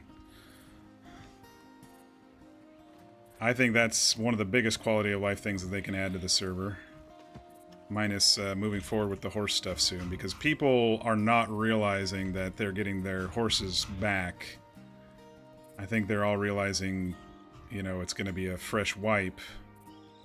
Or they're all thinking that it's going to be a fresh wipe, and so...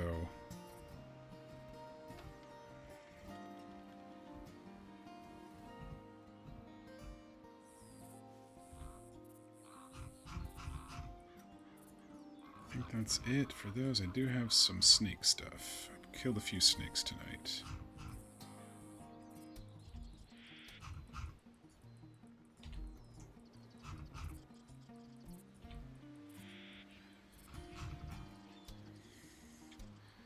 Yeah, just like the trapper in the city, he has to see everything first. One at a time. Oh, does this one have a hole in it? Oh, this one's color looks weird. He has to look at all of them. I don't know why he can't just be as We got about 20 bucks out of that. easy as the herbalist. I agree.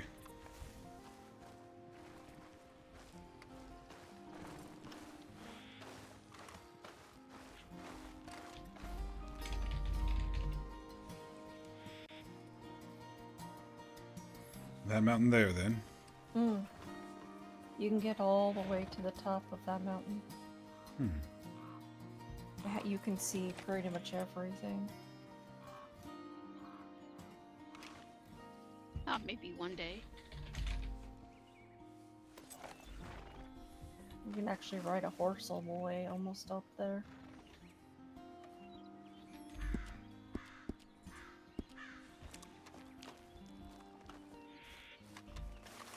Not gonna lie, I kind of miss the snow. Yeah, it was a fun ride. Too bad you missed it, Hazel. Yeah. Well, I guess I shouldn't say ride. It was a walk, but yes. We went through this cavernous ice glacier, and the snow was falling down in these curtains through the gap in the sky. It was unforgettable.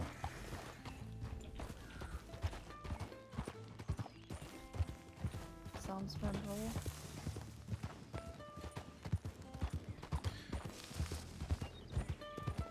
Styx did say he does several of those, so I'm sure you can get on a different one if he plans the same outing.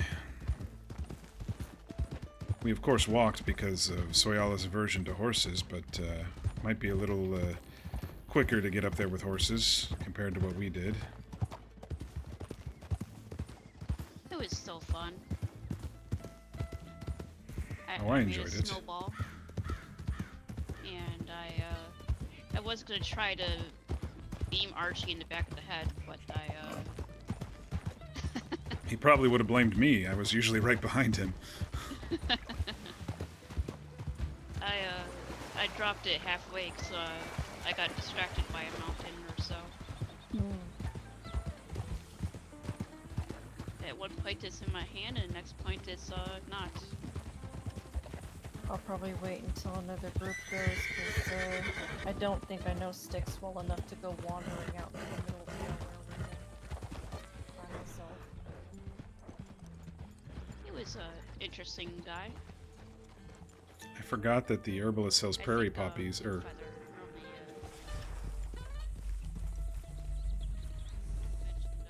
mentioned, but I cleaned her out already, and so until someone goes and buys a whole shit ton of tea, she's not gonna have any money in the register.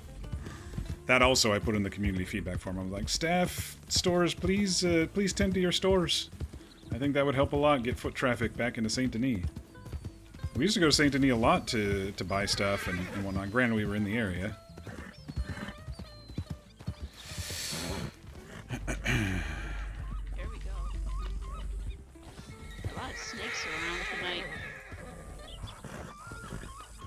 Or Surprised today. because it's so hot this afternoon.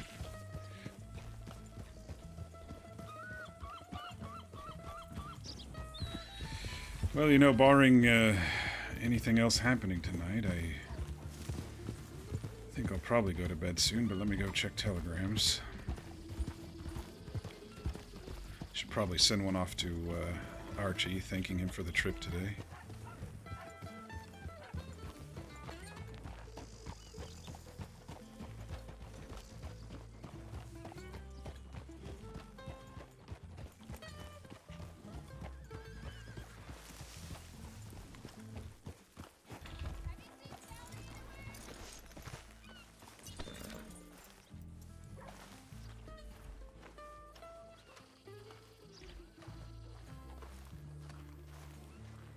Hello, sir. Evening.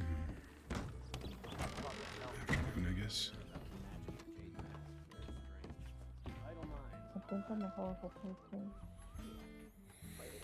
Aha! Every time I see one of those men with those hats, Oh no. laugh it off their head. Okay, dear Kincaid, thank you. So I sent Sophie some thoughts earlier. I said, you know, be careful with the bottle. You've lost a stalwart companion, but you go too deep, you're not going to remember them. I did my best to follow your advice and Runa's, but when sleep wouldn't come, I did find myself wandering back up to the saloon. I'm a bit ashamed to admit I lost track of the drinks past 6. I feel I'm paying for that mistake today, but you're right. Piper protected more than just me and held on for me as long as she could. I can't let that loss of her keep me from going forward. It's the very least I owe her. I continue training up at the tree, but when my arms are too sore to continue, I'll head back to Valentine. Should you and Runa find your way through. If not, thank you again. I can say with confidence, my steps will be walking a far darker path had you not spoken to me all those... Oh. Oh,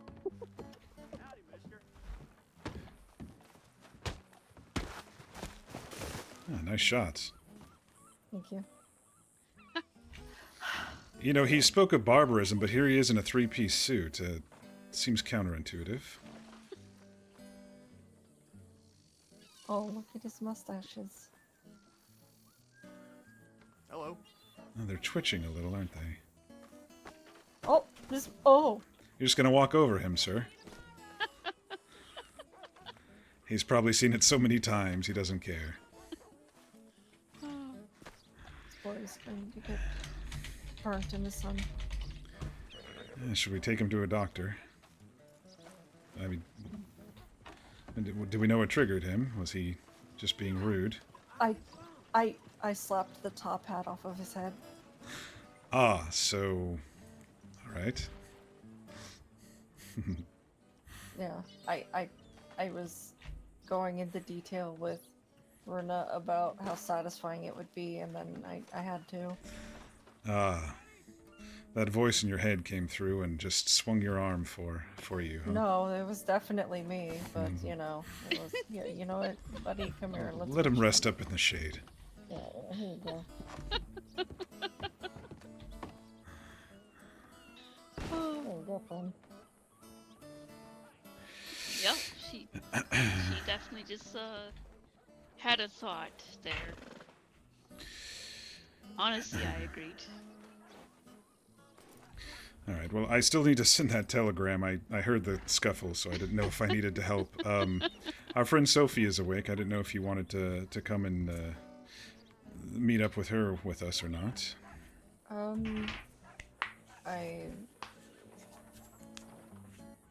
Is that appropriate?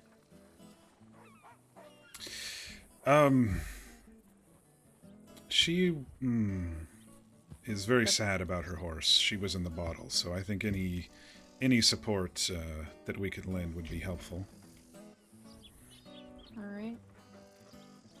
I don't know if you have experience with that sort of thing, but I do, at least. What, death? No, being in the bottle. Oh. No. I know you said you don't partake, but I didn't know for sure if you didn't partake previously in your life as well. I've seen too many of the first people lose themselves to the bottle that I've decided to avoid that. Probably for the best. I avoid it because of my former abusive, drunk, alcoholic husband. Oh. And I avoid it because I'm a very angry drunk, as the scar on my forehead proves. So, anyway, let me send that missive to Archie. Oh.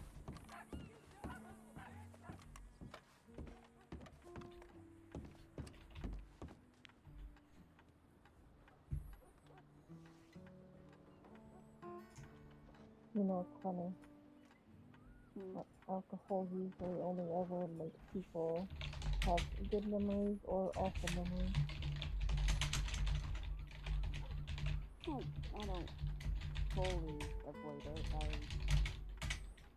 but it has to be a very, very special occasion if I do imbibe. Yeah.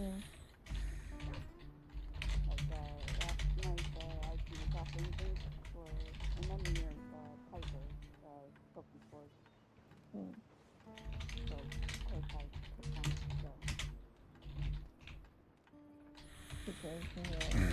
Lemonade, I think? Oh no, CC. Oh yeah, so and lemonade is quite delicious as well. Yeah, I make my own CC. Oh, alright. Okay. Is that sugar and stuff? And lemon. Lemon. Oh, okay. Oh. I hear someone closing the door. I think that boy's awake. Oh, yep. He's alive. I did not punch him to death. She didn't punch him to death. He got back up. Oh, sorry, I didn't read that out loud. I basically said thanks for the outing. I had to, I put my boot in my mouth with Hazel, and I needed to try to rectify that. And then I asked him, we spoke previously about maybe going back into the cave before he heads off to, Havana with Soyala on vacation, so, upset for some reason because I was doing that, and she made some sort of remark about me being a... I don't know. I don't remember. She made some sort of backhanded remark at me though, so I just checked her with my shoulder and she screamed and fell over and passed out. I didn't even put hands on her. I just sort of shoulder checked her a bit and she screamed and flopped in the middle of the street and passed out. From my experience, the more boisterous they are, the weaker they are, I would assume. Yeah, I guess that's true.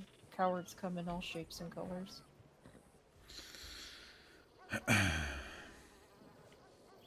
Well, I know you generally go to bed a bit earlier than I do, Hazel, but I don't know how you're feeling tonight. I think it'd be good for you to get to know Sophie a little if you'd wanted to.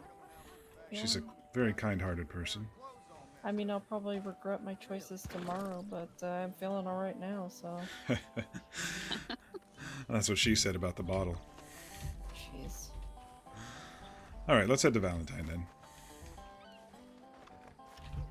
I was up all night making a memorial for Piper, so That was kind of you. I traveled all the way from Armadillo to Saint Denis and north of Annisburg for all these flowers here. Wow. That must be why me and Skull have bonded quite well. Yeah, but just a couple trips around. I think it's bugs. I think her horse is bugged, and she's reaping the rewards for it. I'm like, man, I can't even get to level 2 yet. Oh. Echo, was that your final leap before your last leap of youth there? You jumped very high on that jump. I don't know what he was jumping over. There's something invisible there.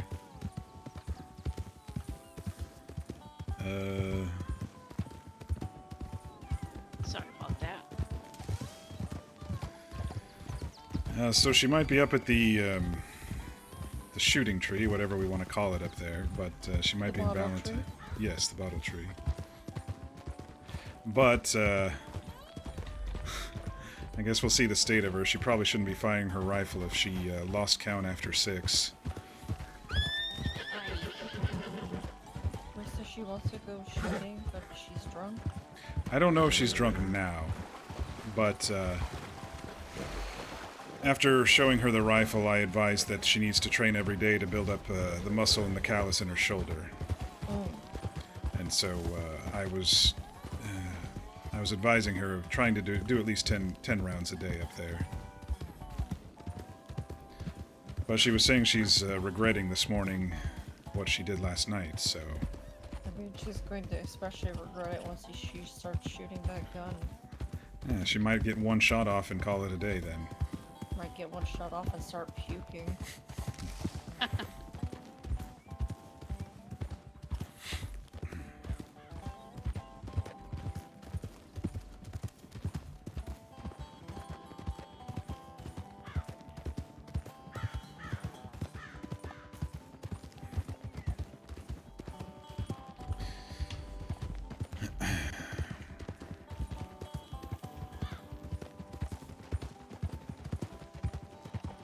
Look at those two just navigating the river. To see that there's no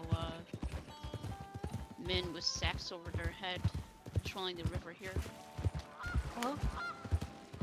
I was robbed on this river about 2 or 3 days ago here. Oh, here? On the other side, but yes, about around this area here.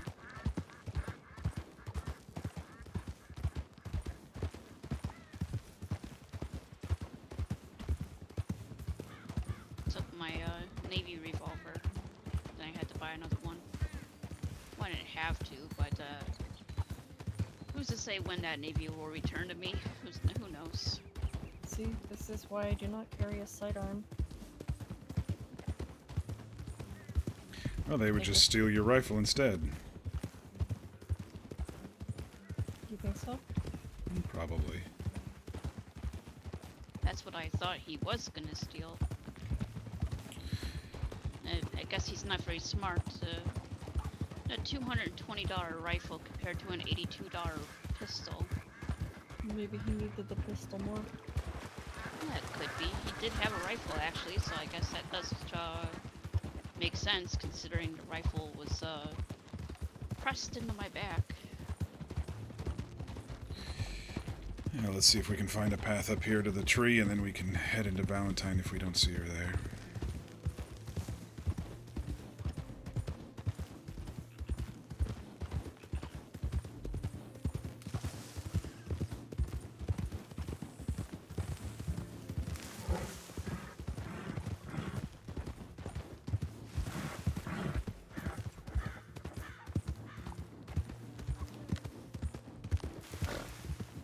How long ago was the telegram? Not too long ago. Oh, well, she might still be at the tree, who knows? Nope. No. No.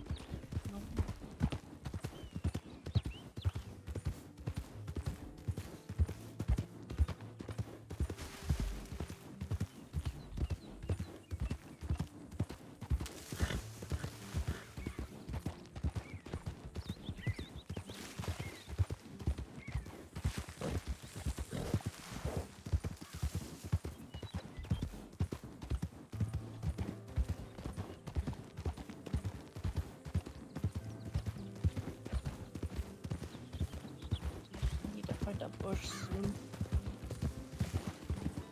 I found one over the hill to the right there last time we were up here. Alright, so I'll go to the left then. I don't want to accidentally find your pea bush. Come now, it was 2 days ago. It's clearly dried by then. Oh no. Do you want me to stop then? No, it's... Well, yeah, I'll meet you guys up there when I'm done. Alright. I'll come back over the ridge. Okay.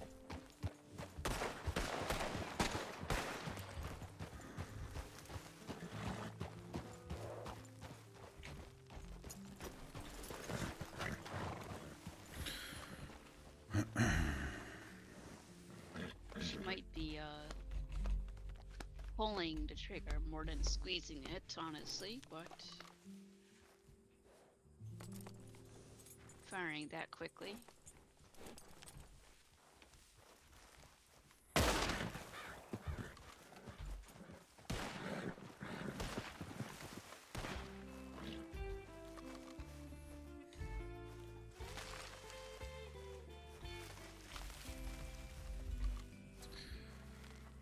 Good evening, Sophie.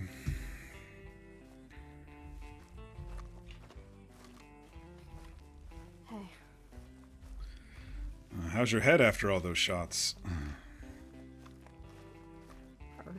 Hurts a lot. Yeah, we didn't think you were going to make it past one before having to vomit after the amount of drinks you said you had. Just to let you know, I brought Hazel along. I figured you two could maybe get to know each other a little bit more. Oh, okay. Doesn't have to be right now, but if you don't want to talk about things now, that's fine as well. But No, that's all right. figured you should at least meet her a little bit more. I've hopefully repaired some damage I did yesterday. I don't know. We'll see. Yeah. Seemed like you maybe did a bit. Yeah, I put my boot in my mouth, that's for sure. But I like your new clothing. Thanks. I got the coat that you left me. It's just over on King. Oh, that's good. Well, I'm not really making a lot of progress up here, so I'm planning on heading back down into Valentine. oh yeah, if you are, we can definitely head down there. Yeah, I've been missing a lot of shots, so I don't think I'm gonna be able to do much good. Yeah, things a little blurry, Yeah, a little blurry, a little. hands a little shaky, Yeah, head a little poundy. mostly just a little angry.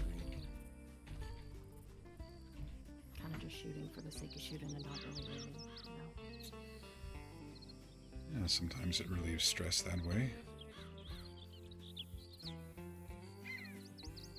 They seem to be doing a lot of good. Well, Hazel was out and about with us when we were gathering herbs and stuff, and Archie and Soyala went to bed, and we were just looking for things to do when I got your missive, so thought we'd come and say hello. It's good to see you all. Good to meet you. Yeah, of course. Did you find the herbs you were looking for? Well, Hazel found all the huckleberries. I tried, but she found the most. But yes, we were trying to build a little bit of a stock of huckleberries so we could have some more of those trail tarts. Well, I can certainly take care of that, although the way Archie's been cooking, I'm sure he'll get all of that done before he leaves. We put it on his wagon, so I don't think any of us have any currently, so... And then he will certainly take care of that before he leaves. Should we head down and into town before the sun sets? Sure. Or we can enjoy it from up here. It is a nice view, but most of them are.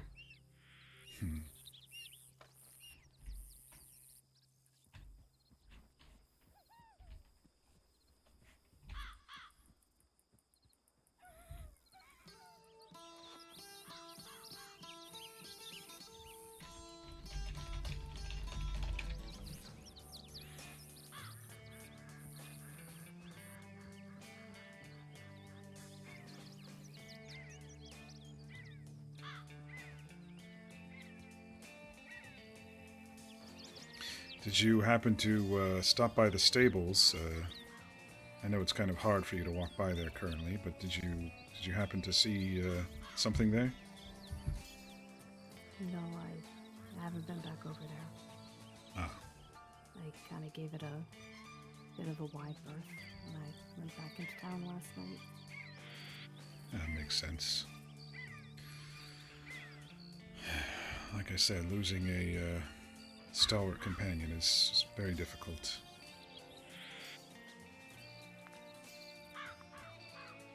Yeah. I mean, I've had to say goodbye to horses in the past, but it's never like that. It was too soon.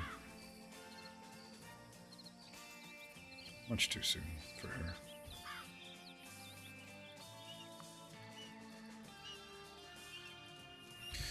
You know, like Annalise said, what sort of monster shoots a innocent animal? Well, I know exactly what kind.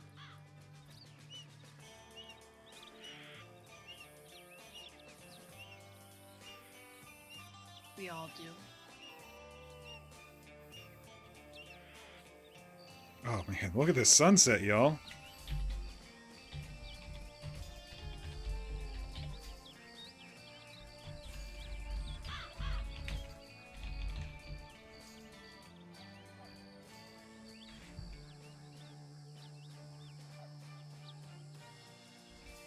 Can't remember the last time I just sat and watched the sun go down.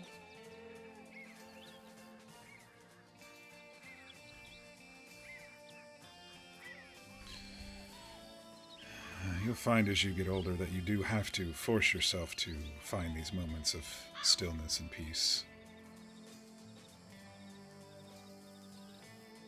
Or at least I do. It's one of the reasons why I always choose a camp with a view. Because you never know when you're going to see a beautiful sunset or sunrise.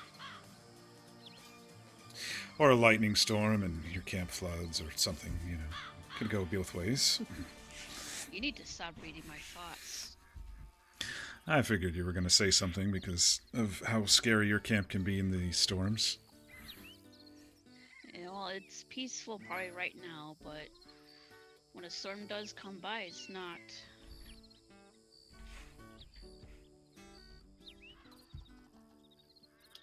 I feel like my sense of humor is way darker than all of yours. I was thinking something completely different. Oh, do tell. I don't know if it's a good idea. I think it could be. Just thinking, you know, you like camping in those places because they keep your options open, you know? You have one narrow way for people to come in, and if all options are exceeded, you have a tall place to toss yourself from. Yeah, fair enough. Or you wake up in the middle of the night, you don't know which way is which, and you topple yourself off just cause.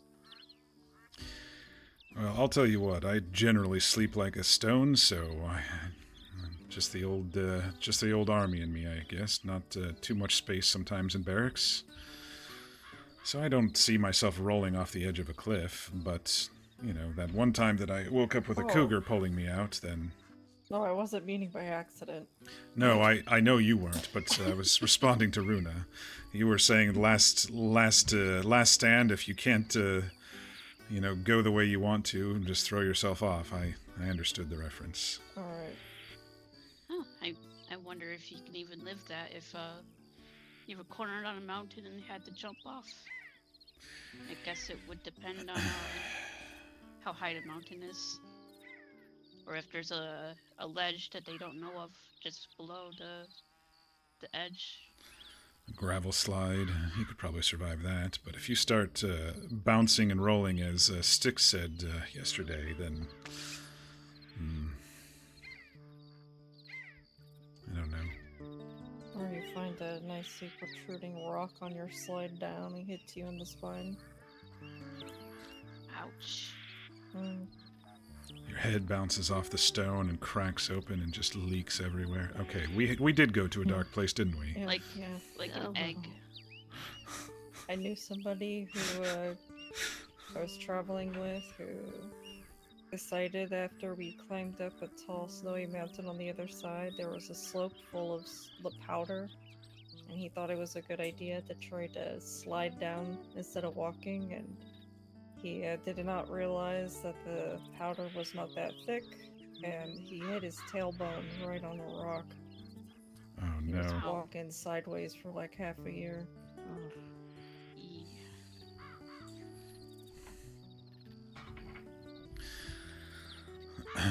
I think I'd take my chances with, well, whatever was in the camp rather than jump off the cliff. Oh, yeah, no, I know. I would too. I just, as my head goes. Because, yeah. Yeah, you'd be surprised what you can do when your heart races and your breathing focuses.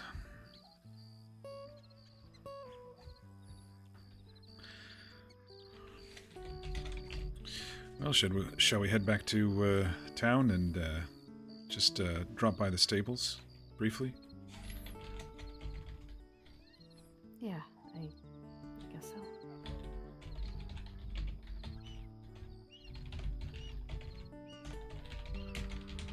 So how is King treating you? He's good. So, He's, getting used to each other. Pretty well trained then.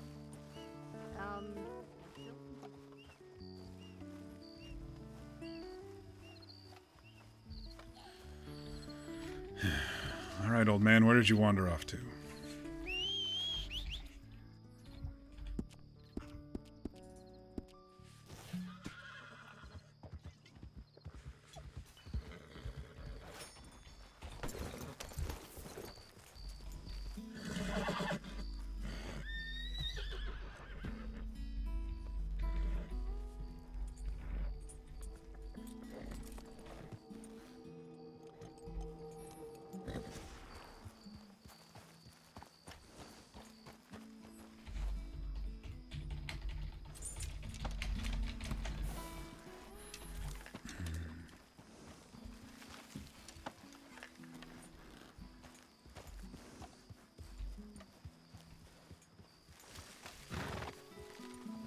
I see, someone's a fan of Skull. Oh, you got yourself a padded coat there. That'll definitely help with your training. Yeah, no, it was, I only It's a say 'cause I little too thought you were on the back of Echo. I looked over.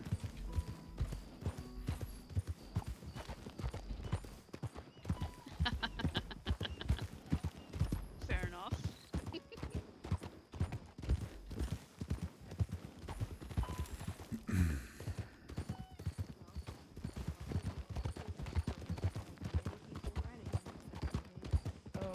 I'm sorry, what? It could just be me. I didn't He's, quite hear you. Oh, no. That, Stubborn. She thought I was going to hop on the back of Kincaid. I walked what- over wait, to what? Echo. Oh. No, I mean fucking Echo. Well, Yeah. I mean, Alright, I Kincaid. don't know if I could hold you, but I am pretty bruised from yesterday's I'd fights. also But probably break his back. Never mind, that sounded wrong. I mean, yeah, we're at this seat now. We could just keep going. Oh. Yeah, true. Just fucking double down. you know, Echo was really stubborn the last time Sophie tried to get on, so I don't know. He's No, There is what just I was a chance he just doesn't like me. what I was trying to say was that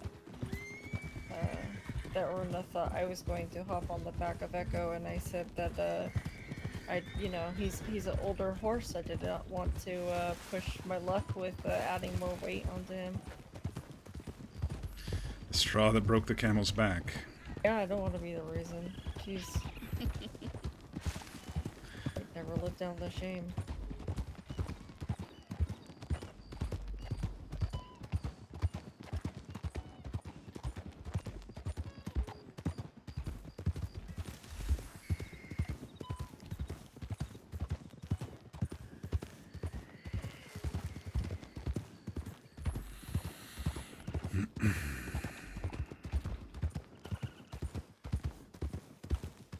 You know, it took me all day figure out why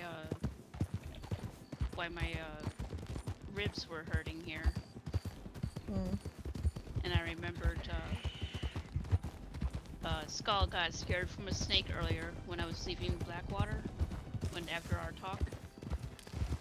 And just back here on the tracks behind us, there's a couple tree stumps. Oh. He got scared from a snake and went right into a tree stump, and he toppled over, and then I toppled over. Oh. He did also catch you in the chest a couple days ago. Oh yes, that is true as well. Yeah, horse kicks smarts for a few days, doesn't it? I was wondering where all these bruises were coming from, honestly. Sorry, Hazel, I interrupted you. No, it's fine.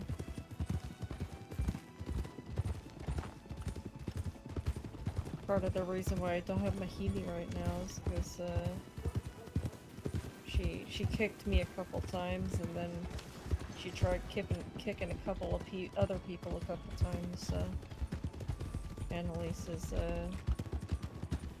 giving her some looking into some issues that she has right now. She was not so temperamental before our trip over here, so hopefully Annalise can work her a little bit to see if it's correctable. I remember you mentioning that. Hopefully, hopefully she can figure it out. I'm sure she can. I told her to take her time with her though, so we'll see. Might be riding a wagon around for a week or two.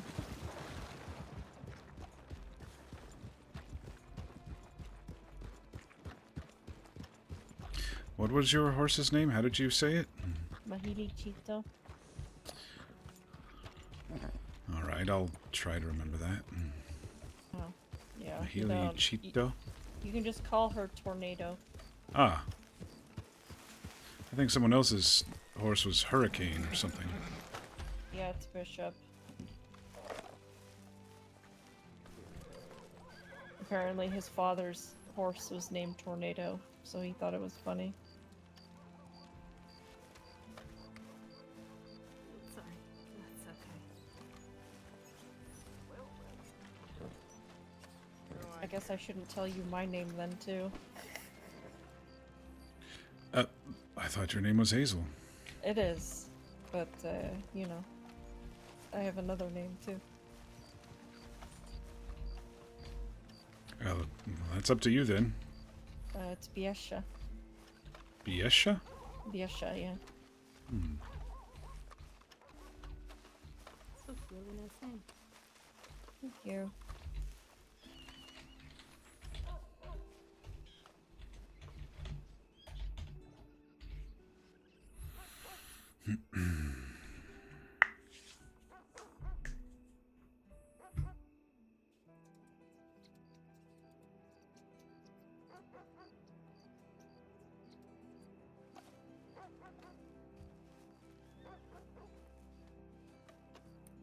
Thank you, Runa.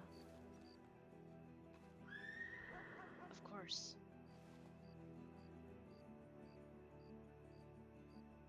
I was all over last night.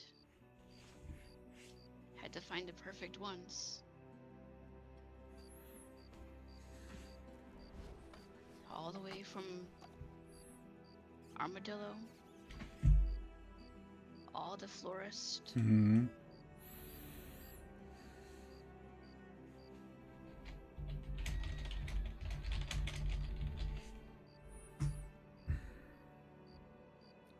Thank you. of course. All the florists, even north of Annesburg. That view that Kincaid showed you. Then showed me, like, the same day, I think. Yeah. That field of flowers. All over. Nothing red. But yeah, it's... Then I wanted to leave one on your doorstep, so I hope that's okay. Yeah, no, I brought that one inside. Thank you. She would have really liked it. And then probably eaten it. But she would have liked it first. I'm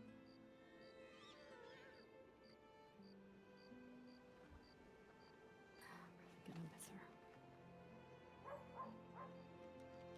I know. We all are.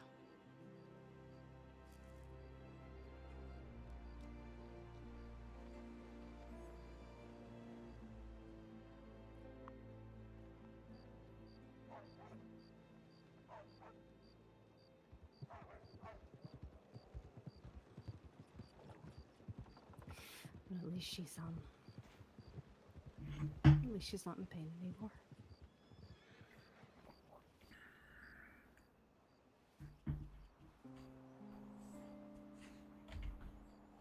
Alright, we're not playing this song. This one's a discordant song. I don't know why. This playlist is like 500 songs long, and it seems to like cycle the same 30 or 40. It's really annoying. I mean, I have it on rotate, but I guess I can go down the list instead again.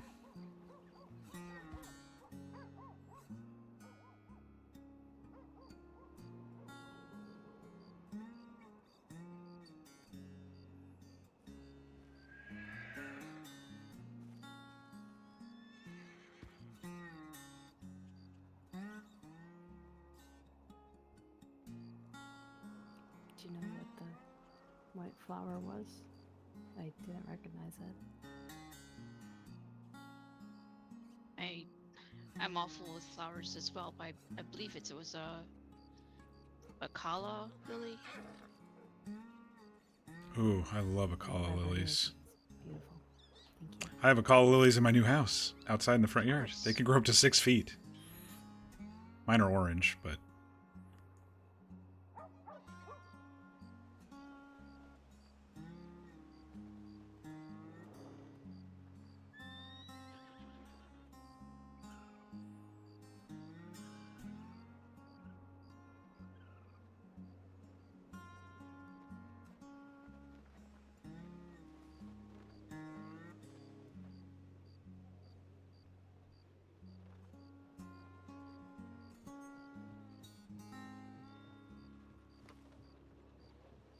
I think I'm just gonna step away from it a sec. It's still kind of just sort of hard.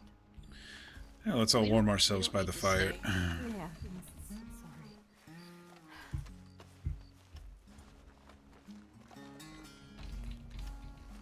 Echo, how did you get... Go on now.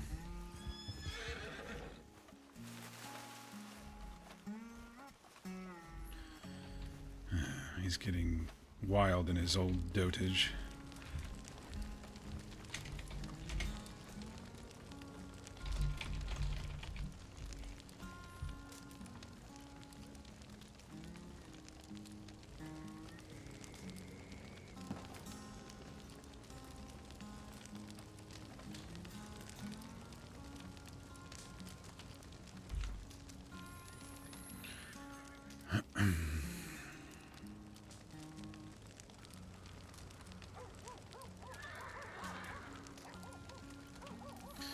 So whatever shall we do with ourselves once Archie and Soyal are away for so long on a vacation, a much-needed vacation?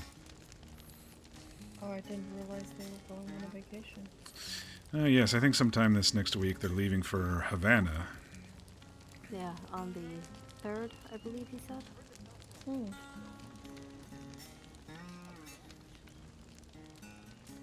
I know I'm going to be up to my elbows in flour, making as many blueberry muffins as I can.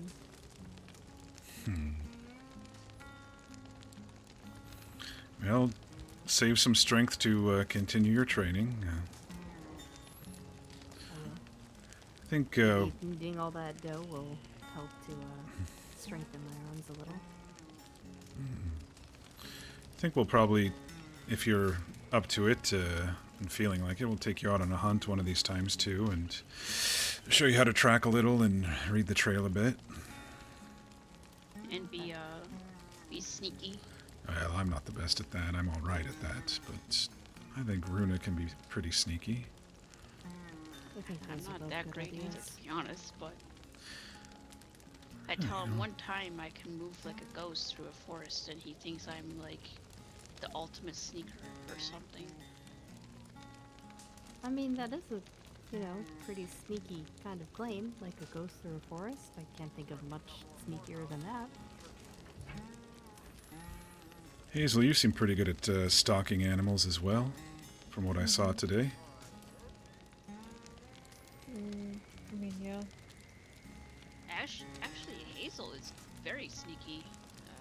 When we went up to near Archie's, I didn't even see her on that cliffside. I turn around and she's off the cliffside and she's by the waterfall. I think she's the master here, honestly. Skylar thought you were some monster, and so did Archie. It was an interesting really? take. Through the fog and all that, you know. But, you know, it depends on how you feel, of course, Sophie. Just thinking of ways to, if you're still interested in increasing your skills, you know. No, I absolutely am. Yeah. Just a bit of a setback right now. Oh, of course. In your own time. What were you going to say, Hazel? I don't remember. Drat, I keep doing that. I need really to stop hate when doing that that. happens. It's fine.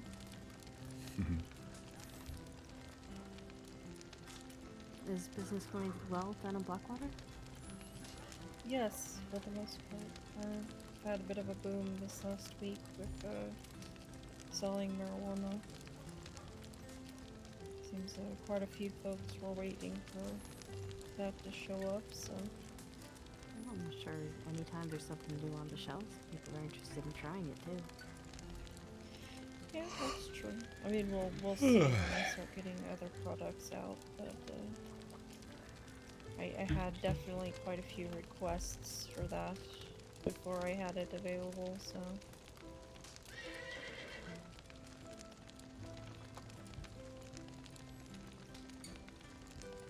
But other than that, it's been pretty steady. I make at least a couple sales a day, so that's good.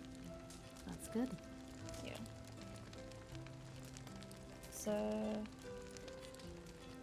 I mean, it's not much as far as earning money. I don't like charging too much for things if I can help it. As long as I make the money I spend back and a little bit extra in case I eventually get someone to help me out at the shop. They can make some money as well. Yeah, I told Archie he didn't really have to pay me much. I need to because turn her up just a it's little. kind of the same way. On some of the dishes, at least, the margins are really thin, so. Yeah. No, I mean, Sophie's a little quiet tonight. some of the pricing that I have is tiny because some of the things are offered by the government stores, so I have to keep the prices underneath that. But there's not much meat left on the bone after I make everything, so. I guess that's one of the struggles of competing with a larger shop. It's fine. It's more of just anything else to keep myself busy. I feel like if I didn't have that shop, I'd probably have gone crazy by now with, I don't know, boredom. You don't have any hobbies or things you like doing? Not particularly. Really? Well, I mean, most of the time it's been, my life has revolved around gaining skills to help me survive more than anything else, so I haven't really had the luxury to find hobbies just for leisure. I always end up finding a way to turn it into some sort of business margin, and then it's no longer a hobby, right? It's work. You should try and find one. I mean, what's the point of surviving if you don't get to live?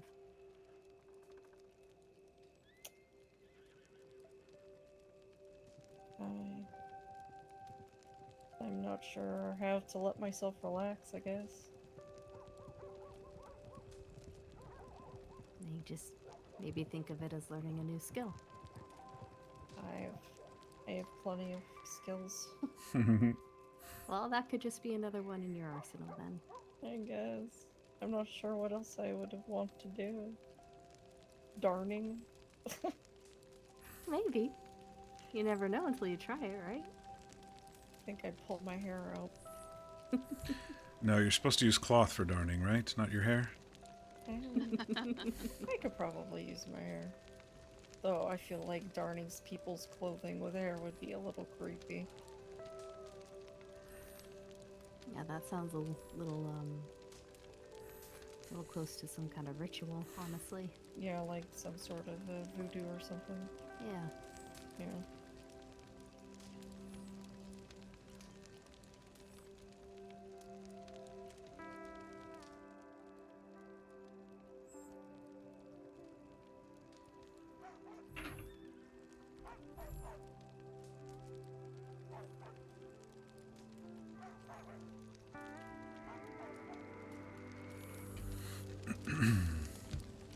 Runa, have you heard from your friend in Alaska recently?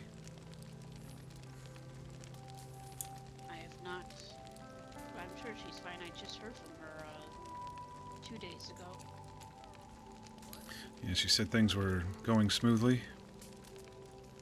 Oh yes, she just was settling in and exploring what she had to work with, getting to know the people up there.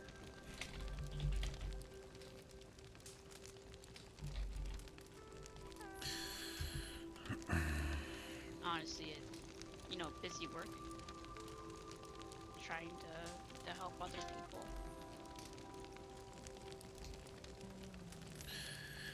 For those of you who don't know, my friend, she's a native people from Norway, Sami. She is part of this reindeer husbandry program for the First Peoples up in Alaska there. Mm. They are facing starvation and all that. So the U.S. government decided to hire, contract the Sami. Since they are a reindeer herder peoples. So they And this is a real thing, by the reindeer way. Husbandry This is not something she made up. This actually happened. and ways to survive such hard times. She's also the one who kind of helped me get out of Norway a little bit. Well, her and this program. What made you come all the way down here instead of following her up there? I mean, nothing else, the weather would be similar. Well, since I was a little girl, I dreamed of the Wild West of America. Reading it in dime novels and whatnot. How's it been shaping Most up of the so time far? Most of the time it was outlaws and lawmen and mustangs. I guess, I mean... You saw a little bit of it yesterday. Yes. The opening night was a little bit like that, but... It's not I all, like it. Yeah, it's not all like it's written in the books, though. I feel like some of those No, books not are at all. romanticized. Oh, I've since found out. Yeah. Cold, dark men and wild women. Heroes on a white horse coming in and shooting up the town of outlaws, and Yeah. extensive Standoffs. camps and banquets in the middle of the forest. Young lawmen with dashing smiles. Naked women dancing in rituals in the forest. Oh, would have been that as well. But no, Yeah. I've been quite enjoying it. Don't get me wrong, I would love to go up to Alaska one day. I'm sure it's quite pretty up there.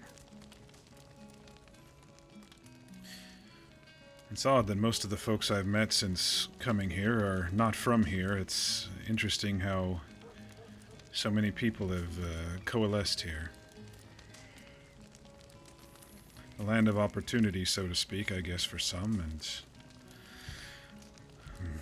Anyway, most of us are from elsewhere, yes.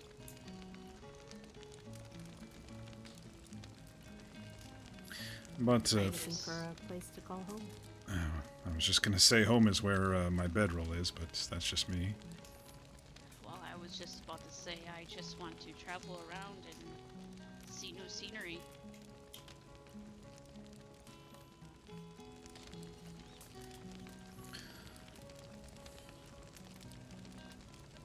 Yeah, it's definitely it's interesting doing that. Have you done a lot of traveling, Hazel? Yeah. I spent the first 8 years of my life outside of Baton Rouge in Louisiana. And then until I was 15 on the Choctaw Territory. And then ever since then I've been traveling. I started traveling with a caravan of Romani people. And I've always been moving since. On your own? No. Mostly with my brother and his wife, but... and a few others we've met along the way. Annalise actually knows my brother. Oh, really? Yeah, I didn't find out until interesting. recently. But, now he's gone now, so now I'm on my own. Is he still, alive? Oh! I have to stop phrasing it like this. Yeah, He is confused alive. me as well. I'm sorry. No. Oh, no, that's okay. He's alive. Him and his wife found out they were pregnant, and they decided that the traveling in the West was a little too dangerous to raise a child. Oh, and Noah so and they Siobhan. actually went back to her homeland of Scotland. We had such a Oh, cool that's a little long way to little go. family, little caravan crew, as we called ourselves. They had asked me to go with them, but they're looking at settling down and being in the family way, and I don't know. Not something you feel you'd be suited to? Or not something you want to be suited to? But going over to Scotland? No, I not mean, I guess really. either. I don't know. I'm not against it, but it's hard with moving and not really having any roots anywhere. Yeah, I can understand that. You meet people, you learn to trust certain faces, and build a little bit of a bridge of understanding with people, and something happens and you have to keep going.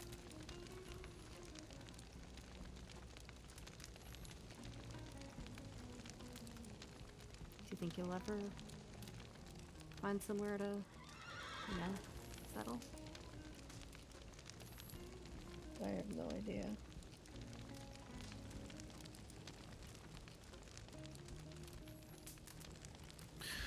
Or you can just be like old Kincaid here and go as the wind blows. Yeah. If my mother and father had any say of it, I'd go back home.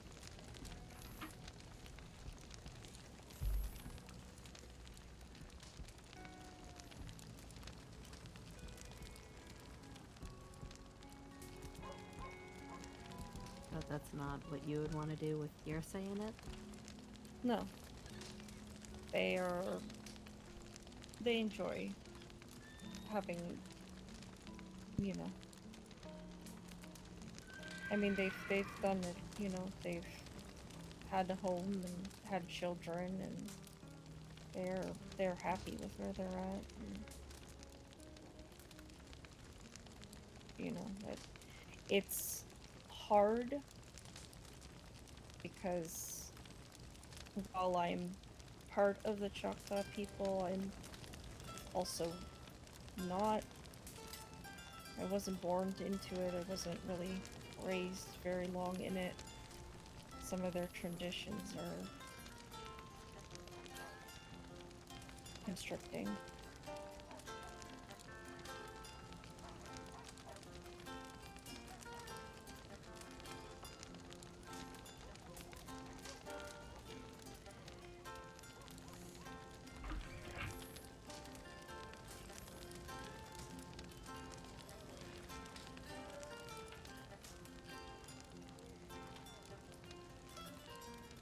What sort of things are constricting?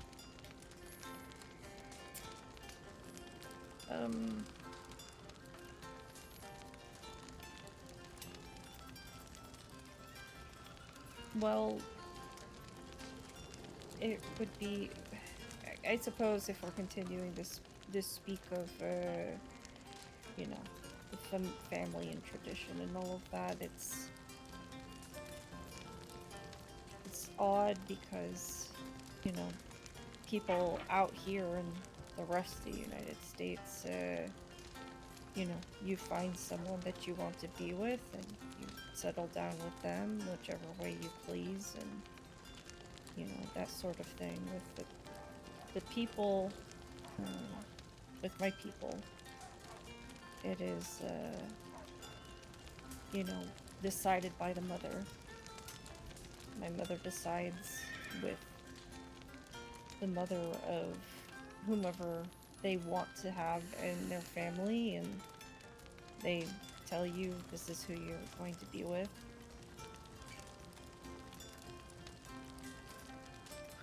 Was it not like that for your brother? No. My brother is not Choctaw, strictly speaking. He had a different father than me. He was raised by them partially, so... And my father taught him a lot because he came into his life when he was really young. But he doesn't quite have the same expectations on his shoulder as someone like me, I guess. I gotta stretch. Although I suppose if he had stayed there, they might have done that anyways. Who knows?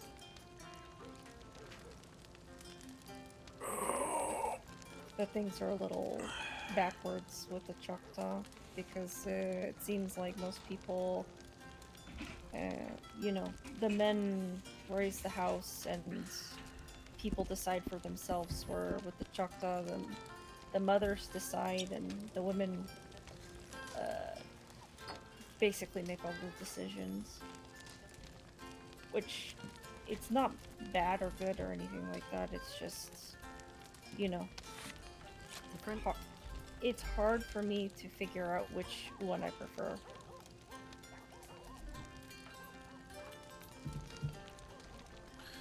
It definitely sounds constrictive. Yeah.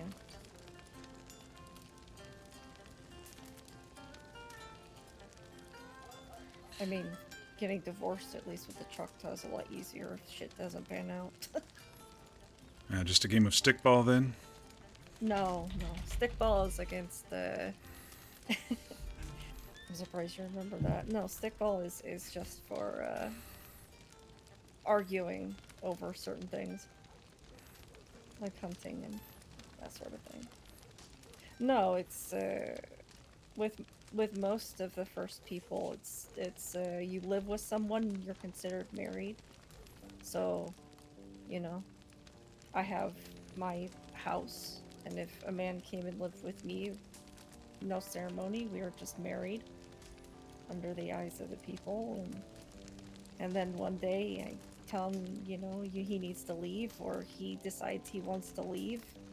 He takes his things and he leaves, and then we are considered no longer married. That does sound a lot easier. Yeah. Tell me about it.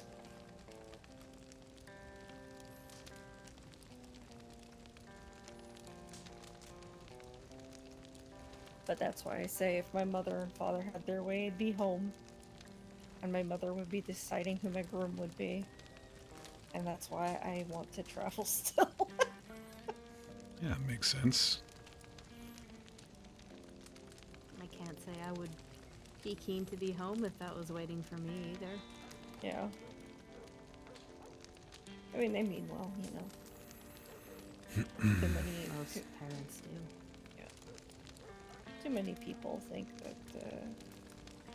they put too much importance on, you know, raising children and all of that.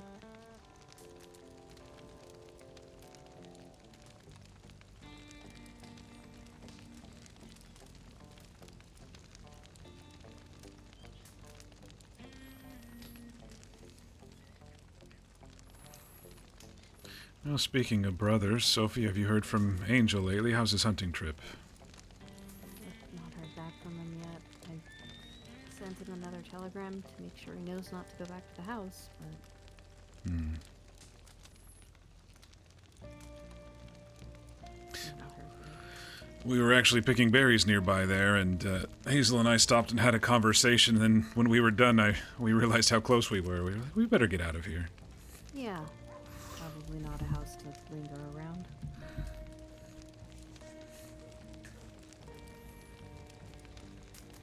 Is that how you label our talk? It was a conversation. Well, how would you label it? I don't know.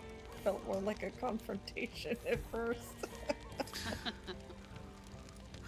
it go that poorly? It didn't end poorly. Well, considering that I thought that since she's here with us, it went all right.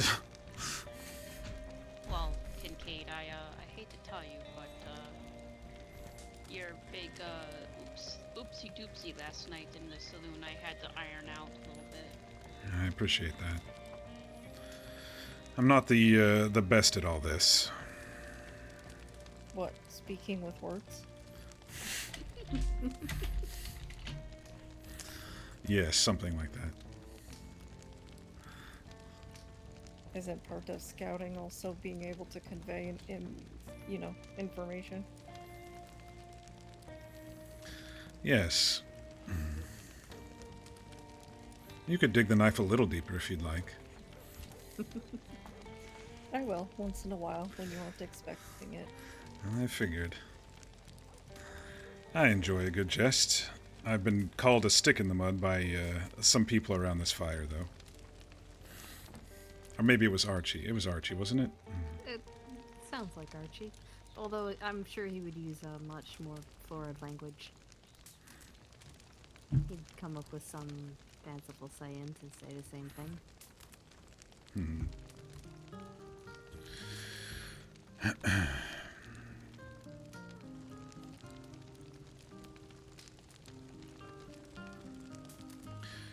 Well, Hazel did offer me a reprieve, it seems, if she's deciding to still speak with me and joke with me. Temporary truce. It took quite a bit of my social battery to convince her, I think. What? What did happen? Was it if you I know, don't if know, me but, asking doesn't stir things up again? I put my boot in my mouth And then by being too forward. It wasn't anything like any one thing. Yes, it was a healthy mix of screwing up. It was last night at the saloon opening. We were chatting, and then he started asking me a lot of very, I don't know, not intrusive, but very pointed questions about what I do and what I see and that sort of stuff. And it became kind of obvious, especially considering the contrast of our previous conversations, that he was fishing for something. And I asked him specifically what it was about, and he basically shut down the conversation after that, in a way that made it feel like, to me at least, that it was okay for him to pull information from me, but as soon as I tried getting any information from him, it was no go. So that sort of pissed me off a bit. I see.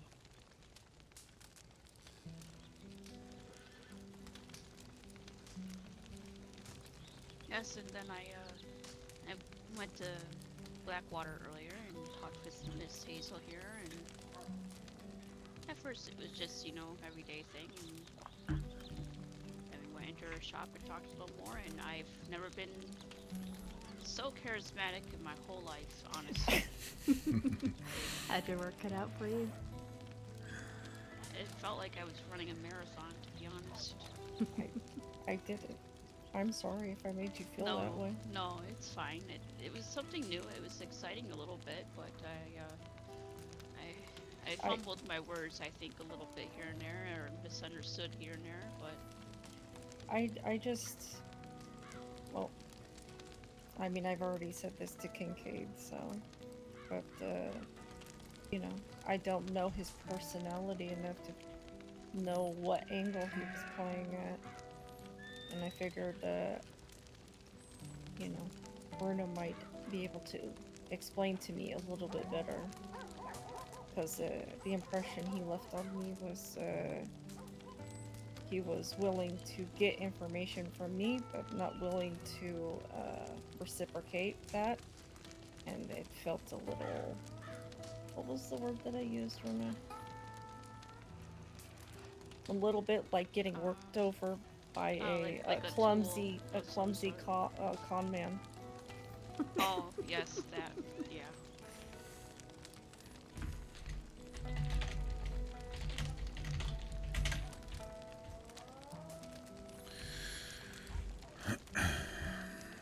I think Kincaid is a little too straight of a shooter to con anybody, so clumsy would be the word if he did try to.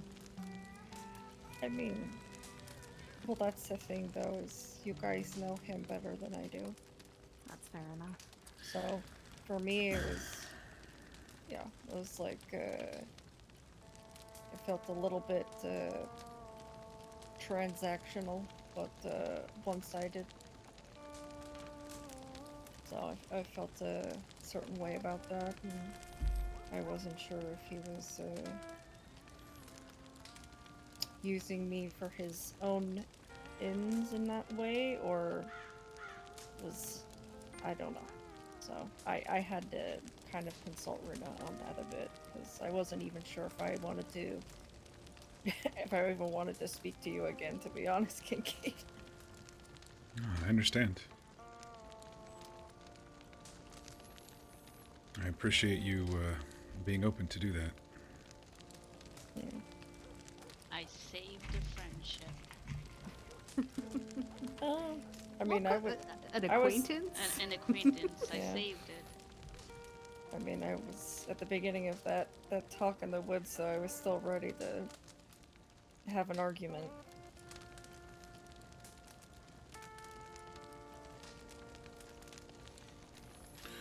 Well, I'm glad it didn't go that way. Yeah.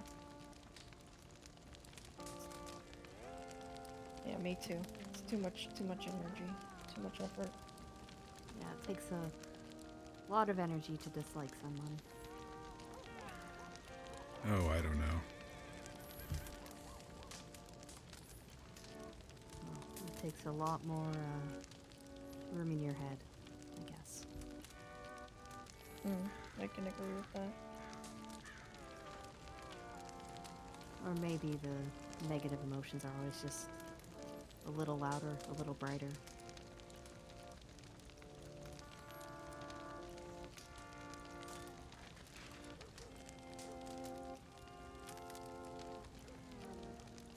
I can think of a couple people I instantly disliked. Oh, so can I. Yeah, me too.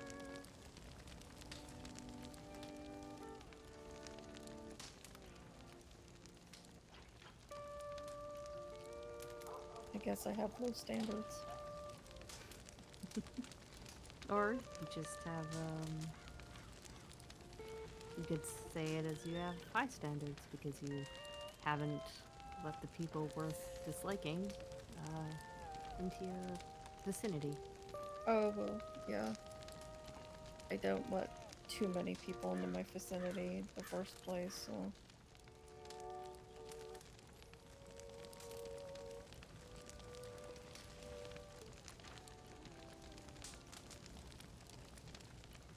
Safer that way, easier that way.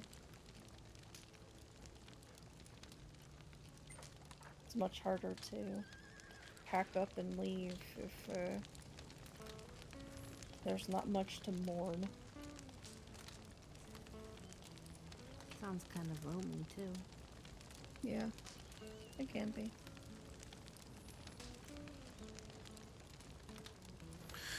Yeah, that was a point that I said I didn't quite understand because my whole life has been surrounded by others, you know.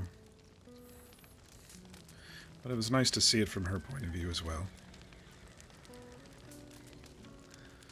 I just hope Hazel would be open to, you know, not being as lonely with like-minded individuals like us. Right, except for, like I explained, it did not come off that way. I mean, from today forward. Yes.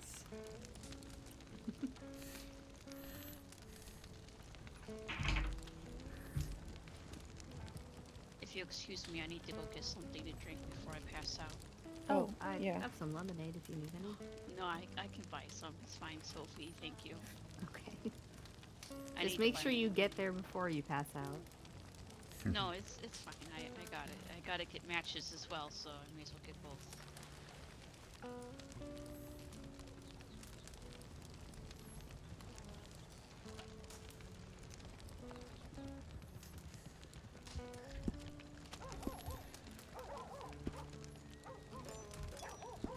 I want to kind of keep those bars on me, so I might go get food here shortly too, but... My head still hurts too much to drink or eat much of anything. You have any ginger? Some Alaskan ginger, I think. Ginger will help. Just chewing on it raw, or I mean, if you can stomach it. because I was gonna say, yeah, that's kind of unpleasant. Put it in a tea. Yeah. Oh, okay. Yeah, grind. Just take like, I don't know, like a nickel-sized piece and grind it up in a mortar and pestle and soak it in some hot water. I'll make sure to do that. It'll help settle your stomach. And then eat something plain, like a piece of bread. It'll... Sometimes nausea after something like that can actually be turnover from nausea from, you know, drinking to nausea from being hungry. Did someone over here force lemonade or iced tea in my pockets? Not I. No? Oh. Oh. Maybe I accidentally bought some of that then. I went for lemonade, but I guess I got the tea instead. They do look relatively similar.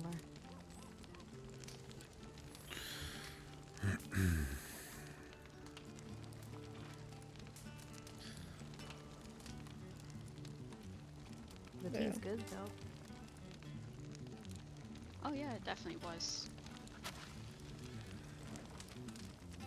Well, I'll definitely make some of that tea myself.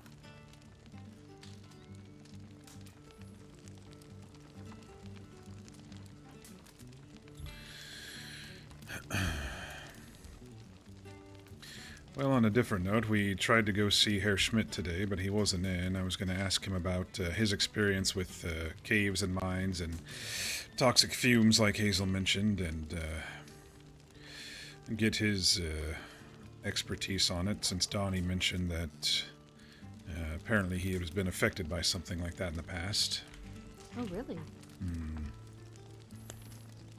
Memory loss and such. So I'd like to, get what he experienced and see if it kind of matches up with what we've been thinking.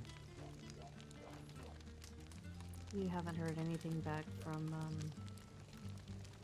which Cordelia was it? The herbalist Cordelia. Carlisle. Carlisle, yes. Right. No, I haven't, so that's why I started maybe looking into the mushroom angle. I spoke to Soyala and Archie about it, and they can't think of any specific mushroom that would be growing in caves that would possibly cause these hallucinations or an addled state of the mind.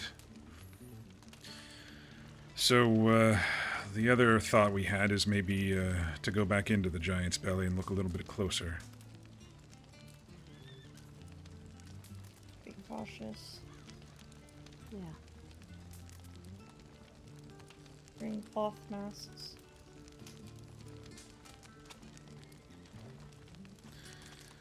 And my thought is, if there is an area of these noxious fumes possibly near some water, it's maybe solidified and dripped in somehow, and maybe that's what Schmidt was detecting when he looked through his glass at the sample I took. Instead of a plant or whatever, it was a solidifying of some fumes running down the walls or something, and then leaking into the water and leaking out. I don't know. I'm not an expert in any of this. That's why I seek help from others. I do know that some metals, when they mix with water, can create some issues. He mostly detected sulfur and salt in the sample, but they were mining something in there. I mean, I know sulfur isn't really that great for people, so...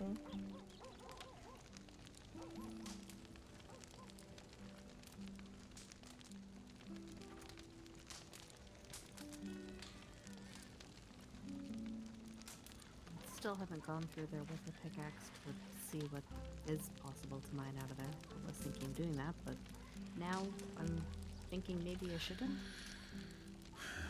Well, might be best not to. I don't know. That was the first oddity that we saw going through there, was the tainted water and, the men who were not men, according to Chet, and the patchy-furred animals and such. It's probably unhealthy.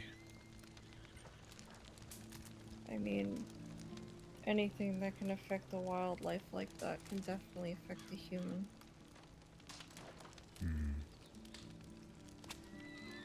And if it is affecting the animals like that, it is mostly not airborne. It is probably something either in the dirt or in the water. Yeah, that's what we assumed as well. Yeah. I mean, Chet did warn not to drink or bathe in it, but that doesn't mean he didn't get affected somehow from it. The problem with that is, people think, oh, if you go far enough down the river, it should be fine, but usually it isn't. It just means that you're not going to die immediately from drinking it. But then again, his travel companions might have thought they'd known better. Run it through some charcoal, it's good to drink.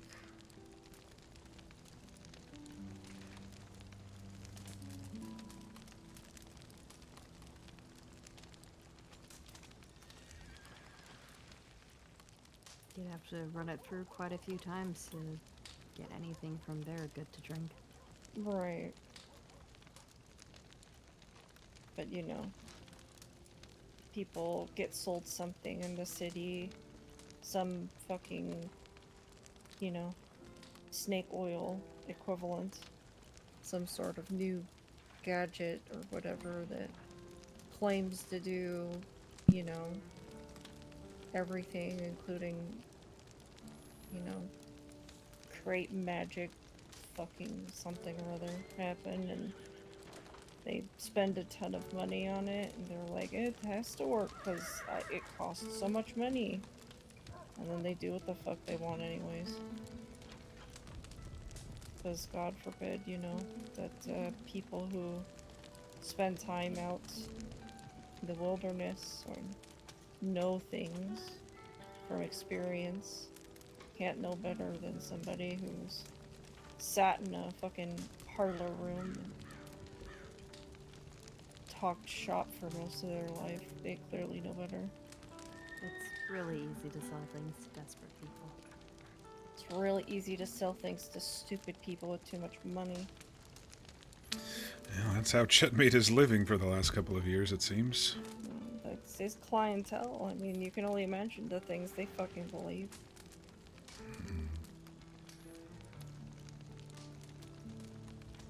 I mean, if Chet, I don't want to use preyed because I feel like that's too strong of a word, but you know, preyed on people who are rich and gullible and naive outside of how the city works. And you can imagine all the things that they thought that they probably knew better because somebody else told them something convincingly enough. Oh no, he definitely preyed on them. And he was happy about it too, it seemed. Yeah, I mean, listen, he sold them a fairy tale. I don't see how that's any different than the moving pictures.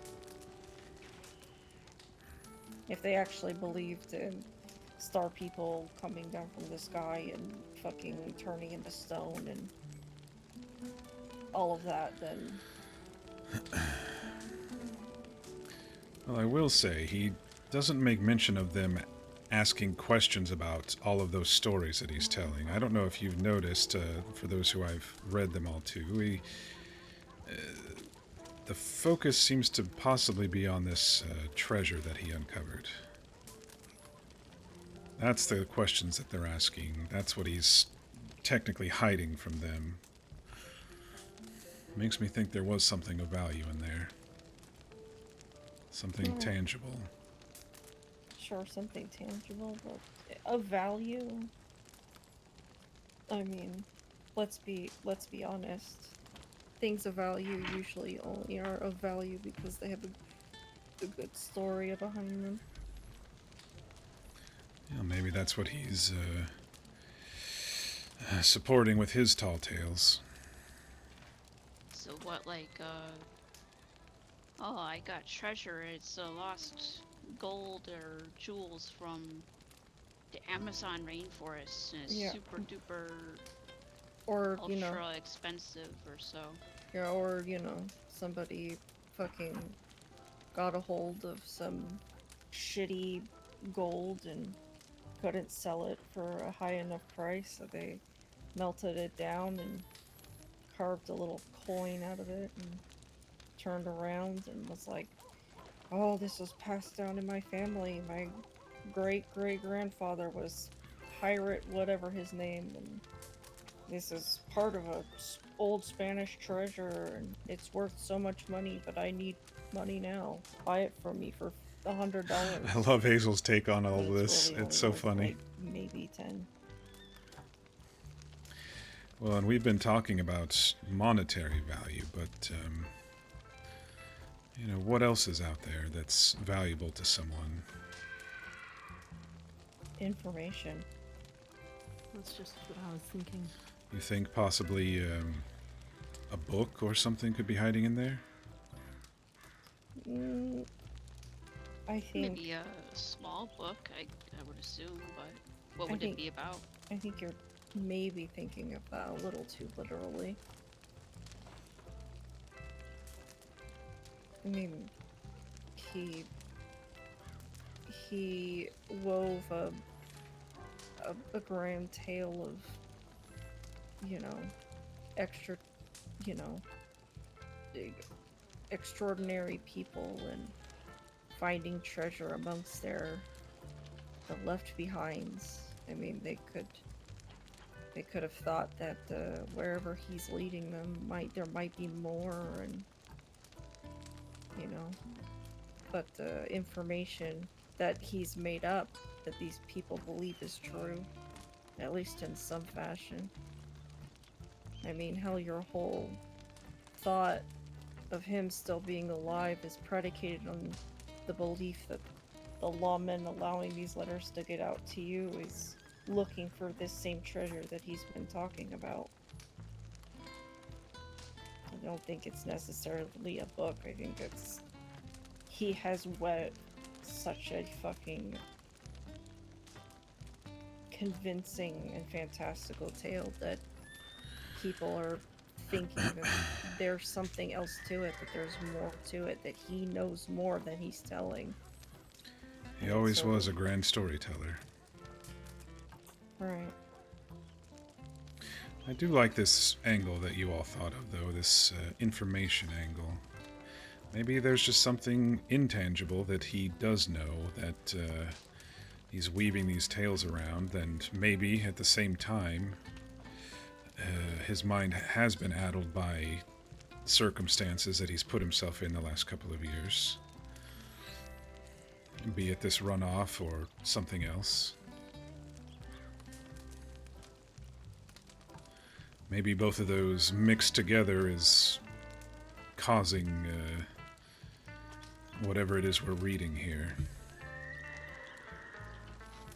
Though it is odd, I was thinking about it. I was reading back through Hazel after you mentioned maybe they're writing something for him, and then Runa flipped the coin on that and said maybe they're writing something for me when I send letters back, even though I send them anonymously and wrapped in only things he would know about.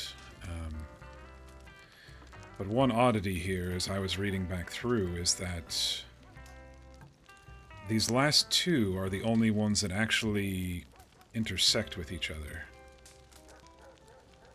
The story continues, so to speak. The first one was just taking people through a cave to scare them, and the next one was, chronologically, was following the trail of these invaders. And then it was walking across the stones in Amberino, and then followed up to this still mentioning the Starmen in the Heartlands. You know, two tales connected while the others were all disconnected. That's odd to me as well.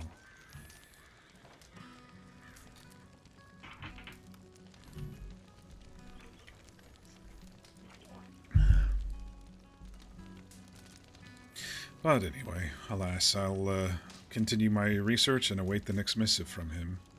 Should be soon. I sent something back to him 2 days ago. That could be as soon as tomorrow. Who knows? Hopefully getting responses from you does encourage him. Well, that's my hope. Like I said, the silence was palpable when I wasn't responding, and he said, "Are you getting these?" And then I finally responded, and then, you know, a day later something comes through, or 2 days later something comes through. I'm sure they're, of course, reading everything, but I don't know if they're watching yet. I haven't seen people following us, and maybe they're not able to decipher the way that we are. I don't know. You know, sitting there on a prison island, or like you said, Hazel, in a stuffy building in a parlor all day, they don't maybe know the land of the same way the folks around here do who go and explore it. But if we ever do get to that point of people following us or looking for me specifically, that's when I'll probably need to go alone for a while, so I don't want to get you all harmed from this.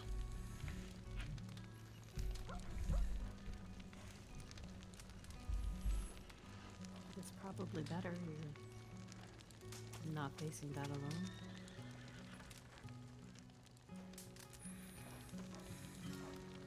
Do I need to tell you everything you are telling me? I don't know. I'm not good at being alone, but I just don't want to see you all hurt from my mistakes. What, do you view yourself as some sort of sacrificial lamb?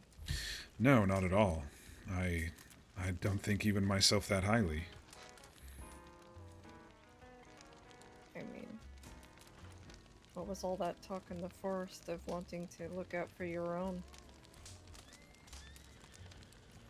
That is exactly what it was. I wasn't hiding anything. No, I know, but, you know, doesn't just apply to your own eyes. You know, Kincaid, probably shouldn't have taught me how to track. You probably know exactly what my boot prints look like, huh? Yeah, no, I'm probably gonna be like a tick on you if you ever do decide to try to go off alone. And then you're talking about teaching Sophie how to track. You know, you might have two people coming along after you. And every time I talk about, you know, isolating to protect people, what is it you end up saying to me? That's exactly what they want. Oh, Sophie, you have to at least tell us the general direction you went. Oh, Speaking of Kincaid. that, I do see, okay, there is a telegram for me. No matter what it is, I will come back to this campfire, okay? All right. I promise.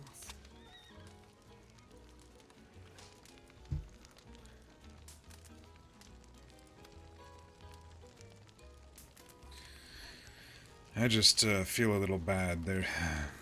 You know what the problem is, Rona? Men think that they have to be the heroes. I don't think that. Like the little princess and knight and the We dragon. gotta get him a white hat.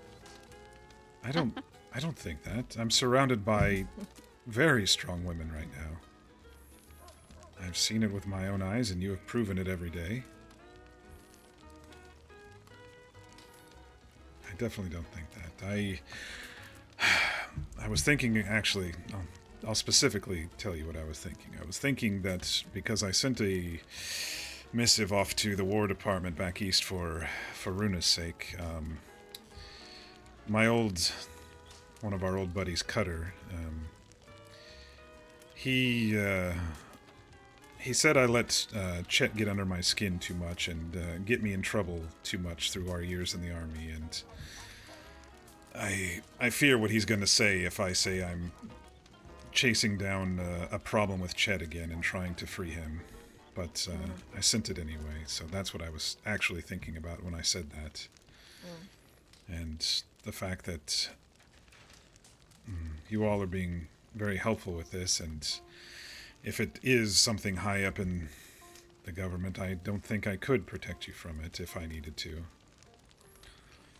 If we're being watched or followed, or if we end up, I don't know, finding this treasure and then bandits coming out of the woods and such. I highly doubt it's very high in the government.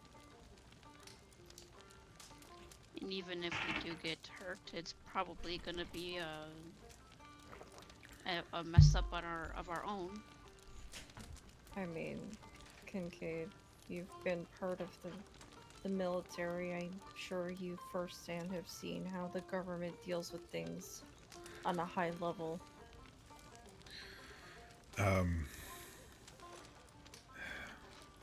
Not only seen, was ordered as well. Right, but my point being is when the government wants something and they have a high authority in the government to do what is necessary to get it done, there is no subterfuge, there is no, you know, they go in and they fucking brute force until they get what they want.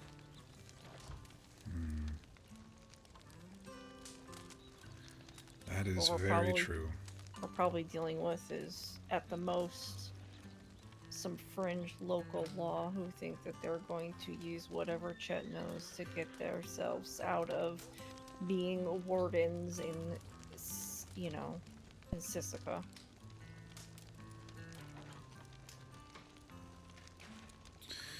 I'm sure they have a network of friends somewhere in the city, maybe low level of some sort that would be able to shuffle some papers, but Yeah. you're right. I agree. I'm speculating and I'm going too far with it, aren't I? You're worrying the thread too much, I think. Yeah, that's all I've been thinking about for over a month now, so, well, other thoughts have finally come into my head lately, but most of my focus has been on that. So I agree, I'm pulling at the thread and ruining the blanket. Mm.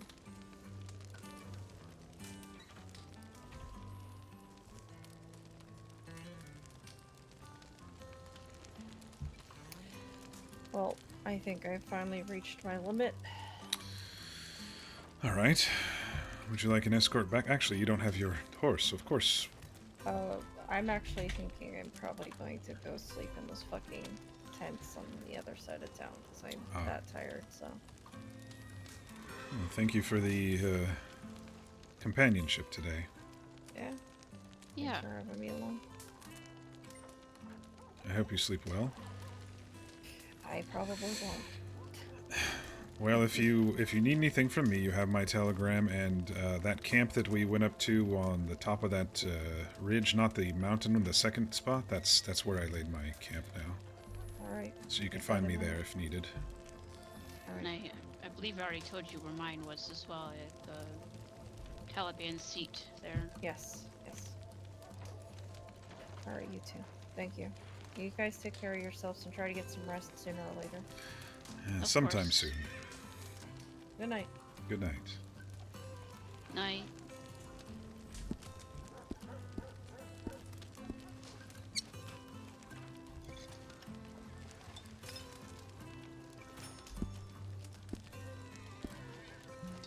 You know what I have?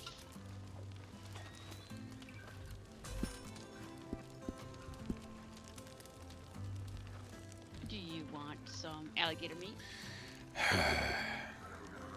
I better cook some up myself.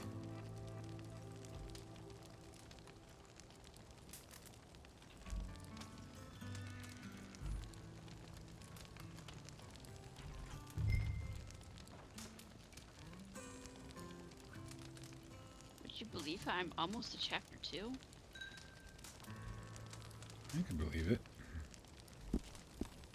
And I didn't burn water yet or something? Like Archie says.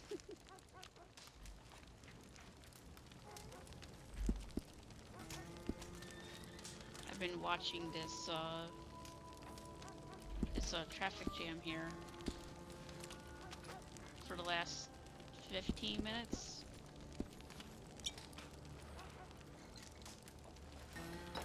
Yeah, they're just trying to emulate the shootout last night, squaring off against each other. Wonder how large it'll grow.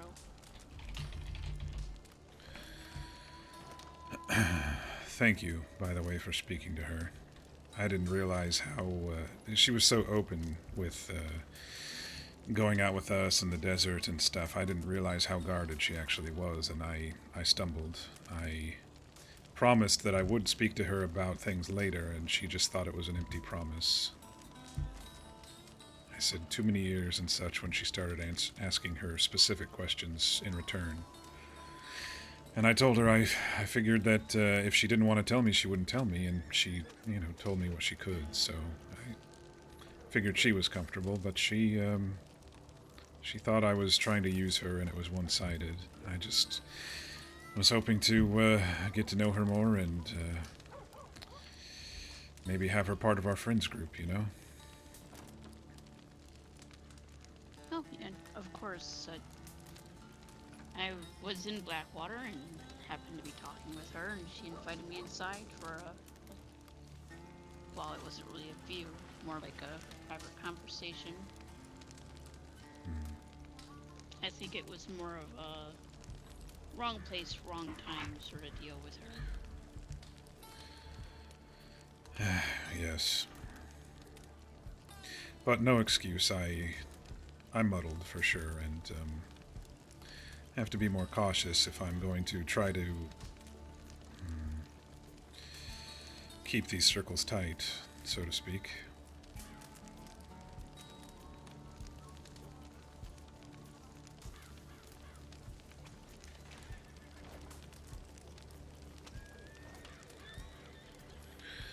How long do you think we should wait?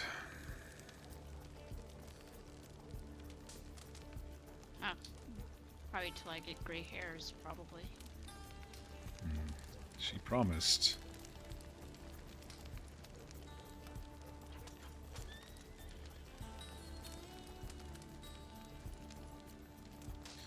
Well, we had quite a bit of patience last night. I think we can have a bit more patience if she's willing to tell her story of last night tonight. If not, we can do it another day. Oh, of course, I'm not too tired. I guess it all just depends on if you're tired or not. Well, we'll see how she feels when she comes back. I was hoping to take her mind off things by all of us, just being together and chatting and such. I'm not as good at that as Archie is, but here we are. I don't think any of us is as good as Archie is at talking.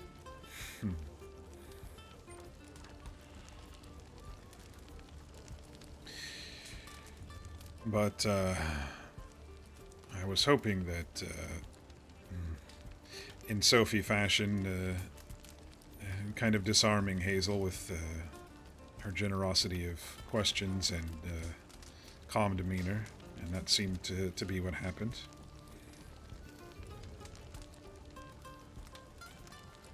Oh yeah, she was all like, "You know Kincaid, right?" And I'm like, "I do." And oh, what sort of guy is he? And I'm like, I've told him a lot of things that I wouldn't tell too many people. Hazel, her name? She did. She was very Yeah, tired. she She got, actually didn't even go back to tired. Blackwater. She's Oh, no? sleeping in one of the tents over there, yes. Oh. She could have slept in a room in the saloon, I'm sure. Maybe. But I don't really know what happens in those rooms, so maybe not. I think Annalise got stuck in one of those rooms, so I probably wouldn't trust it after falling asleep in there. I know I did take a brief nap in there, and then I woke up and I was up in the rafters, so yeah, maybe not the best idea, actually.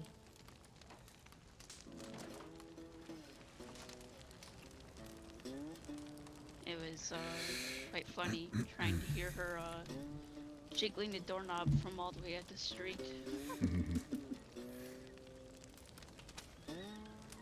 Speaking of locks, there's quite a few of those discarded locks littering the road on the north side of town, so maybe drive through there a little slower. A good idea. Did you Just so take a that was- tumble?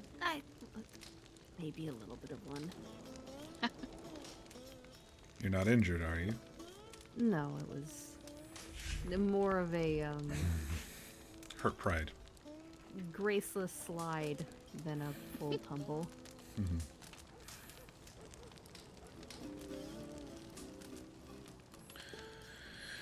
So, something to get used to with King, you know?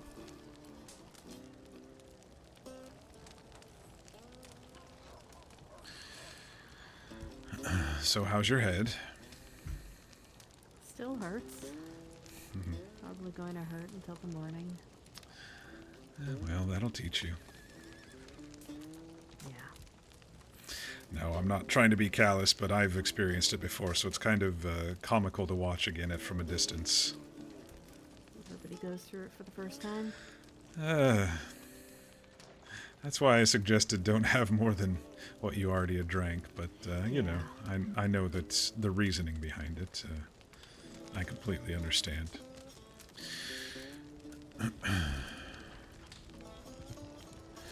So how's your head in regards to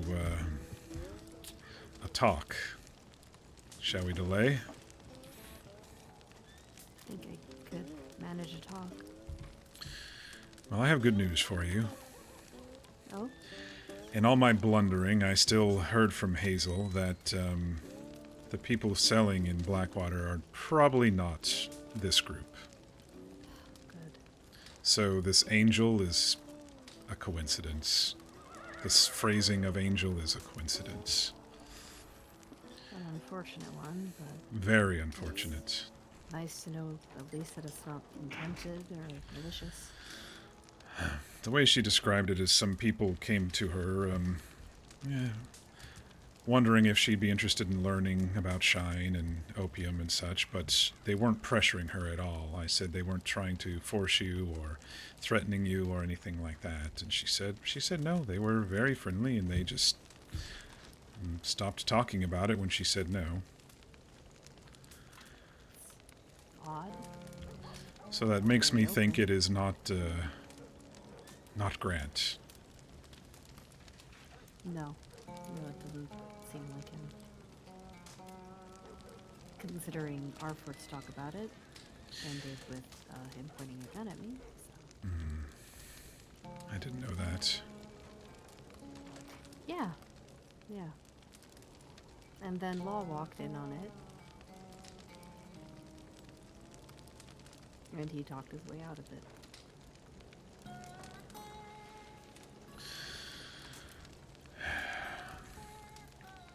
Would be a shame if someone pointed the gun in his face one of these days. Give it time. Well, I'm just hoping this whole operation falls apart, especially after what you told me last night, Sophie. I don't believe I told Runa, maybe. I had a lot of things happening last night, but Yeah, it was a busy night. the idea that the Hold man on. wants to turn himself in... Oh no, you mentioned that to me last All night. right, okay. Well, he still seems intent on doing it. I think that was after your jaw got be put back in place there. Ah, yes. On the last fight, I think you were gone by then. I did see you walk off. BB knocked my jaw out of place, and I popped it back in when I woke up from the mud, but it was clicking and very sore, so Soyala had to re-pop it back into place. Are You all failed. It's sore. He failed to mention that he went all the way from the saloon to the telegram, spitting up blood. And then Well- I had to tell him to get it checked out. Well, You don't want to lose the ability to talk, do you? When He just you kept spitting up blood. when you get punched in the face, your cheeks grind against your teeth, and so blood after fights is not uncommon. But you are right. It scabbed over. I stopped spitting blood as of this morning. Well, I'm glad you were convinced to get it properly checked out and fixed. Yeah, Soyala gave me some concoction that helped me sleep in very little pain, so I wasn't waking up, and so the healing is going well, I think. I mean, minus all these bruises all over my body. Yeah, I didn't want to say something, but it did look like you've kind of been through hell. Yeah, just a handful of fights instead of one or two. Yeah, what it ended up being, 4? 4 fights. I went 2 and 2, so I guess I'm improving. Lost one, won 2, and then lost the last one. You beat that, what was his name? Teddy? Teddy. Large man, but a little bit slow. Speaking of the opening, by the way, Willie was there. Which one was he? My new handler. No, I know. Which one was he? I saw everybody there. Kind of a dirty blonde, graying, looked to have sort of mutton chops. He was trying to get a bunch of horchata from me at one point. He asked how much he could get with $20, and I thought he meant 20 horchata, and then he clarified, no, he just wanted $20, and then he made a point to give me a $7 tip. He kind of had a, I would say a non-uniform hat. Yeah. Kind of leathery, but kind of pointing in odd angles. All right. I was wondering about him. I didn't recognize him, but... I was too overwhelmed to even remember faces, to be honest. No, it took me a while to recognize him. Well, if you're up to it, I'd like to hear about where you ran off to last night. I assume the Giant's Belly. Yeah. I had a thought. I don't know if I recall telling Runa this or not. Was this this oil and blood thing, or something else? Oh, you taught me that as well. You brought the idea. I have a feeling it was maybe supposed to be. Grant seemed pretty pissed that only Willie was there. So it was just you, Willie, and Grant. Yeah. It's already falling apart, isn't it? I was just thinking that, to be honest. He has nobody under his control besides possibly you and Donnie at this point, it sounds like. Well, Willie, and if the mollusk didn't show up, Honestly, Mary I Celeste. don't even know if he has Donnie. I talked to him briefly about it, and unless there's something Donnie isn't telling me, or Grant isn't telling me, Donnie didn't seem bothered. He said he'll still do work for Grant, but didn't seem concerned about what Grant knew. The law is too busy getting along with anything else instead of, oh no, someone was doing an apprenticeship and was thrown in prison for a bit. Let's revoke his business. But Donnie has other friends protecting him, probably. Yeah, Possum seemed ready to start shit immediately. Well, you missed the gunfight. Yeah, Archie kind of filled me in on what happened. All right. What were you going to say, Runa? Oh, speaking of law, when I was over at the saloon, I very quickly stopped by the pin boards there at the opposite of the law office there. And apparently they're hiring law at the moment. So who knows what's going on there. Well, I will tell you what's going on. When you join the law and then you get shot up 2 times in a row in a matter of days, I'd say there'd probably be some people who quit the law. Probably.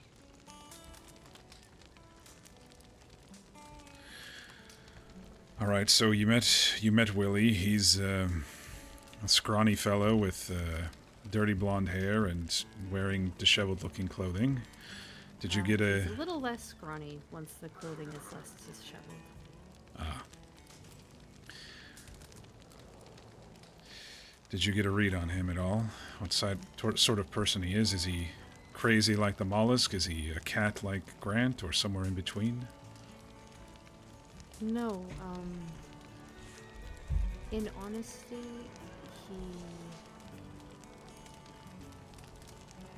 and I don't mean this insultingly or anything. I think he kind of made me think of the man you would be if you hadn't tried to turn your life around after what happened the last time you got drunk.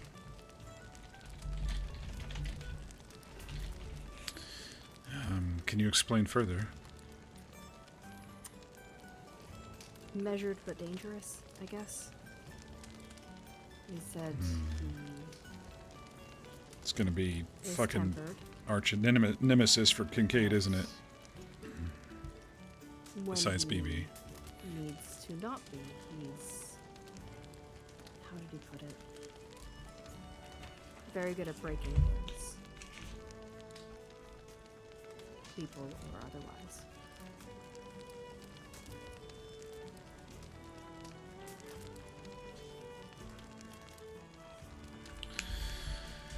All right. So, someone to actually worry about. Of everybody I've met, he does seem to actually have most of his faculties. I feel like the Mollusk and Grant are both insane in their own ways, but not him.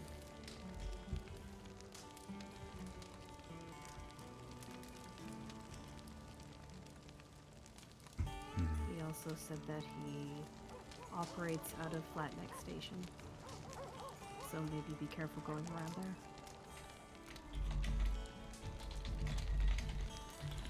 Don't know if I ever have. Let me see where this is. It's not too far from here, actually.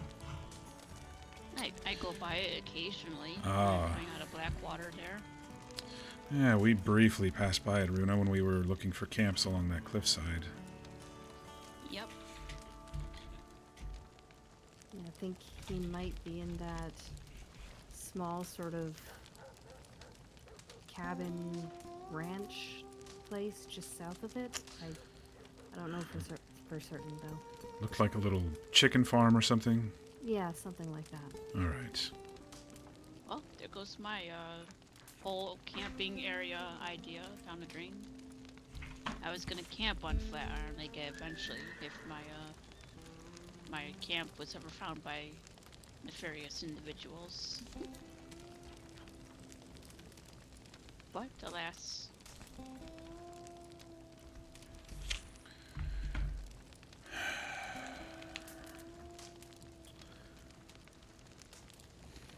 But he seems a lot more capable. He asked me the next time I make opium for Mary, that instead of giving it to her, I give it to him so that he controls when she gets it, so that he can slowly get her dependent on him. Wonder what Grant would think about that. I have no idea. Well, it sounds like he's bringing jackals into the mix, so I'm sure he doesn't mind at all. I don't think so.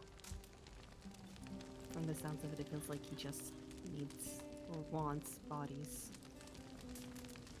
who have one reason or another to follow him.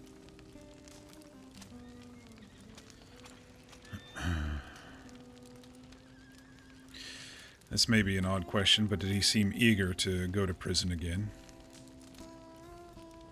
When he was speaking of turning himself in? Kind of, honestly. I don't know if eager is the right word, but he didn't seem at all bothered by it. Like it was barely an inconvenience. Yeah, maybe he knows some corrupt wardens or something. I might.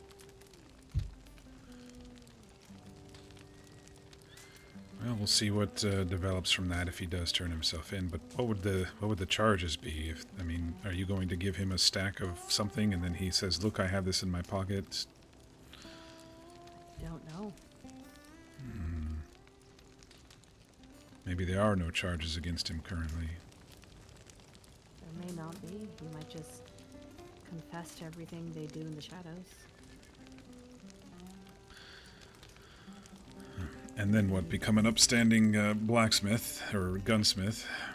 I don't know. I don't know. He's, I think we spoke about this last night. He's just stretched very thin, it seems. It Or does. he'll go probably to Sisika, get out, and be even more crazier. Who knows? Yeah, my worry is Sisika is a ploy, and I don't want to be saying that I'm important as part of this group or something like that, but he has nothing on me, and maybe he wants it. and going to Sisika get some access to Chet? Yeah, possibly, if there are corrupt wardens and guards there. Donnie did come along on the last outing and probably overheard everything I said to Hazel about it when I was catching her up. Yeah. And I if... don't know how freely Donnie talks. Well, that was my thought. If Donnie possibly said something to Grant at some point, if, as part of their arrangement or whatever. I know he doesn't seem too upset now because he does have other friends and, the, for lack of a better term, the stuff that Grant has on Donnie is so minuscule that I don't think it'll matter. That I know of. I don't know if there's more, but... Yeah, good to point. believe there isn't. Good point. Oh, I did learn at least part of what they're using the iron for. I don't know if this is all of it, but lockpicks. Again, that's a lot of iron, so there could be other things, but they talked about lockpicks last night.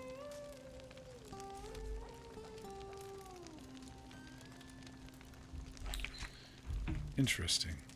I could have sworn it was going to be for guns. It still could be. Like I said, 100 iron ore, that's a lot, so...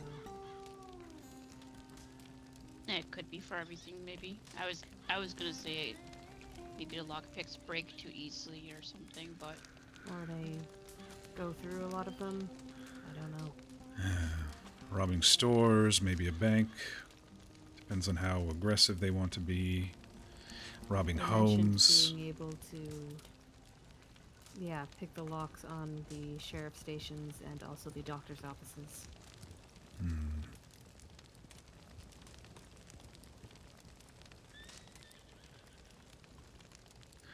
That's an interesting thing of note. I don't know, honestly, I don't know anything about it.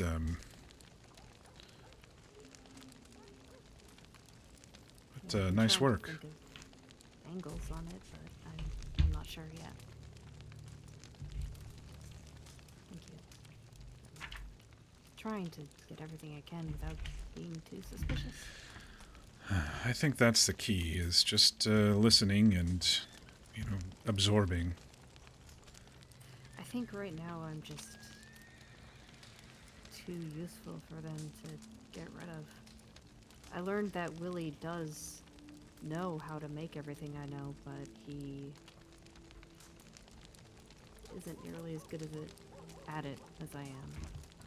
When I told him how much opium I had made, he was shocked. And it's,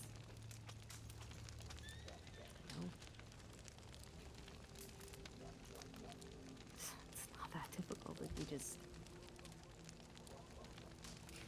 I guess I just treat it like cooking, it's the same thing. You just have to think about what you need in the recipe and do it, but I guess all of them are just so addled that they don't.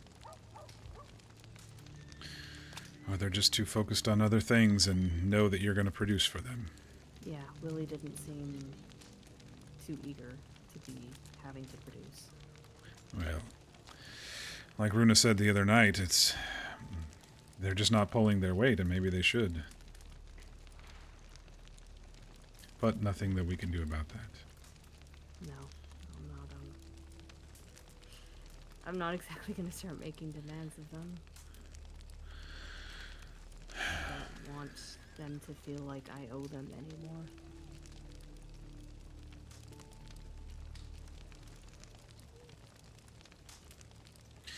Well, I will say, I think the opening was a hit. I think you did well, and Archie did well, and even if they were there and it didn't end a shootout, it was a lovely evening until the shootout.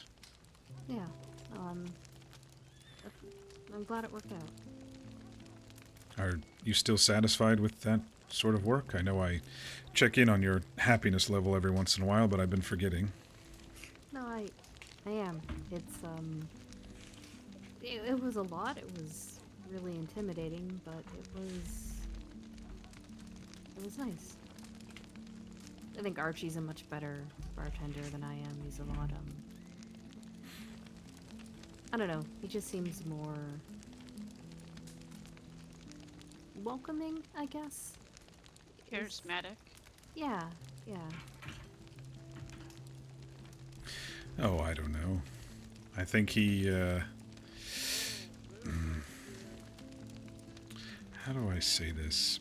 Sophie, you have a disarming nature, and Archie has this enveloping nature.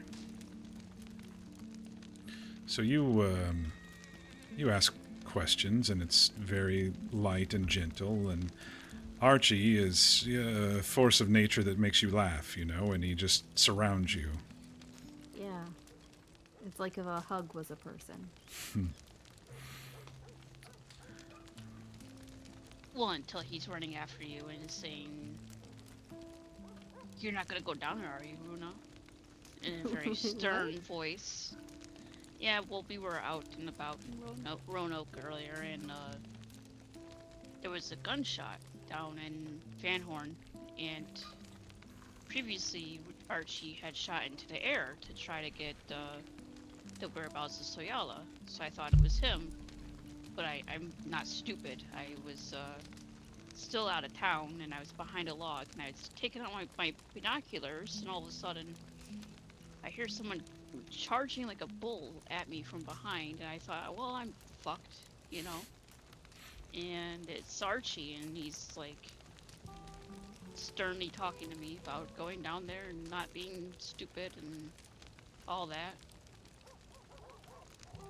And I said, of course, you know, whispering this, and I'm like, you know, like whispering to him back then, it's like, of course I'm not stupid. We had just heard that the people who shot up town might be in Van Horn, and there was a shot in Van Horn. I just thought, you know, it was him, and I explained my reasoning, and he just let it lie, I guess. But he has his moments, I guess. That might also kind of be partially my fault. When I got back here before the pair of you, and Archie and I were talking yesterday, and he kind of filled me in on the gunfight and everything that had happened, and he mentioned not going up into Cumberland Forest because that's where Flacco, Butch, and Awesome had ridden off to, and I kind of tensed up because at the time, at least, I mean, it's not there anymore, but my still was up in Cumberland Forest, so I said as much, got on my horse, and I had just kind of blacked out in the panic, and I rode up to check it, and I heard him yell at me to be careful as I was leaving, and I got there and it was still there, but as I was coming out, he was riding up on the horse, and I think he, you know, got worried about me going up there alone if somebody was still there, so he followed me up, and he might have just been thinking about that, you know? So he has his moments, it seems. Yeah. So a hug with a tackle, then, in those moments. In those moments. I will say, I think you're safe in Cumberland Forest. They probably did make their way across and over back to Van Horn and such. I didn't see anything inUmberland Forest, and I spent some time there. I don't know where your still is, so it must have been very well hidden, but... It's not there anymore. I've broke it down. No, I mean previously. I've been in Cumberland Forest the last week or so, of course, so... Then again, I don't go into any of the cabins if you were hiding out there. Yeah, that's exactly where I was hiding it. It smokes a lot, so I try to position it near a chimney. Oh, smart. Well, no, it's... You shouldn't be doing this, but smart. So, Smart, yes, no, I think if but you smart. did need to move it back, you're probably all right, but... Anyway. Like I said, I didn't see any signs of them. I didn't go into Van Horn. so I don't know. But I didn't see any signs of them up at Bacchus Station, which is where Donnie was told that they were going to be going, according to Archie, and I rode across the Stonewalk again and up to the Watchtower and took care of a couple cougars at the laboratory there, and like I said, I didn't barge into any buildings or anything, but I did not see any signs of them. I was in Cumberland earlier hunting elk and such, and I didn't see anything really. I even went by that one little cabin, kind of closer to Valentine here. I didn't go in, but I didn't see like tracks or anything. Was it the one that has kind of like wagons and tents all around it? Yeah. Yeah, it's a good thing you didn't go in. Oh, is that where you were, or? Yeah, that's where it was. No, I went past it today, so. Oh, then yeah, I had already moved it. Probably, yeah, long gone. Yeah. I didn't see footprints or hoofprints or anything. I don't know. They must went right through the forest and right off to somewhere else. Yeah, Archie said they did go in that direction, but yeah, I'm sure they kept going. 'Cause if they would have seen it, they would have known exactly what it was.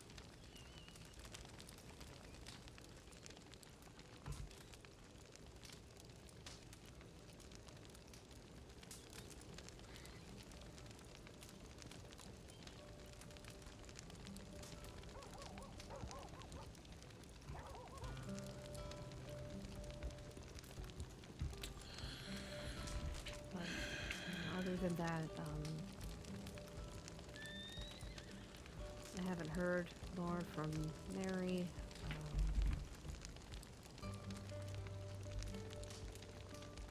Got a better read on Willie, and yeah, nothing seems to have changed with Grant's plans. Well, he's still here, so he lied about that. Yeah. And I assume he still expects the 1,000 jugs. He hasn't said anything to the contrary. Well, if it comes down to your safety or whatnot, like I said, Archie thinks he might be able to get it through a mutual friend. Which is possibly, I'm drawing conclusions here, possibly the same friend or friends doing stuff in Blackwater that Hazel may know of. The Angels of Death? Well, I might not have remembered what those women were shouting, but it sure sounded like Angel of Death or something like that. This angel who is spreading this substance around in the saloons to our husbands. They were all kind of loud, so. When I was going through Armadillo, I mean, the locals there aren't exactly well for the most part, but I thought I heard some of them mumbling about a group riding down on wings to deliver them dreams, something like that. Interesting. I went around it. I don't like that town, to be honest with you. Yeah. Yeah, When the I, wings is interesting. Go ahead. Oh no, I was gonna say when I was getting the flowers together and whatnot. I just went to the herbalist out there and turned around. You know, there was that carving up at the rock, my old camp, that had a man flying with angel wings. Or it could be, I don't know, feather wings, I don't know, but Wings all the same. it just seems to be a common theme lately, and this Starman who flew away from the Witch of the North, and now these folks in Armadillo. I don't know. But it could be I've heard tell. I've never taken opium myself, but I've heard tell that it makes you feel like you're flying. Could be something there. Well, the people in that cabin who all killed themselves, wasn't that their desire too? Fly? They wanted to, what was it that Chet said, join with their god, so to speak. So fly away, I guess. If he didn't take them up, they were going to do it themselves.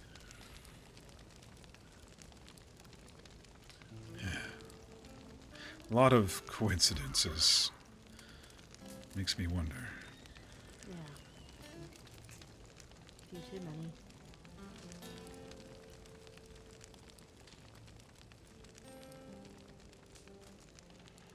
But I'm hopeful at least Angel's name is in the clear. I believe so. That was just an unlucky happenstance that I happened to hear as I passed through, and I made probably too large of a deal about it, but I was worried. Well, I'd rather a large deal that turns out to be nothing than no deal that, you know, is the opposite. And then in trying to speak about that with Hazel without letting her in on everything, then I blundered, so... But here we are. She seems to be, well, I'm sure she still distrusts me, but the fact that she's poking fun at me, and that's a good sign. I mean, it does kind of seem like she distrusts most people. It's a lonely existence, and I offered her my help with anything that she needed. I thought I had proven that I'm a man of my word, but I guess I didn't yet with her. She trusted me. Then I had to iron out the wrinkles, but... I appreciate that. Oh, don't mention it. I knew you wanted, if not to have her be Ice and Blackwater, to at least be friends, you know? Well, and anything we can do to assist her as well, because, as she said, she's alone out there, and she has to take care of herself, and I'm not used to that. I'm always surrounded by people, and, you know, first day I was here, I met Sophie, and then, you know, I met you, Runa, and then I met Archie and Soyala, and, you know, Annalise, and was in the army my whole life. It was awkward to hear this. Yes, I can survive alone, but I still surround myself. So my hope is she'll see that we're a very accepting group. At least so far we are. I haven't seen us fighting with each other too much, and we understand each other, I feel, and help each other. Sophie, I'm gonna fight you now. I'm Really? sorry. I've been waiting. I know. I've been ready. But you spoke with Annalise. I saw you all talking and coming back, and then I briefly spoke with her. How did that go? Well, I think, she mentioned, Tom would have some reservations, and the things that I do are kind of a touchy subject for him. She didn't go into detail, and I didn't ask, because it didn't seem appropriate. You know, based on what Runa said, it's probably one of those, you're getting involved with possibly another gang, honey? It's a little bit more than that from what she said, but if she... Well, if he was former law, he probably was around this sort of stuff too much and got too tired of it. The opium, the moonshine, the who knows what. It Probably was one, is just tired of it.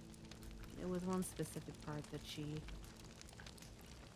you know, it seemed a little more, what is the word? Personal than that? She said she didn't give a shit about moonshine, it was the drugs that she said he would have a problem with. Yeah, she mentioned that would be a stipulation, and I advised her that's the first step that we're trying to do.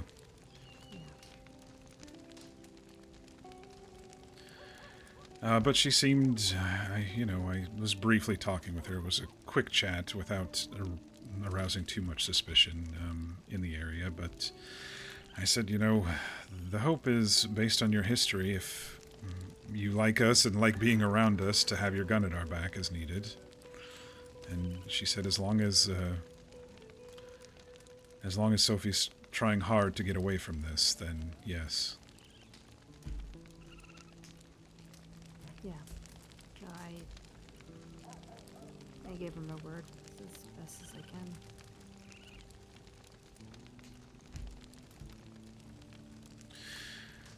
And so, do you think, with that word, that they will release you of half of the business if it came down to it? The court will? Yes. Considering the order was for Shine and not for the drugs, and maybe you can tell them that once you get Angel off of them, that I guess it's not going to work, is it? No, because of Mary.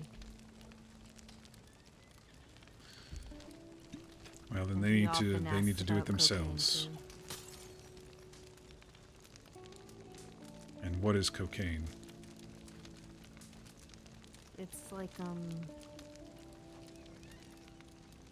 Not chewing gum, I assume. No, it's, it's like, a powdered version of it, kind of. A white powder. Yeah. There was a woman a couple weeks ago in this saloon here talking about being sold powder or being talked about. You want to purchase white powder? I think Archie kind of, I don't want to say took care of her, but maybe told her to stop. I don't know. Well, I just today overheard a woman in Saint Denis speaking about someone selling it. Someone with red hair wearing green. That could be one of them. I haven't met all of them. Well, funny story time. I was coming out of the swamps late last night, and I got to about where the bakery is. I was coming out of the darkness. There's no streetlights in that Algernon Wasp area there. And I saw someone in green. I don't recall the hair color. He was wearing a green shirt or green something. And he just up and stabbed the townsfolk right in front of me.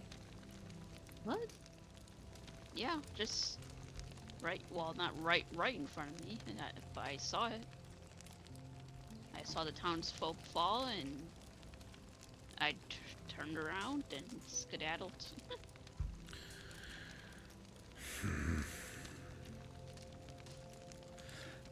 All I remember is Too many things happening at once, it seems.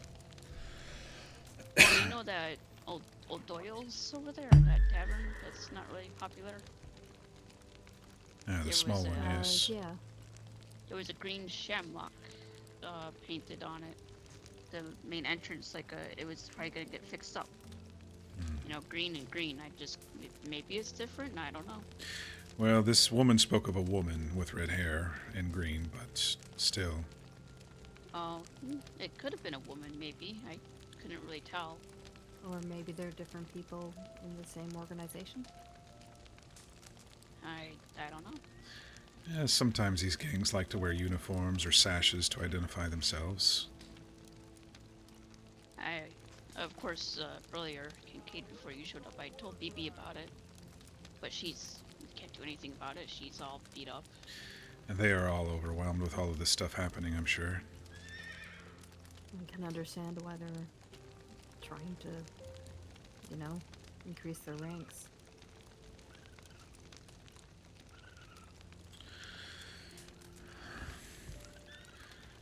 Well, that'll be interesting if he expands because he wants to go into an additional path of drugs there. Yeah. I mean, At the moment, I don't have any orders for drugs. Not so long as Mary still has her opium. So it's just moonshine.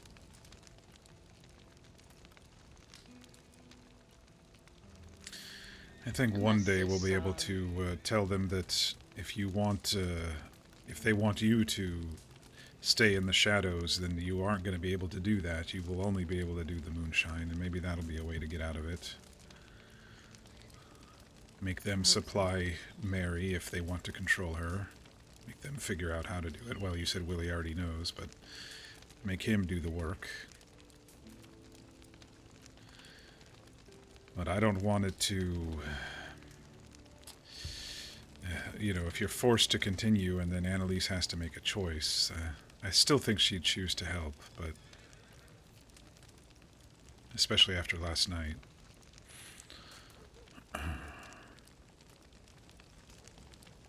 Yeah, she was really upset to hear work granted. And she knows it's him. I didn't say a name.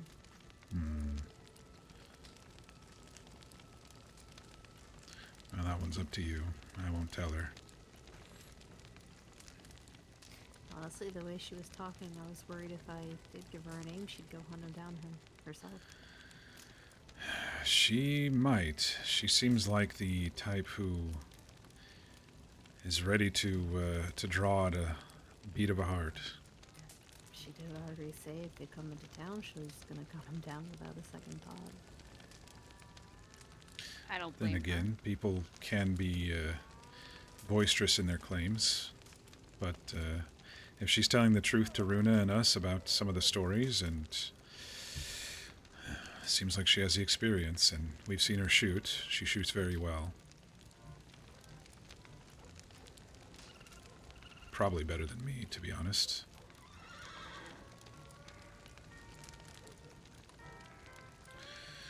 And what do you think of Hazel? Minus my blunder. I do like Hazel. And my ironing. Yeah. Oh, I like her. Honestly, I mean, when we were talking, I wasn't even really thinking about, that circle of trust or anything like that. I kind of just felt sad for her, honestly. She has an interesting take on the world, but I feel sad for her loneliness, but maybe we can help with that if she's open to it. Yeah. I mean, she did all of that to, get away from those traditions and live her own life, and,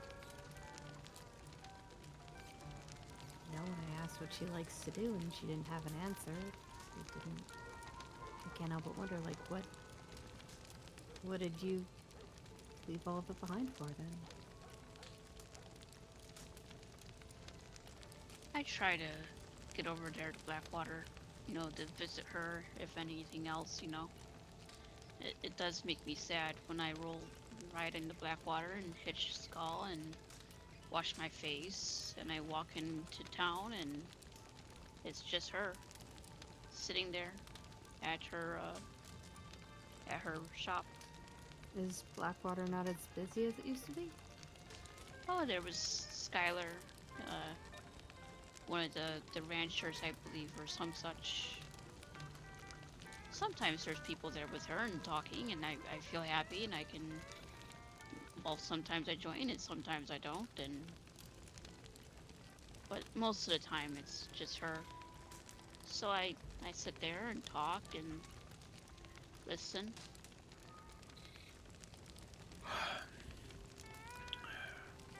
Yeah, I try to be there. I do hope she, opens, or feels open to trusting us, at least a little bit. Yeah, the question is, do we want to start telling her more?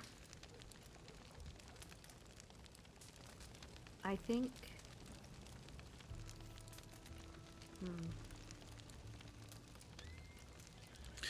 she's noticed the side conversations and the privacy that we've been developing around town. So she's not blind to something happening. Yeah. But just like with Annalise, it is up to you, and that's one of the reasons why I blundered, because I couldn't tell her right then. Kind of two minds of it, because, you know, like I just said, I do want her to trust us, and us having all these side conversations around her doesn't really lend to that, but if she finds out what's going on, then maybe that in itself leads her to not, well, maybe just not trust me. Yeah, maybe. She is very guarded, and I think for her to get over the hump, she probably needs to be decent friends with you first. Yeah, I think that's probably the better idea. Like, I don't want to go, you know, back to her, like, hey, this is the first time we've really, you know, talked privately. Here's all the illegal stuff I'm doing. No, I agree. But I think we all agree that she's very likable, very knowledgeable. Really funny. A pleasure to be around. Like I said, half of the theories in my head about Chet right now have come from her as well as you all. So that's been eye-opening for me. Yeah, she had a lot of really good insight.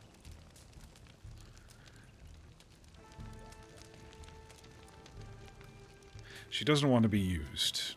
That much is clear. And I was telling her I wasn't trying to manipulate her, I was just trying to get to know her, and I just did it very poorly.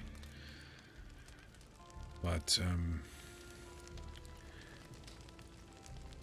like I said, I'm more of a man that shows his actions rather than speaks them, so I figured, you know, showing that I'm trustworthy, escorting her back home several times, or taking her out with us and getting back to town safely should, you know, she would at least trust me in that sense. But, you know, then I start asking pointed questions. Well, given what she said about, you know, something happens, she just feels no issue packing up and leaving. It seems like she, you know, even with you, Runa, doesn't really trust. Maybe not anybody. Like, she could be friendly, but trust is a different thing. Perhaps. Well, we can't force someone to trust us or force them to be our friend and then be our friend in return. I guess the most we can do is... she was mentioning boredom quite a lot today and loneliness. The most we can do is invite her along to things and make an effort to see her and speak with her. Get out to Blackwater a little bit more.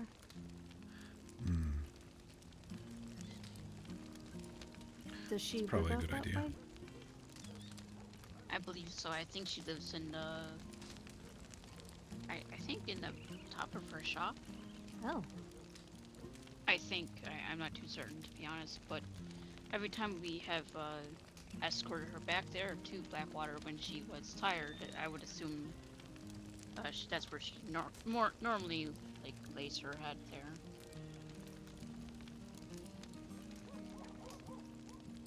Well, it's no wonder, you know, she's feeling kind of goofed up there. She thinks we're in the same building she works.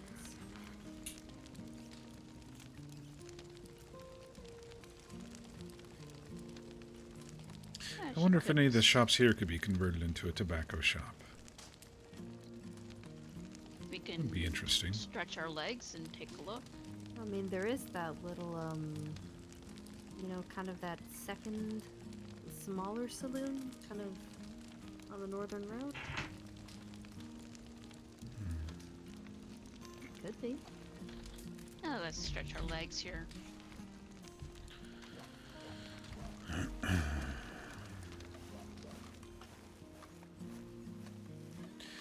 I mean, we would have to give her as much business as possible, of course, to even think about convincing her to move over here, but I don't know, she might like it a little bit better if she's around people, if Blackwater is not as populated as it once was. I don't know. I feel like I have seen people coming through here a little bit more. It's definitely been more crowded the last several days. Hello there. Probably even more now that the opening is done. Yeah, I was gonna say, What about while Archie's gone, I've kind of been thinking of maybe, you know, letting people know when I'm bartending and taking a couple 10 or 15 cents off if they come and get food directly from me. Hmm. This would have to be probably boarded up. Renovated, yes. Yeah. And that's a law office. Contacting the government, perhaps, or so, sort of deal.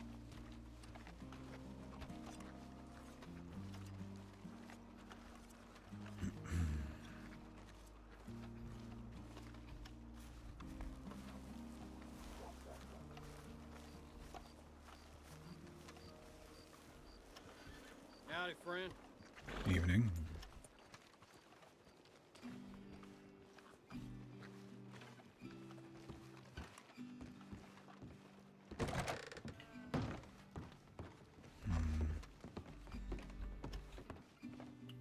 I don't know if it would lend itself well to a tobacco shop, but... Yeah, not exactly, a suited interior.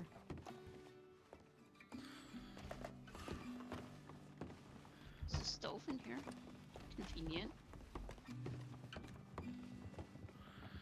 And then if it's retrofitted, you'd have to change the signs, or else it would then clash with you and Archie's business. Yeah, but clearly abandoned at minimum. Yeah, I don't think anybody's running anything out of it.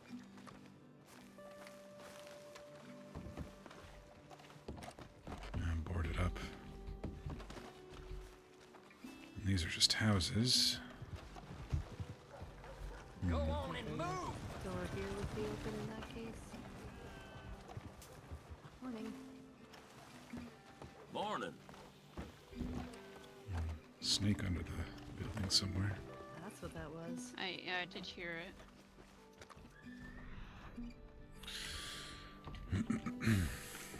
Speaking of reptiles underneath buildings, me and Kincaid, well, first we both went back.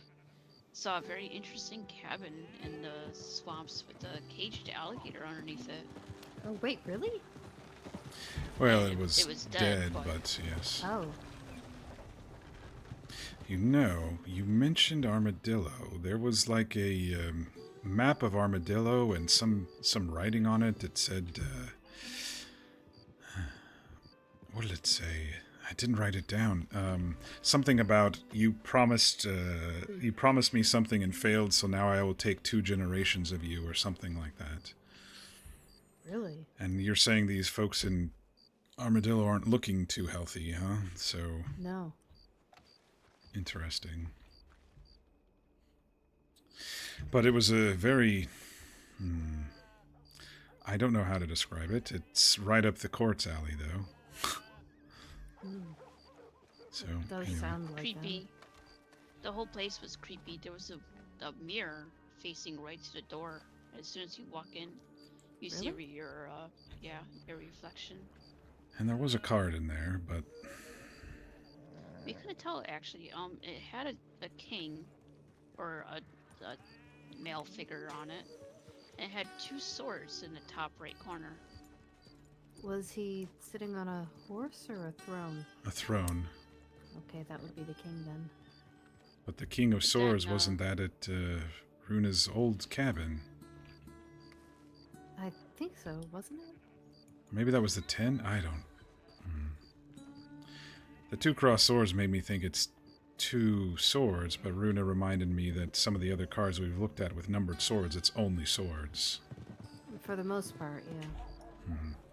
I know that's not the case with, I believe the 9 of Wands has someone on it, and I think the I hear some 9 of loose-tongued Swords crook does kept as talking well. to the law, so they made him food for the buzzards. Usually, at least. Nothing around here surprises me no more. Strange. Well, anyway. Oh, something else I forgot. So, from my understanding, the court is kind of the name of the entire group. Oh, like a court of cards. I suppose so, yeah. It's like all of them, all the different branches across all different locations, but the one that Grant is running, they're calling the Circle. He even took my... You what? No, I've been calling our different setups the various circle of friends around us and such. Anyway. Chatterbox son of a bitch Just kept annoying. pestering me while I drank, so I I knocked his didn't notice teeth out. that. Ain't the first time. I think he, I think it comes from some saloon he used to be a part of called the Third Circle.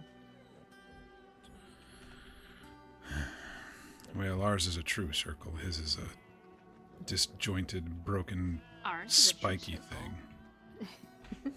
Yeah, I think theirs is more akin to a mad scribble than a actual circle. A I'm spiral, the mad perhaps. scribble.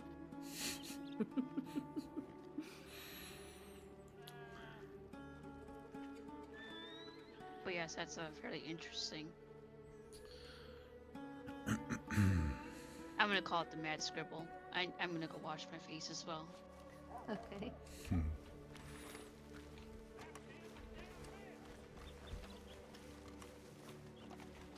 Came into a bunch of Well, even with everything you've said, I don't think plans have changed. I mean, No, I don't think so. we've crossed off the list about Willie.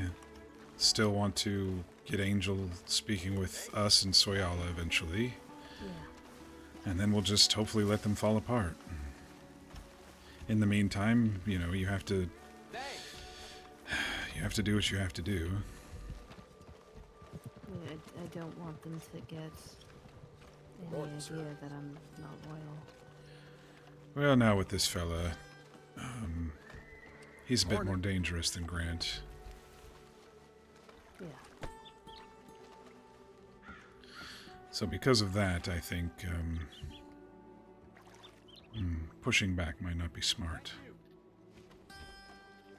Don't No, want to see you he- injured. If they threaten us, don't punch them, that sort of thing. Yeah, no, I'll resist the urge. I know it's difficult. Grant did have a Really punchable is. face, didn't he? He really does. One of these days we'll punch it.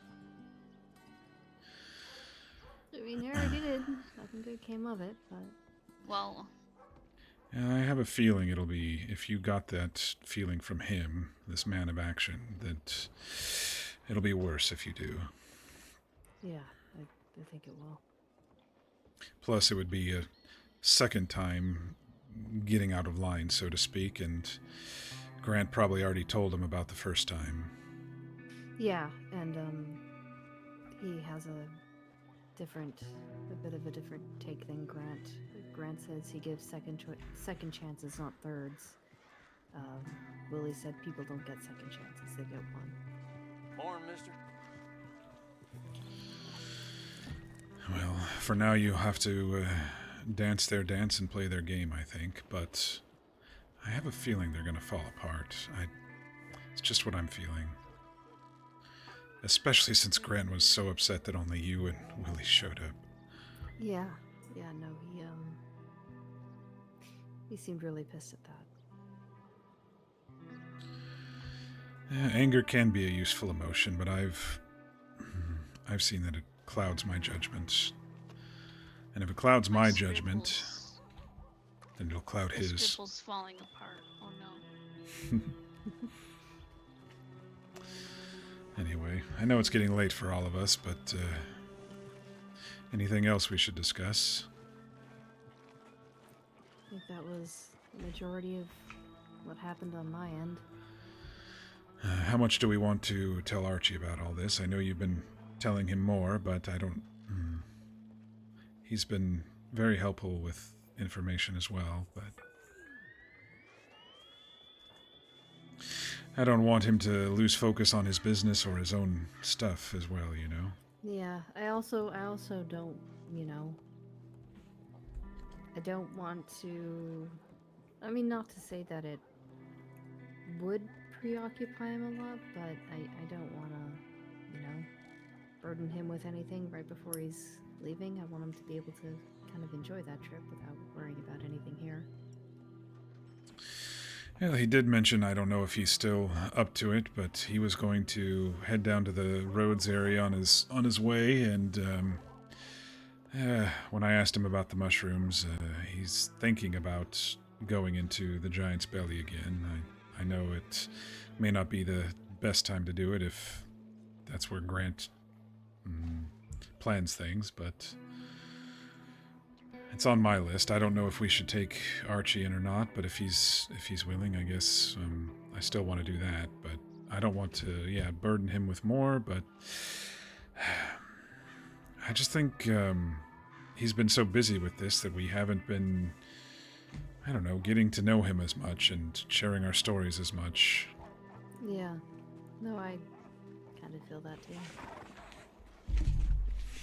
One time I tried to tell him about Norway. We were both up so late that we fell asleep in our saddles. But I think, you know, our little circle could have a break from all the chaos, and I don't know, before they leave, we should spend some time with them. Yeah, I think that's a good idea. All right. Well, we're in the same mind with that then. We'll see what their plans are for tomorrow if they're leaving in a couple of days, and take it from there. Yeah. I don't want to just drag everyone. It's your last day here. Come back into the cave with me. See if we can detect some toxins or not. Honestly, the toxins aren't really going anywhere, so... Good point. That could wait. All it is giving me a little bit more eventual evidence, hopefully. Yeah. And I still haven't spoken with Schmidt, so it's... I wouldn't even know what to look for, besides to be careful, like Hazel said, with masks and such. Yeah, maybe if we take the time while he's gone to gather as much information as we can from other sources, then we'd be better armed by the time he gets back. That sounds like a sound plan. A little less groping in the dark. And who knows, maybe we find something in there that we can actually give him to look at. Maybe it's in his book somewhere, you know? It could be.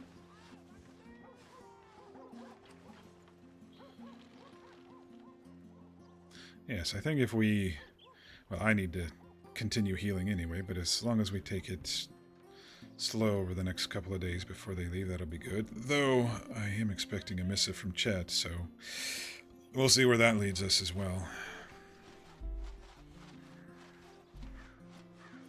Hopefully to a few, well, if not answers, maybe something a little more concrete. Yes.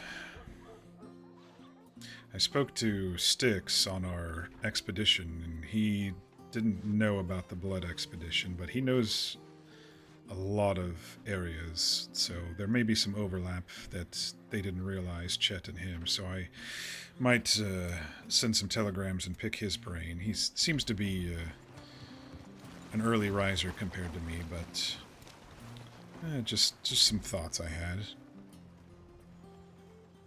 Depending on where we're sent.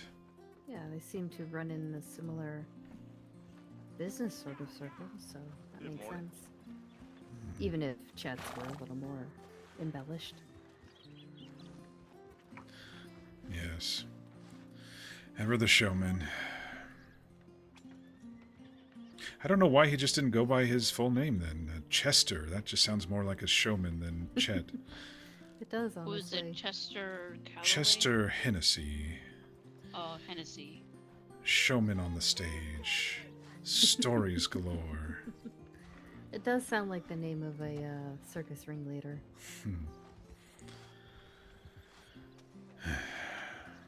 Well, anyway, you all have given me something to think about as well, with the idea that this treasure is intangible or something else. I mean, I was kind of hesitant to mention it in front of Hazel, but we did have that theory that maybe he stumbled onto some kind of illegal operation that he wasn't supposed to see. That's information as well. I did mention it to Hazel on the walk back, I believe, so I think she's aware of my theory, but anyway.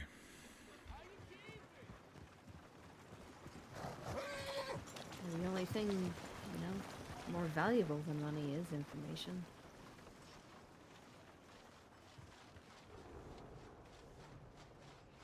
Or power, I guess, but that's also rooted in information.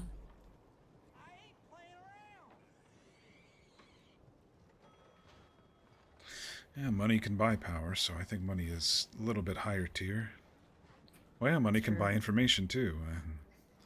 This whole world revolves around money. Information can get you money. If you bribe someone with the right Morning, kind. friend. Or blackmail them, I suppose. Well, anyway, let's not stand around here in the mud. I think we all need to, well, at least I need to get my rest and try to heal. I think I might do the same. The head's still pounding a bit. Yeah, drink lots of water. I will, and I'll try that ginger tea as well.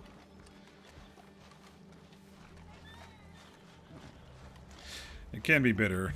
Small amounts. Okay. A nickel think, size, Hazel said? That sounds about right. I don't know, but you know, start small. You can't take the flavor away, but you can always add to it. Yeah. All right, where did the old man run off to?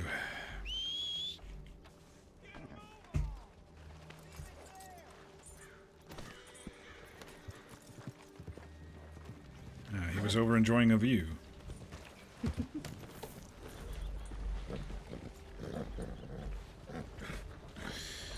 All right, well, let's get everyone home safely and call it a night.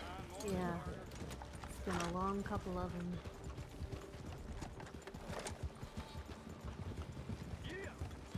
Watch out for padlocks here.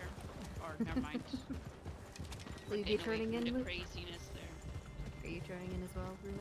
Oh, more than likely, yes. Yeah. Getting quite sleepy. We were up pretty late last night running around the entire county. I was, but I wanted to get it done. Thank you again for doing that. Of course. You want to know something funny? Ruin and I may be wanted by the game warden. Really?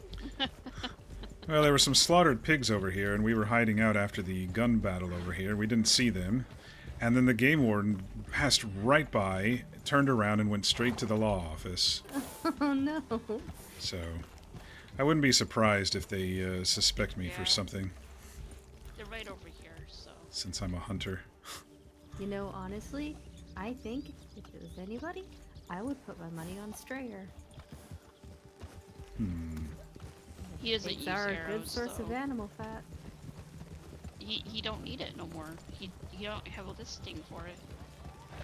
Oh, why do you think he doesn't need it anymore? Conspiracy theory. Cause I probably gave him like 100 animal fat, maybe. Oh.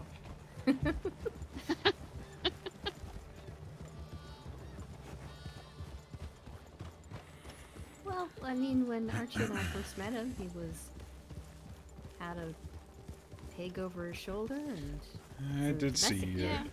I did see a domestic pig on the back of a horse at one point, and I thought it was him. Ooh, I think I hear a snake somewhere over here. In your Yeah, garden. there's, quite a few in the mornings.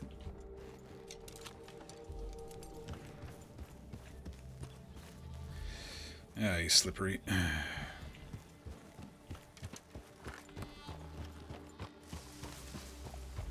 that Valentine lit off him. The schmud. Yeah. Never clean of it. Oh. Well, Luckily, I don't work hope tomorrow. You two have a good night. Ah, you as Yes, well. you as well. A restful one. I think we'll all probably get a decent night's rest tonight. Yeah, I hope so. All right. Travel safe. Yeah, sleep well. Runa, you want escort back to your place? Alright, it's right across the street. No road. Yes, it's just right over there. Yeah, right over there. I'll find it. You'll find it eventually. It's Look right for the over smoke there. through binoculars. You'll find it. Oh, we already tried that. Mhm. I didn't hear what she said. What did she say? She has trouble seeing the smoke or some such. Ah. Oh, well, that's where the snake ran off to. I'm quite tired. Oh, I've been yawning this like I've been yawning for a while now. Yes, you're talking about yawning makes me want to yawn. Look out. I guess I'm having to. And then he crashes into me anyway.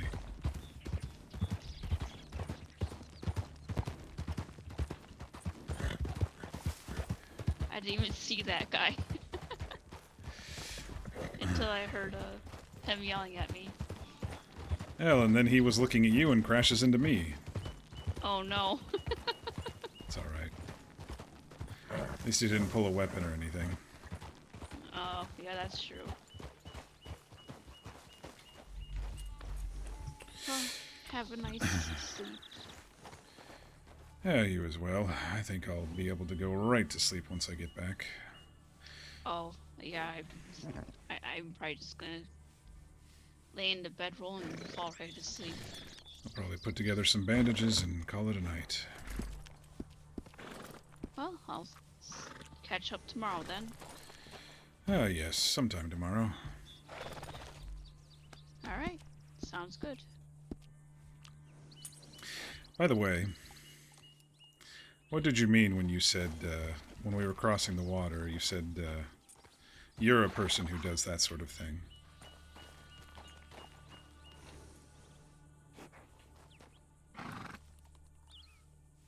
I don't know.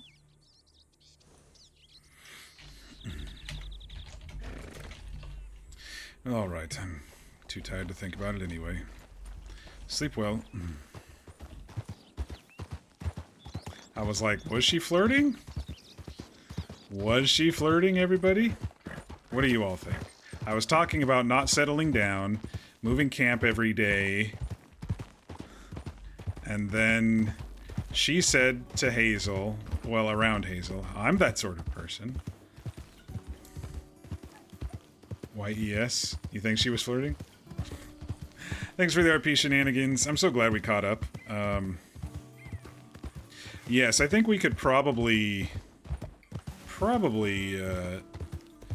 now that well, unless you get summoned again, now kind of maybe take a breather from a lot of some of this, hopefully. And I don't know when Angel's player is going to come back. I really am looking forward to that RP and hopefully moving that forward. But the hope tonight was to let Hazel see what we all see in Sophie, first off, and second off to, you know, kind of just take your mind off things. I know you're really, really sad about Piper, but it's always good to try to move through, accept, but also move through the sadness if you can, and try to enjoy ourselves. Glad you popped on. Shrugs. Yeah. Well, so far, one person in chat thinks Runa was flirting with Kincaid. And that was Sophie. Well, shenanigans. No one else has really mentioned anything.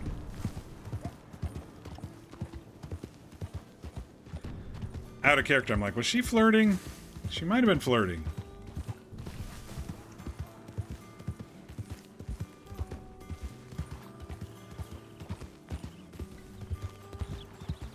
I think I'll make the cotton tomorrow, or I can make it while I'm doing the debrief.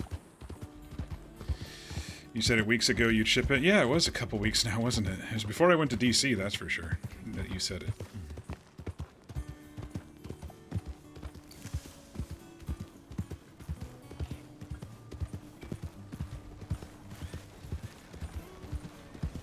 Howdy, partner.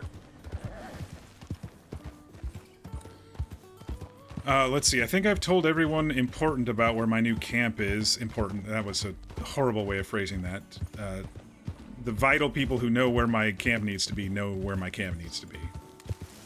What a shitty way of saying that one, Mock. Goodness sakes. Everyone's important, but the people who need to know where my camp is should know where it is and should be able to at least find it on the map. Because, I mean, this one's a lot easier to find on than any other map. There's a road that goes north to south, you know, west of Moonstone that hooks around.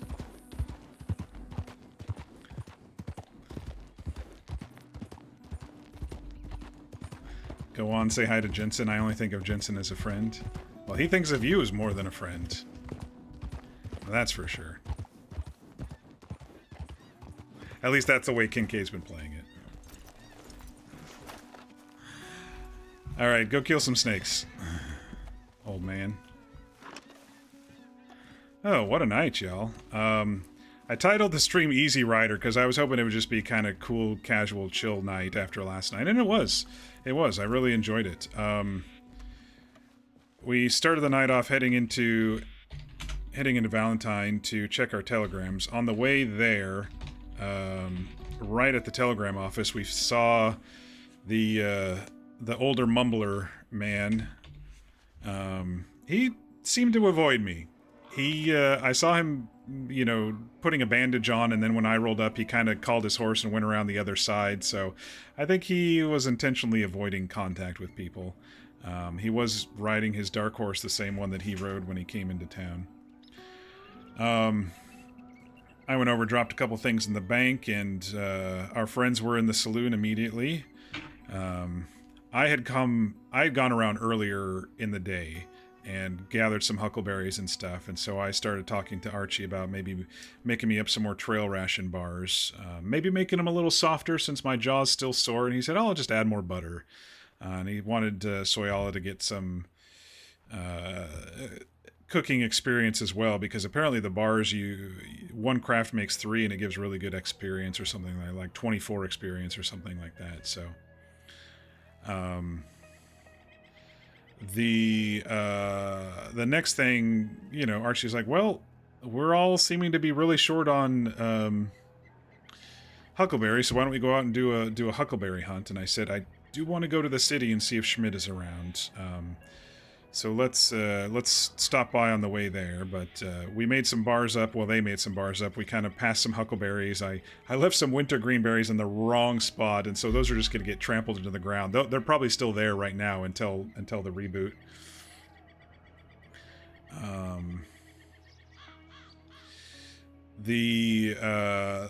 Yeah, so we kind of all packed up and headed over toward Saint Denis, and along the way we happened upon Hazel, which was perfect. I was trying to think of ways that I could engage with her tonight after last night's missteps, so it was perfect that she was there, and she said she was bored. So I said, well, if you want to join us, we're just gonna go into the city and then gonna do some berry hunting and stuff. And so she offered to hop on the back of the wagon, and Runa and I were riding the horses alongside, and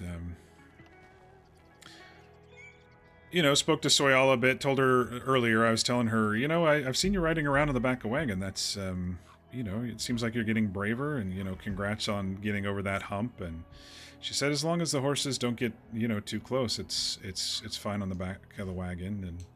And if you all recall, a couple weeks ago, we heard her story about why she's afraid of horses. Back when we were heading over to do the mud mission, the alligator killing mission, and she lost her father during a stampede, and, you know, she walks with a limp ever since as well. He threw himself on top of her and protected her, which is really sad. Really sad that she went through that. But anyway, so, you know, we all, you know, made it into Saint Denis, looked for Schmidt. He wasn't there. Went over to the telegram office, and I sent him a telegram. Basically just wanting to get his experiences on on what Donnie told us about Schmidt having gone down caves and maybe being subject to toxic air or stagnant air that had carbon dioxide, carbon monoxide, depending on, you know, what's in there, memory loss and stuff like that. I'd like to get his experiences on it, so if it ever came down to evidence for Chet, then we could do that. After that, we headed toward Rhodes and along the Gator Alley there by that red building where the Crawdad castles are. Basically, for, you know, the next half hour or so, we were walking around, just kind of chatting when we bumped into each other, grabbing alligators, grabbing herbs, stuff like that. Kincaid saw the battlefield over there for the first time and saw all the 12-pounders and stuff like that. And yeah, we kind of picked the area dry of huckleberries, and so then we moved over toward Roanoke. And at first, Archie was like, "Yeah, we'll just follow the railroad up to Ansburg."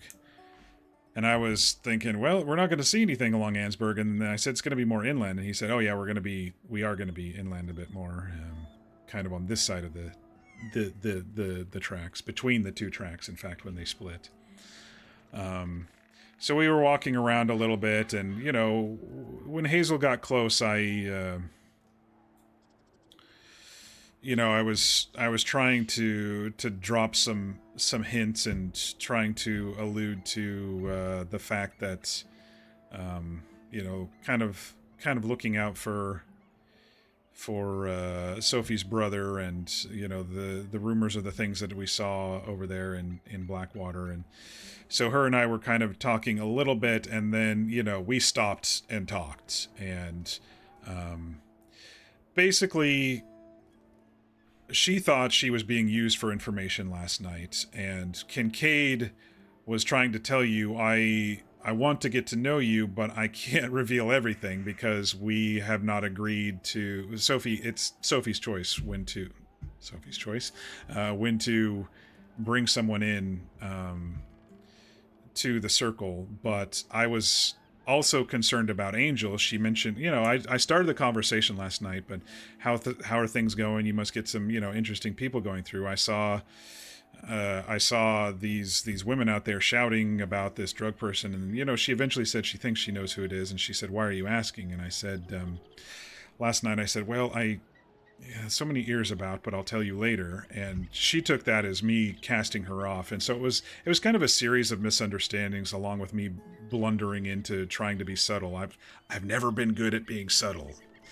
All of my characters usually wear their emotions on the sleeves and stuff like that. And subtlety is not my best RP quality, but it's challenging, so I like to try.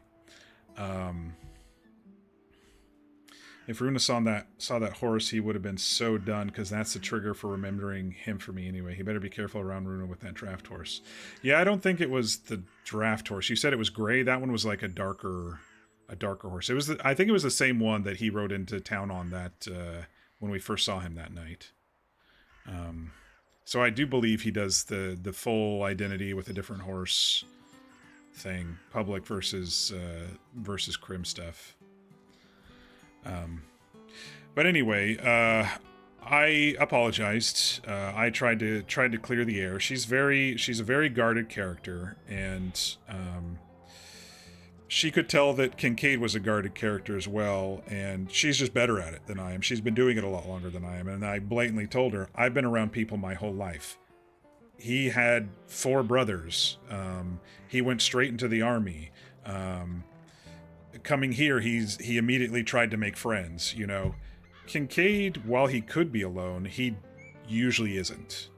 And so he was trying to see it from her point of view that she has to be alone. She doesn't have anybody. She sees us having the private conversation, so she knows that people are coming to Kincaid to discuss something.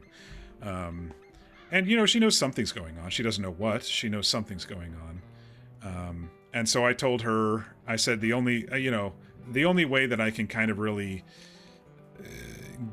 get to the next step is I was specifically asking about this drug thing because Sophie's brother's name is Angel, and they were mentioning Angel, and he's away, and I didn't want him to get caught up in it. And that's why I was asking the pointed questions about it. But I couldn't say that in the saloon. And she said, well, you expected me to say these things in the saloon.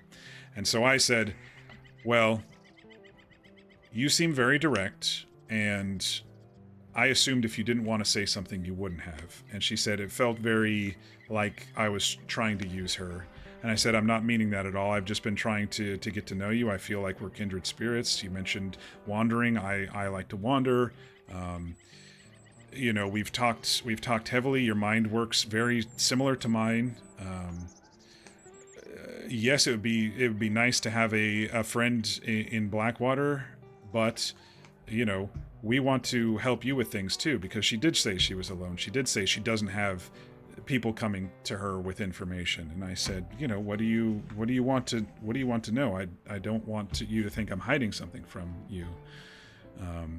And she kind of took that personally too. So it was a bit of a sparring match, but in the end, I was trying to tell her that I'm a man of action, less than words. And so me showing you that, you know, I'm trying to, you know, like I said just a little bit ago to Runa and Sophie, you know, escorting you home to know that you're safe in my hands. When we go out on adventures, I like to make sure everybody gets home. And then I told her, you know, I forgot to say this on the last one, but generally when I take people out on these, as soon as we're done, I say, well, you all have helped me. Is there anything I can do to help you? And I told her, because we all split up really quickly, I forgot to say that. But, you know, that offer is still there. If there's anything that you need, any help or anything. And, you know, she said, all right, she'll think about it. And that's kind of right when I feel the corner turned a little bit. You know, besides me continuing to apologize and telling her it was not my intention to make it seem like that I was using her. But she then mentioned, you know, Runa came and calm things down a little bit. And but yeah, she's a very guarded person, and I told her, you know, I'm guarded right now, but I'm generally not too guarded of a person. I'm guarded here because I'm worried about Chet and I'm worried about my friends, but I am cautious. I told her I'm very cautious, and she said she understood that, and she is as well.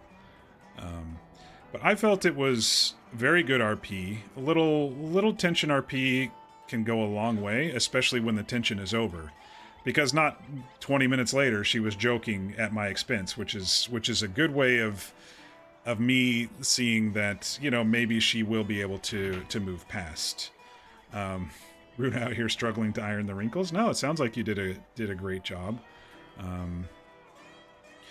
You know, we did talk about Runa a little bit as well. We said, you know, in Hazel's guarded way, she said, you know, Runa is very open. Hopefully that doesn't come back to bite her. And I said, you know, I think it's impressive that Runa is so open, but when it comes to maybe nefarious folks, that it might be mistaken as naivety. You know, we kind of both agreed on that. And I said some middle ground between my style and her style would probably be the perfect way of getting somewhere. But, you know, I'm not going to try to change Runa. I did say, you know, I've been mentoring her as best I can with things, but, you know, everyone's their own person. So,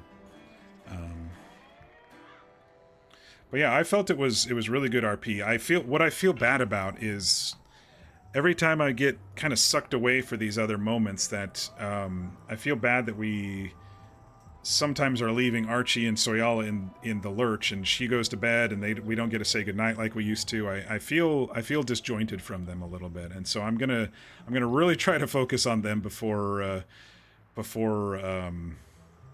the opening last night and us running off, and he's even sending us information. I sent him a telegram earlier tonight about thanking him and stuff, but I really haven't had a heart-to-heart with him besides some information trading lately, and I want to remedy that.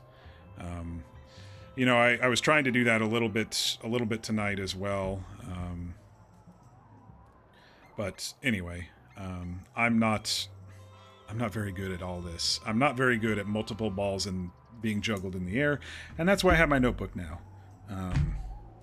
It's a challenge for me as an RPer, and so I'm gonna try to work on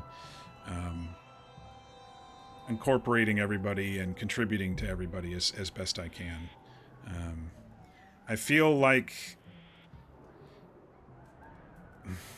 right now Kincaid's a little bit of the glue. I'm not patting myself on the back for that. I feel like he's the hub / the glue right now, and if I don't I'm not saying like a gang leader sort of thing, because that's already hard enough to begin with, but people are coming to him, and I need to accept that graciously, and I need to reward that in reciprocation. And so that's what I think I need to work on as a role player. Yes, I'm working on being a better quest giver and stuff like that, but I also need to work on the small moments, if that makes sense.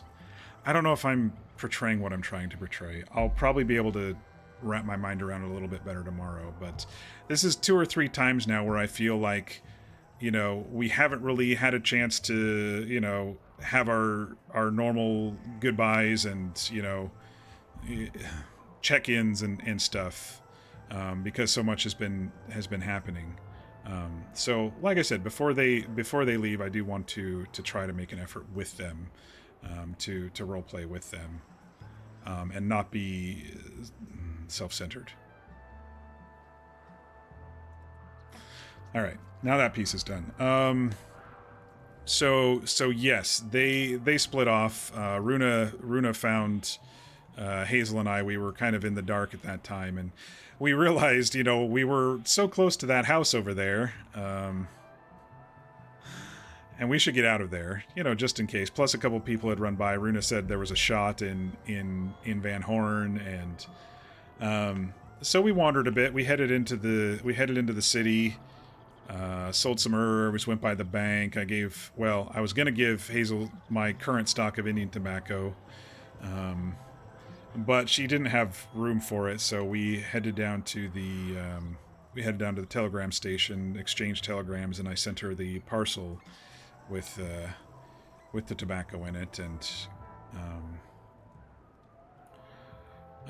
then what did we do? We headed back toward Valentine.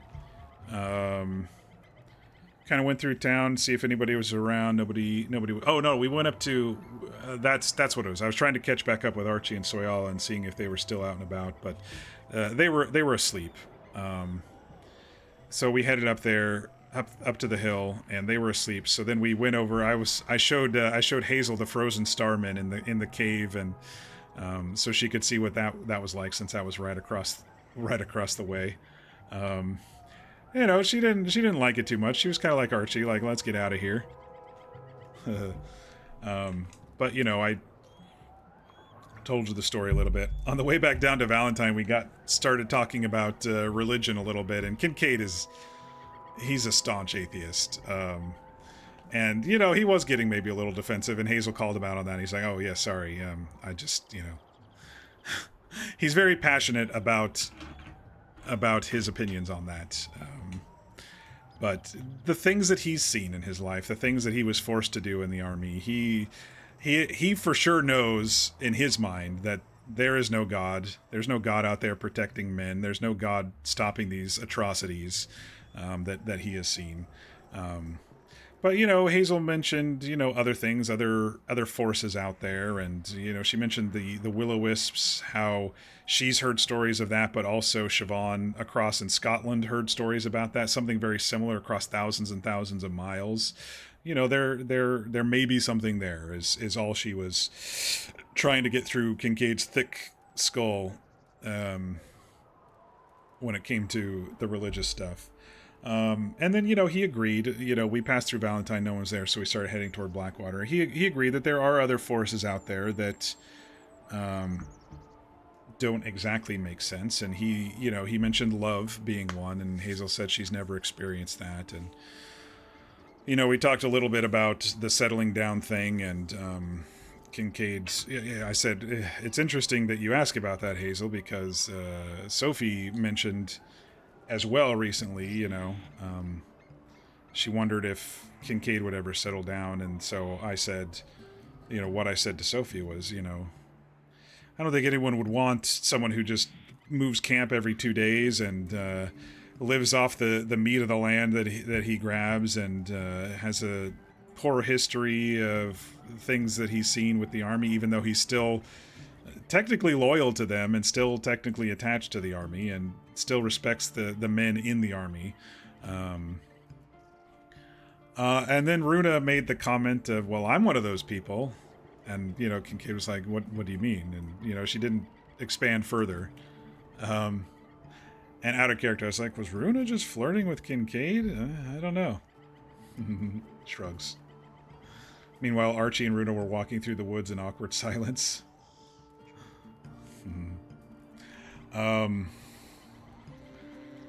So we got into... Oh, no, before we went to Blackwater... Oh, we didn't really actually go into Blackwater, did we?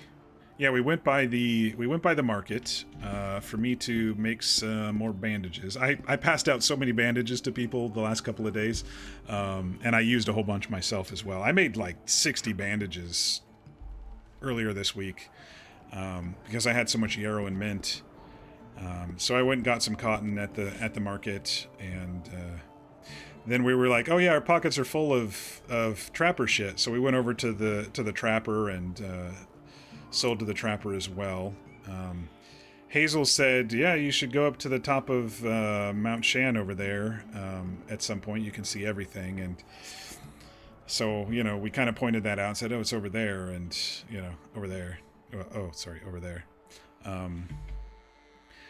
The problem is, and this is a little bit of a spoiler alert, I'm going to try to avoid Kincaid going to places that Chet may possibly send us to, which is one of the reasons why I'm keeping my camp specifically in the areas that he sends us to, so I just kind of explore the areas that he sends us to. I did mention very early on in these streams that I did want to kind of make the map a character in Kincaid's story, and I feel I'm slowly effectively doing that. In our own way, in our own story, without, there might be actual other lore on this server, but, this is Chet's lore, and so we're following Chet's story. So he can say that the statues or whatever, he can say that the laboratory is whatever, and that's Chet's story. But, even when we were on the trail walk up there in the mountains, I was like, I wonder if we're gonna, maybe pass by an area that I may eventually want to bring the Chet expeditions to. So, there are some locations that I have edited because we have gone there already, but I've also thought of others that we could do. So, like I said, spoiler alert.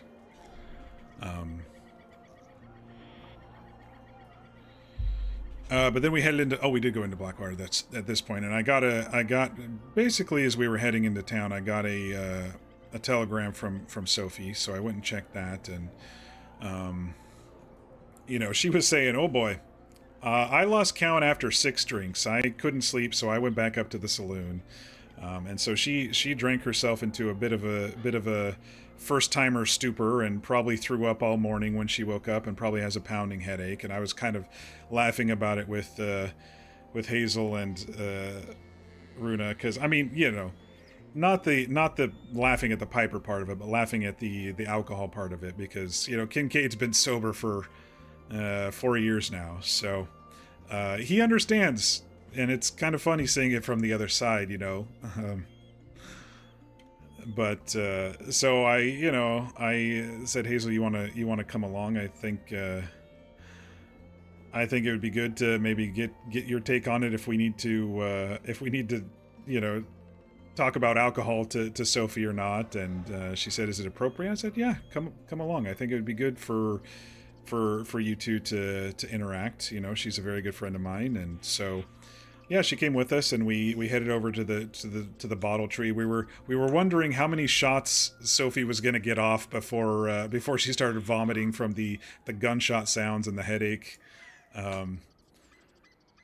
But we got up there, and Hazel had to pee, so I would quickly brief Sophie that Hazel was there, and thinking maybe it'd be good for them to be around each other for the next little bit.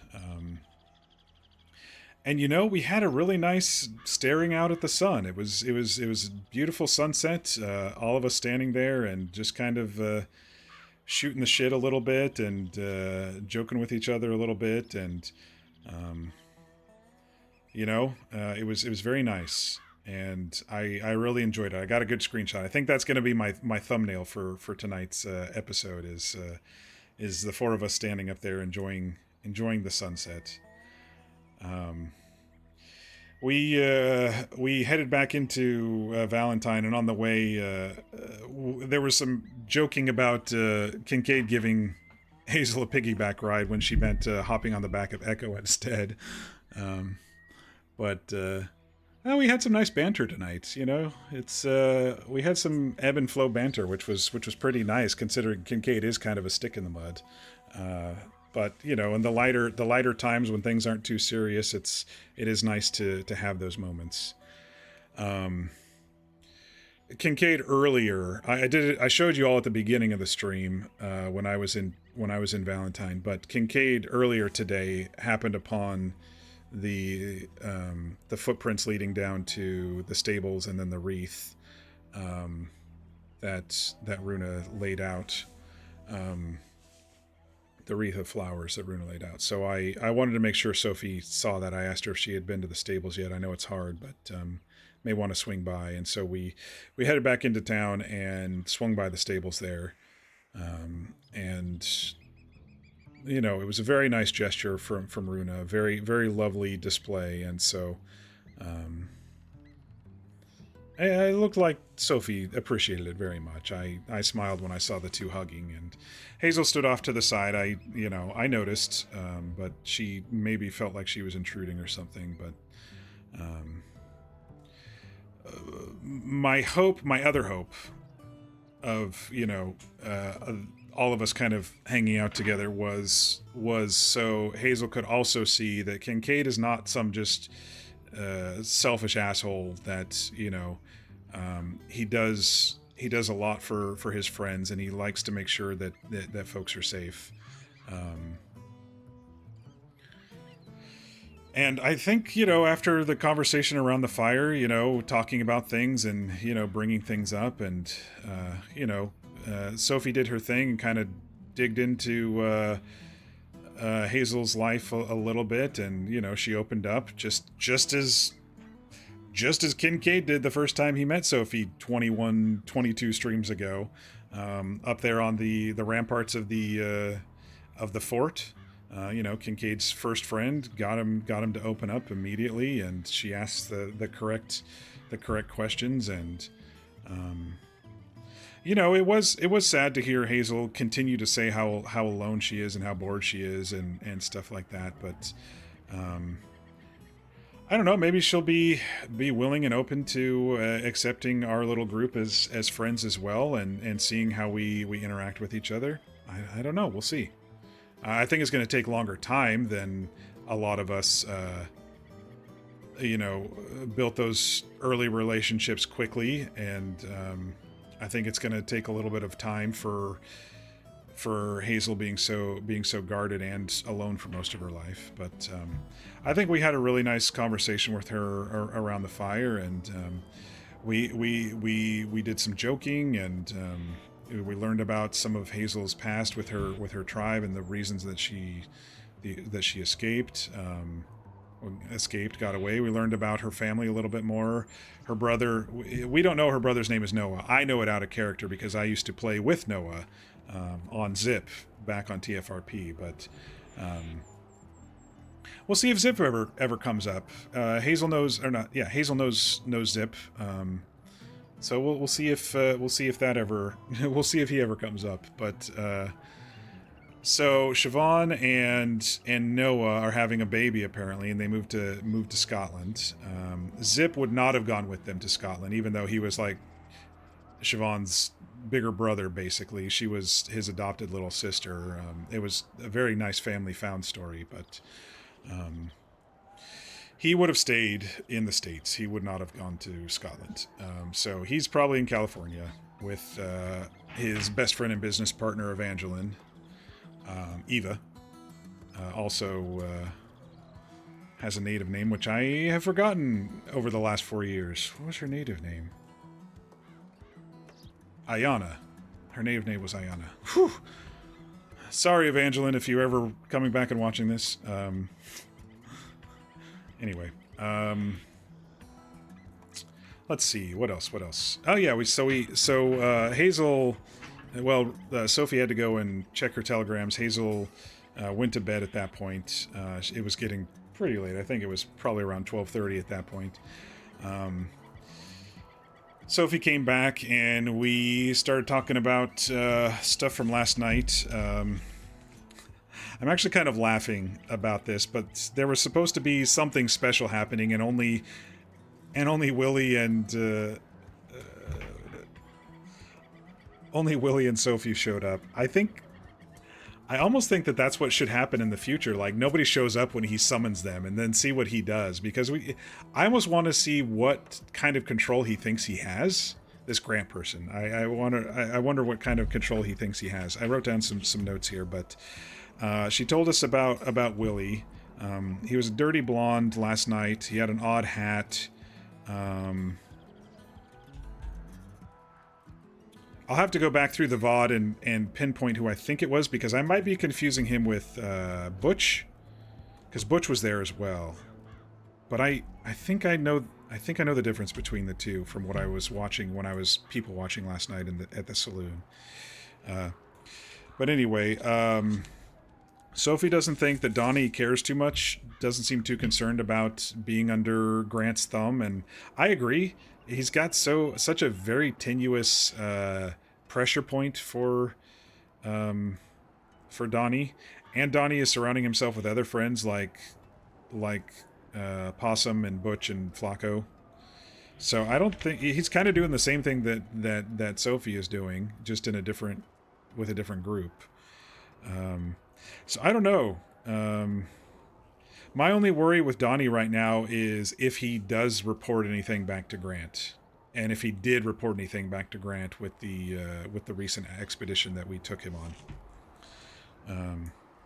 But Willie is measured, supposedly good at breaking things. He is stationed in Flatneck Station and maybe at that little chicken farm behind it.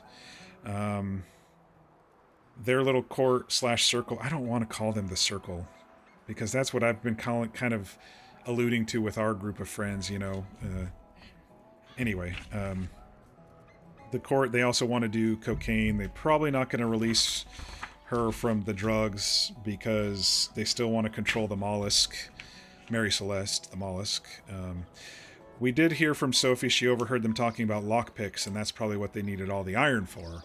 And that makes sense. I don't know mechanically what that is on the server, but I assume lockpicking registers and whatever crim mechanics they have on the server. I have no idea. So I assume that's what they're wanting it for. So that's interesting. What else did I write down? That was mostly it. I think we got most of the gist of the conversation. I told Sophie about the coincidence. Hazel pretty much thinks that whoever is doing the well, she knows who's doing the drugs in Blackwater, and I asked her, like, did they try to because she said they tried to get her to maybe be interested in it. And I said, did they try to get dirt on you, or did they try to force you, or were they aggressive with you? And she said, no, not at all. They just basically said, okay, and, you know, walked away. And so she's kind of kept a casual distance from the whole thing. And that does not sound like Grant at all. And so I assured, well, at least to Kincaid, it doesn't sound like Grant at all. So I assured Sophie that it was a coincidence that Angel, they were talking about angels and stuff. You know, this whole flight and angels and stuff, there's really a lot of it floating around right now. Apparently there's some stuff in Armadillo, there's the Starman, there's the cave etching, or not the cave etching, the rock etching over at the rock where I was staying over there. There was that thing about Armadillo that was in the weird Cage Gator house. Yeah, there's kind of a lot of weird flying coincidence type things going on right now. But speaking of cocaine, I did see in Saint Denis near the barber shop there was a mention of a white powder that someone that was wearing, a woman that had red hair and wearing green was selling. There's not as, you know, it's really funny. Usually on RP servers, there's a lot of redheaded women on them, and I sometimes get them mixed up when I first get to know them. But on this server, there's not as many. You know, there's not as many redheaded women on this server, and so I think it would stand out if you know, if someone is like that. But you know, this is stuff that we see and kind of don't care about, but you know, Runa has been kind of telling the law stuff here and there, which is you know, which is her choice. But you know, it's things to note. It's not things to keep, but things to note, or things to follow up on. And then yeah, we talked about Annalise and, you know, her stipulations. I don't know about Tom and drugs. Shit. Well, this is going to be a loud ending of the stream, isn't it?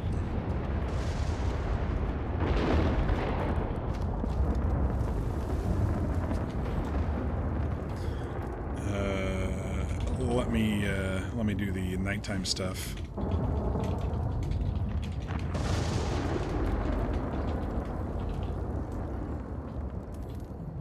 We'll switch to this, and we'll quit out because it's going to be really loud.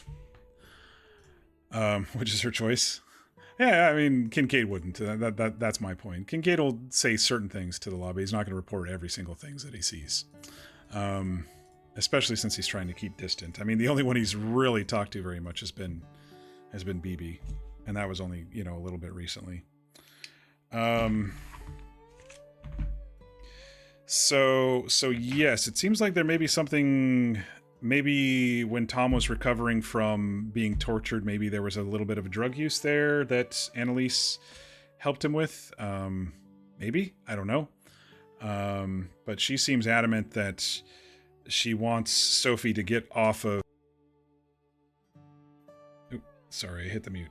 Getting Sophie off of doing that sort of thing. Which I agree with. I think it would be best for Sophie to be away from that group as much as possible, but for now she's going to have to go through the motions, especially now that it seems like Willie is a man of action, and it didn't seem like Grant was as much of a man of action. Yes, he shot her horse, but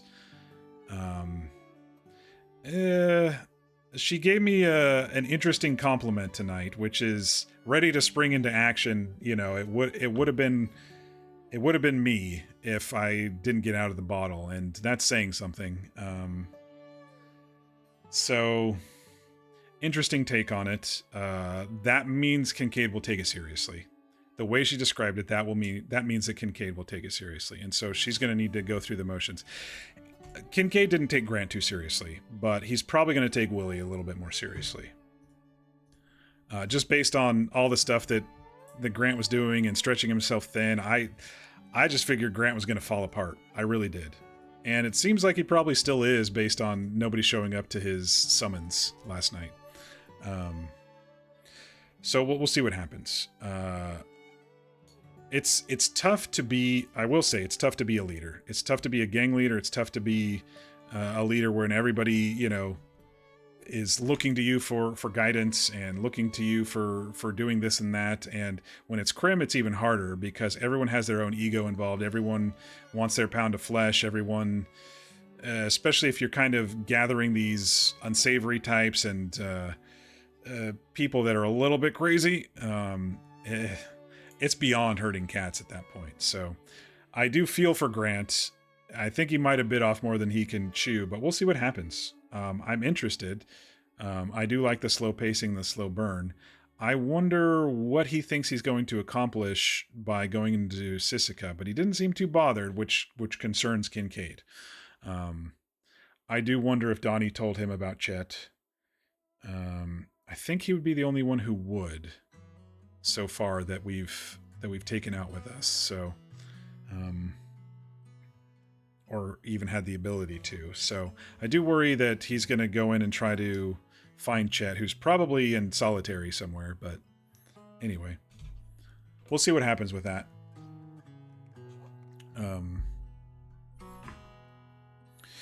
Then we discussed Hazel a little bit. We said, we are pretty sad with her loneliness. Hopefully she'll be open to, wanting to be friends. And I think at minimum right now, what we need to do is we just need to hang out with her more. So that she can see what type of people we are and see if she wants to attach herself to that type of people. I don't want to say she seemed jealous that, we were having these private talks, but she was noticing these private talks and she was saying, I don't have that. We know, she knows that something's going on because she's seen some of these private talks around town a little bit. So I feel the best first step with Hazel, especially after my missteps, is to make an effort to hang out with her. Which is what we should have done to begin with, but I was worried about Angel, and anyway, I got too fixated, probably. But anyway. What else? We said maybe we can convince her if not much is going on in Blackwater, maybe we can convince her to come over here. But she seems to say the business is going pretty well. I don't know where people are RPing as much anymore. I haven't seen the hubs as much when 20 or 30 people are on. There used to be a whole pile of people coming into St. Denis and then Blackwater, and that was it. And now we've kind of moved out to the north, and we kind of did our own thing for a couple of weeks up in the sticks, and then we've kind of settled into the Valentine area and kind of developed the RP in the Valentine area, and so the server is spreading out, which I prefer, by the way, as a player. I prefer when the server spreads out, but I don't like it when they silo and then just move the silo, if that makes sense. So yeah.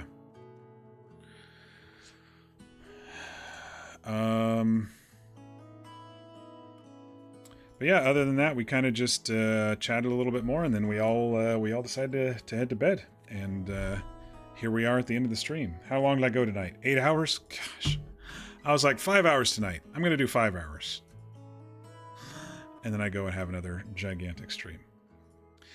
But yes, we're going to call it here. Schedule-wise, look for me tomorrow at the normal time, which is around 5:30 Pacific start time in the evening.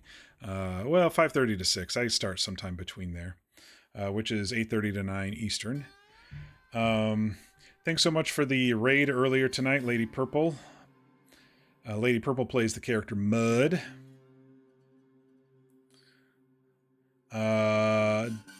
Desperati, who plays Donnie, thank you for the follow. Oh yeah, I did mention I'll do it alone. You taught me how to track. Yeah.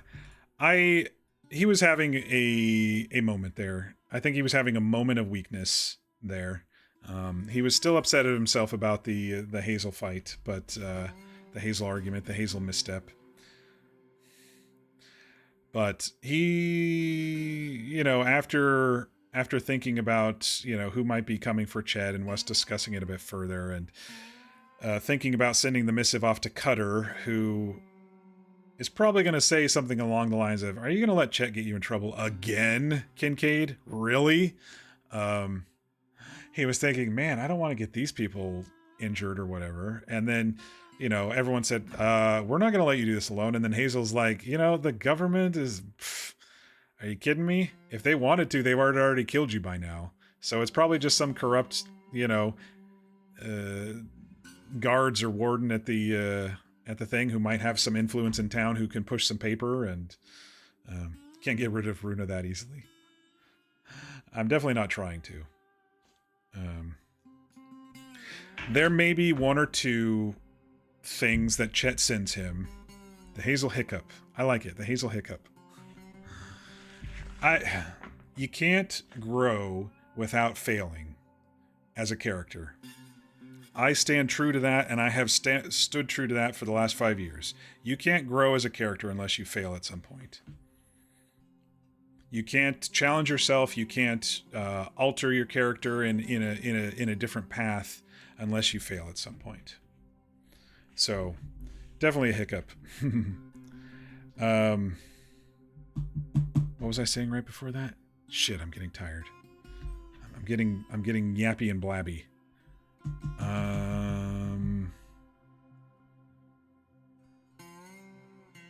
Oh, yes, no, I already said that.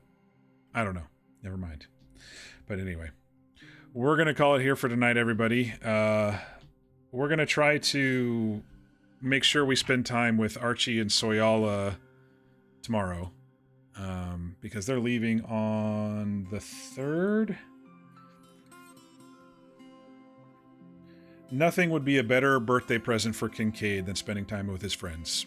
And so that's the plan for tomorrow. We're going to try to avoid any of the drama, any of the whatnot. Just to chill with friends tomorrow. Sophie had a great idea of, let's not go into the cave. Let's not do that. I'm like, yeah, it's still going to be there, isn't it? Let's get all the information. Let's mark the Schmidt conversation off the list before we pull Archie and Soyala back into the cave. I don't think Soyala went in with us originally. I don't think she was with us on that outing.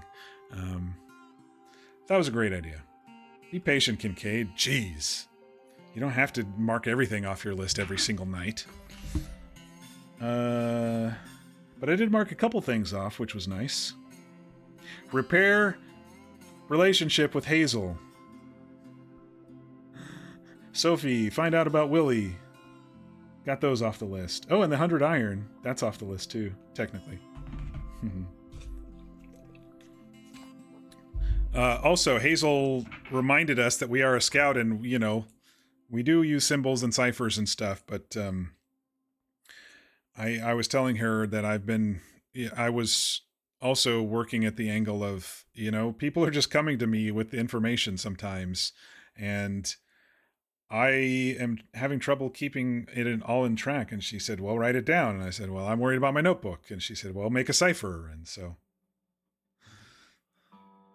repair relations with Hazel. Runa helped. She definitely helped. And I mean, Kincaid can only say thank you so many times, but he is very appreciative.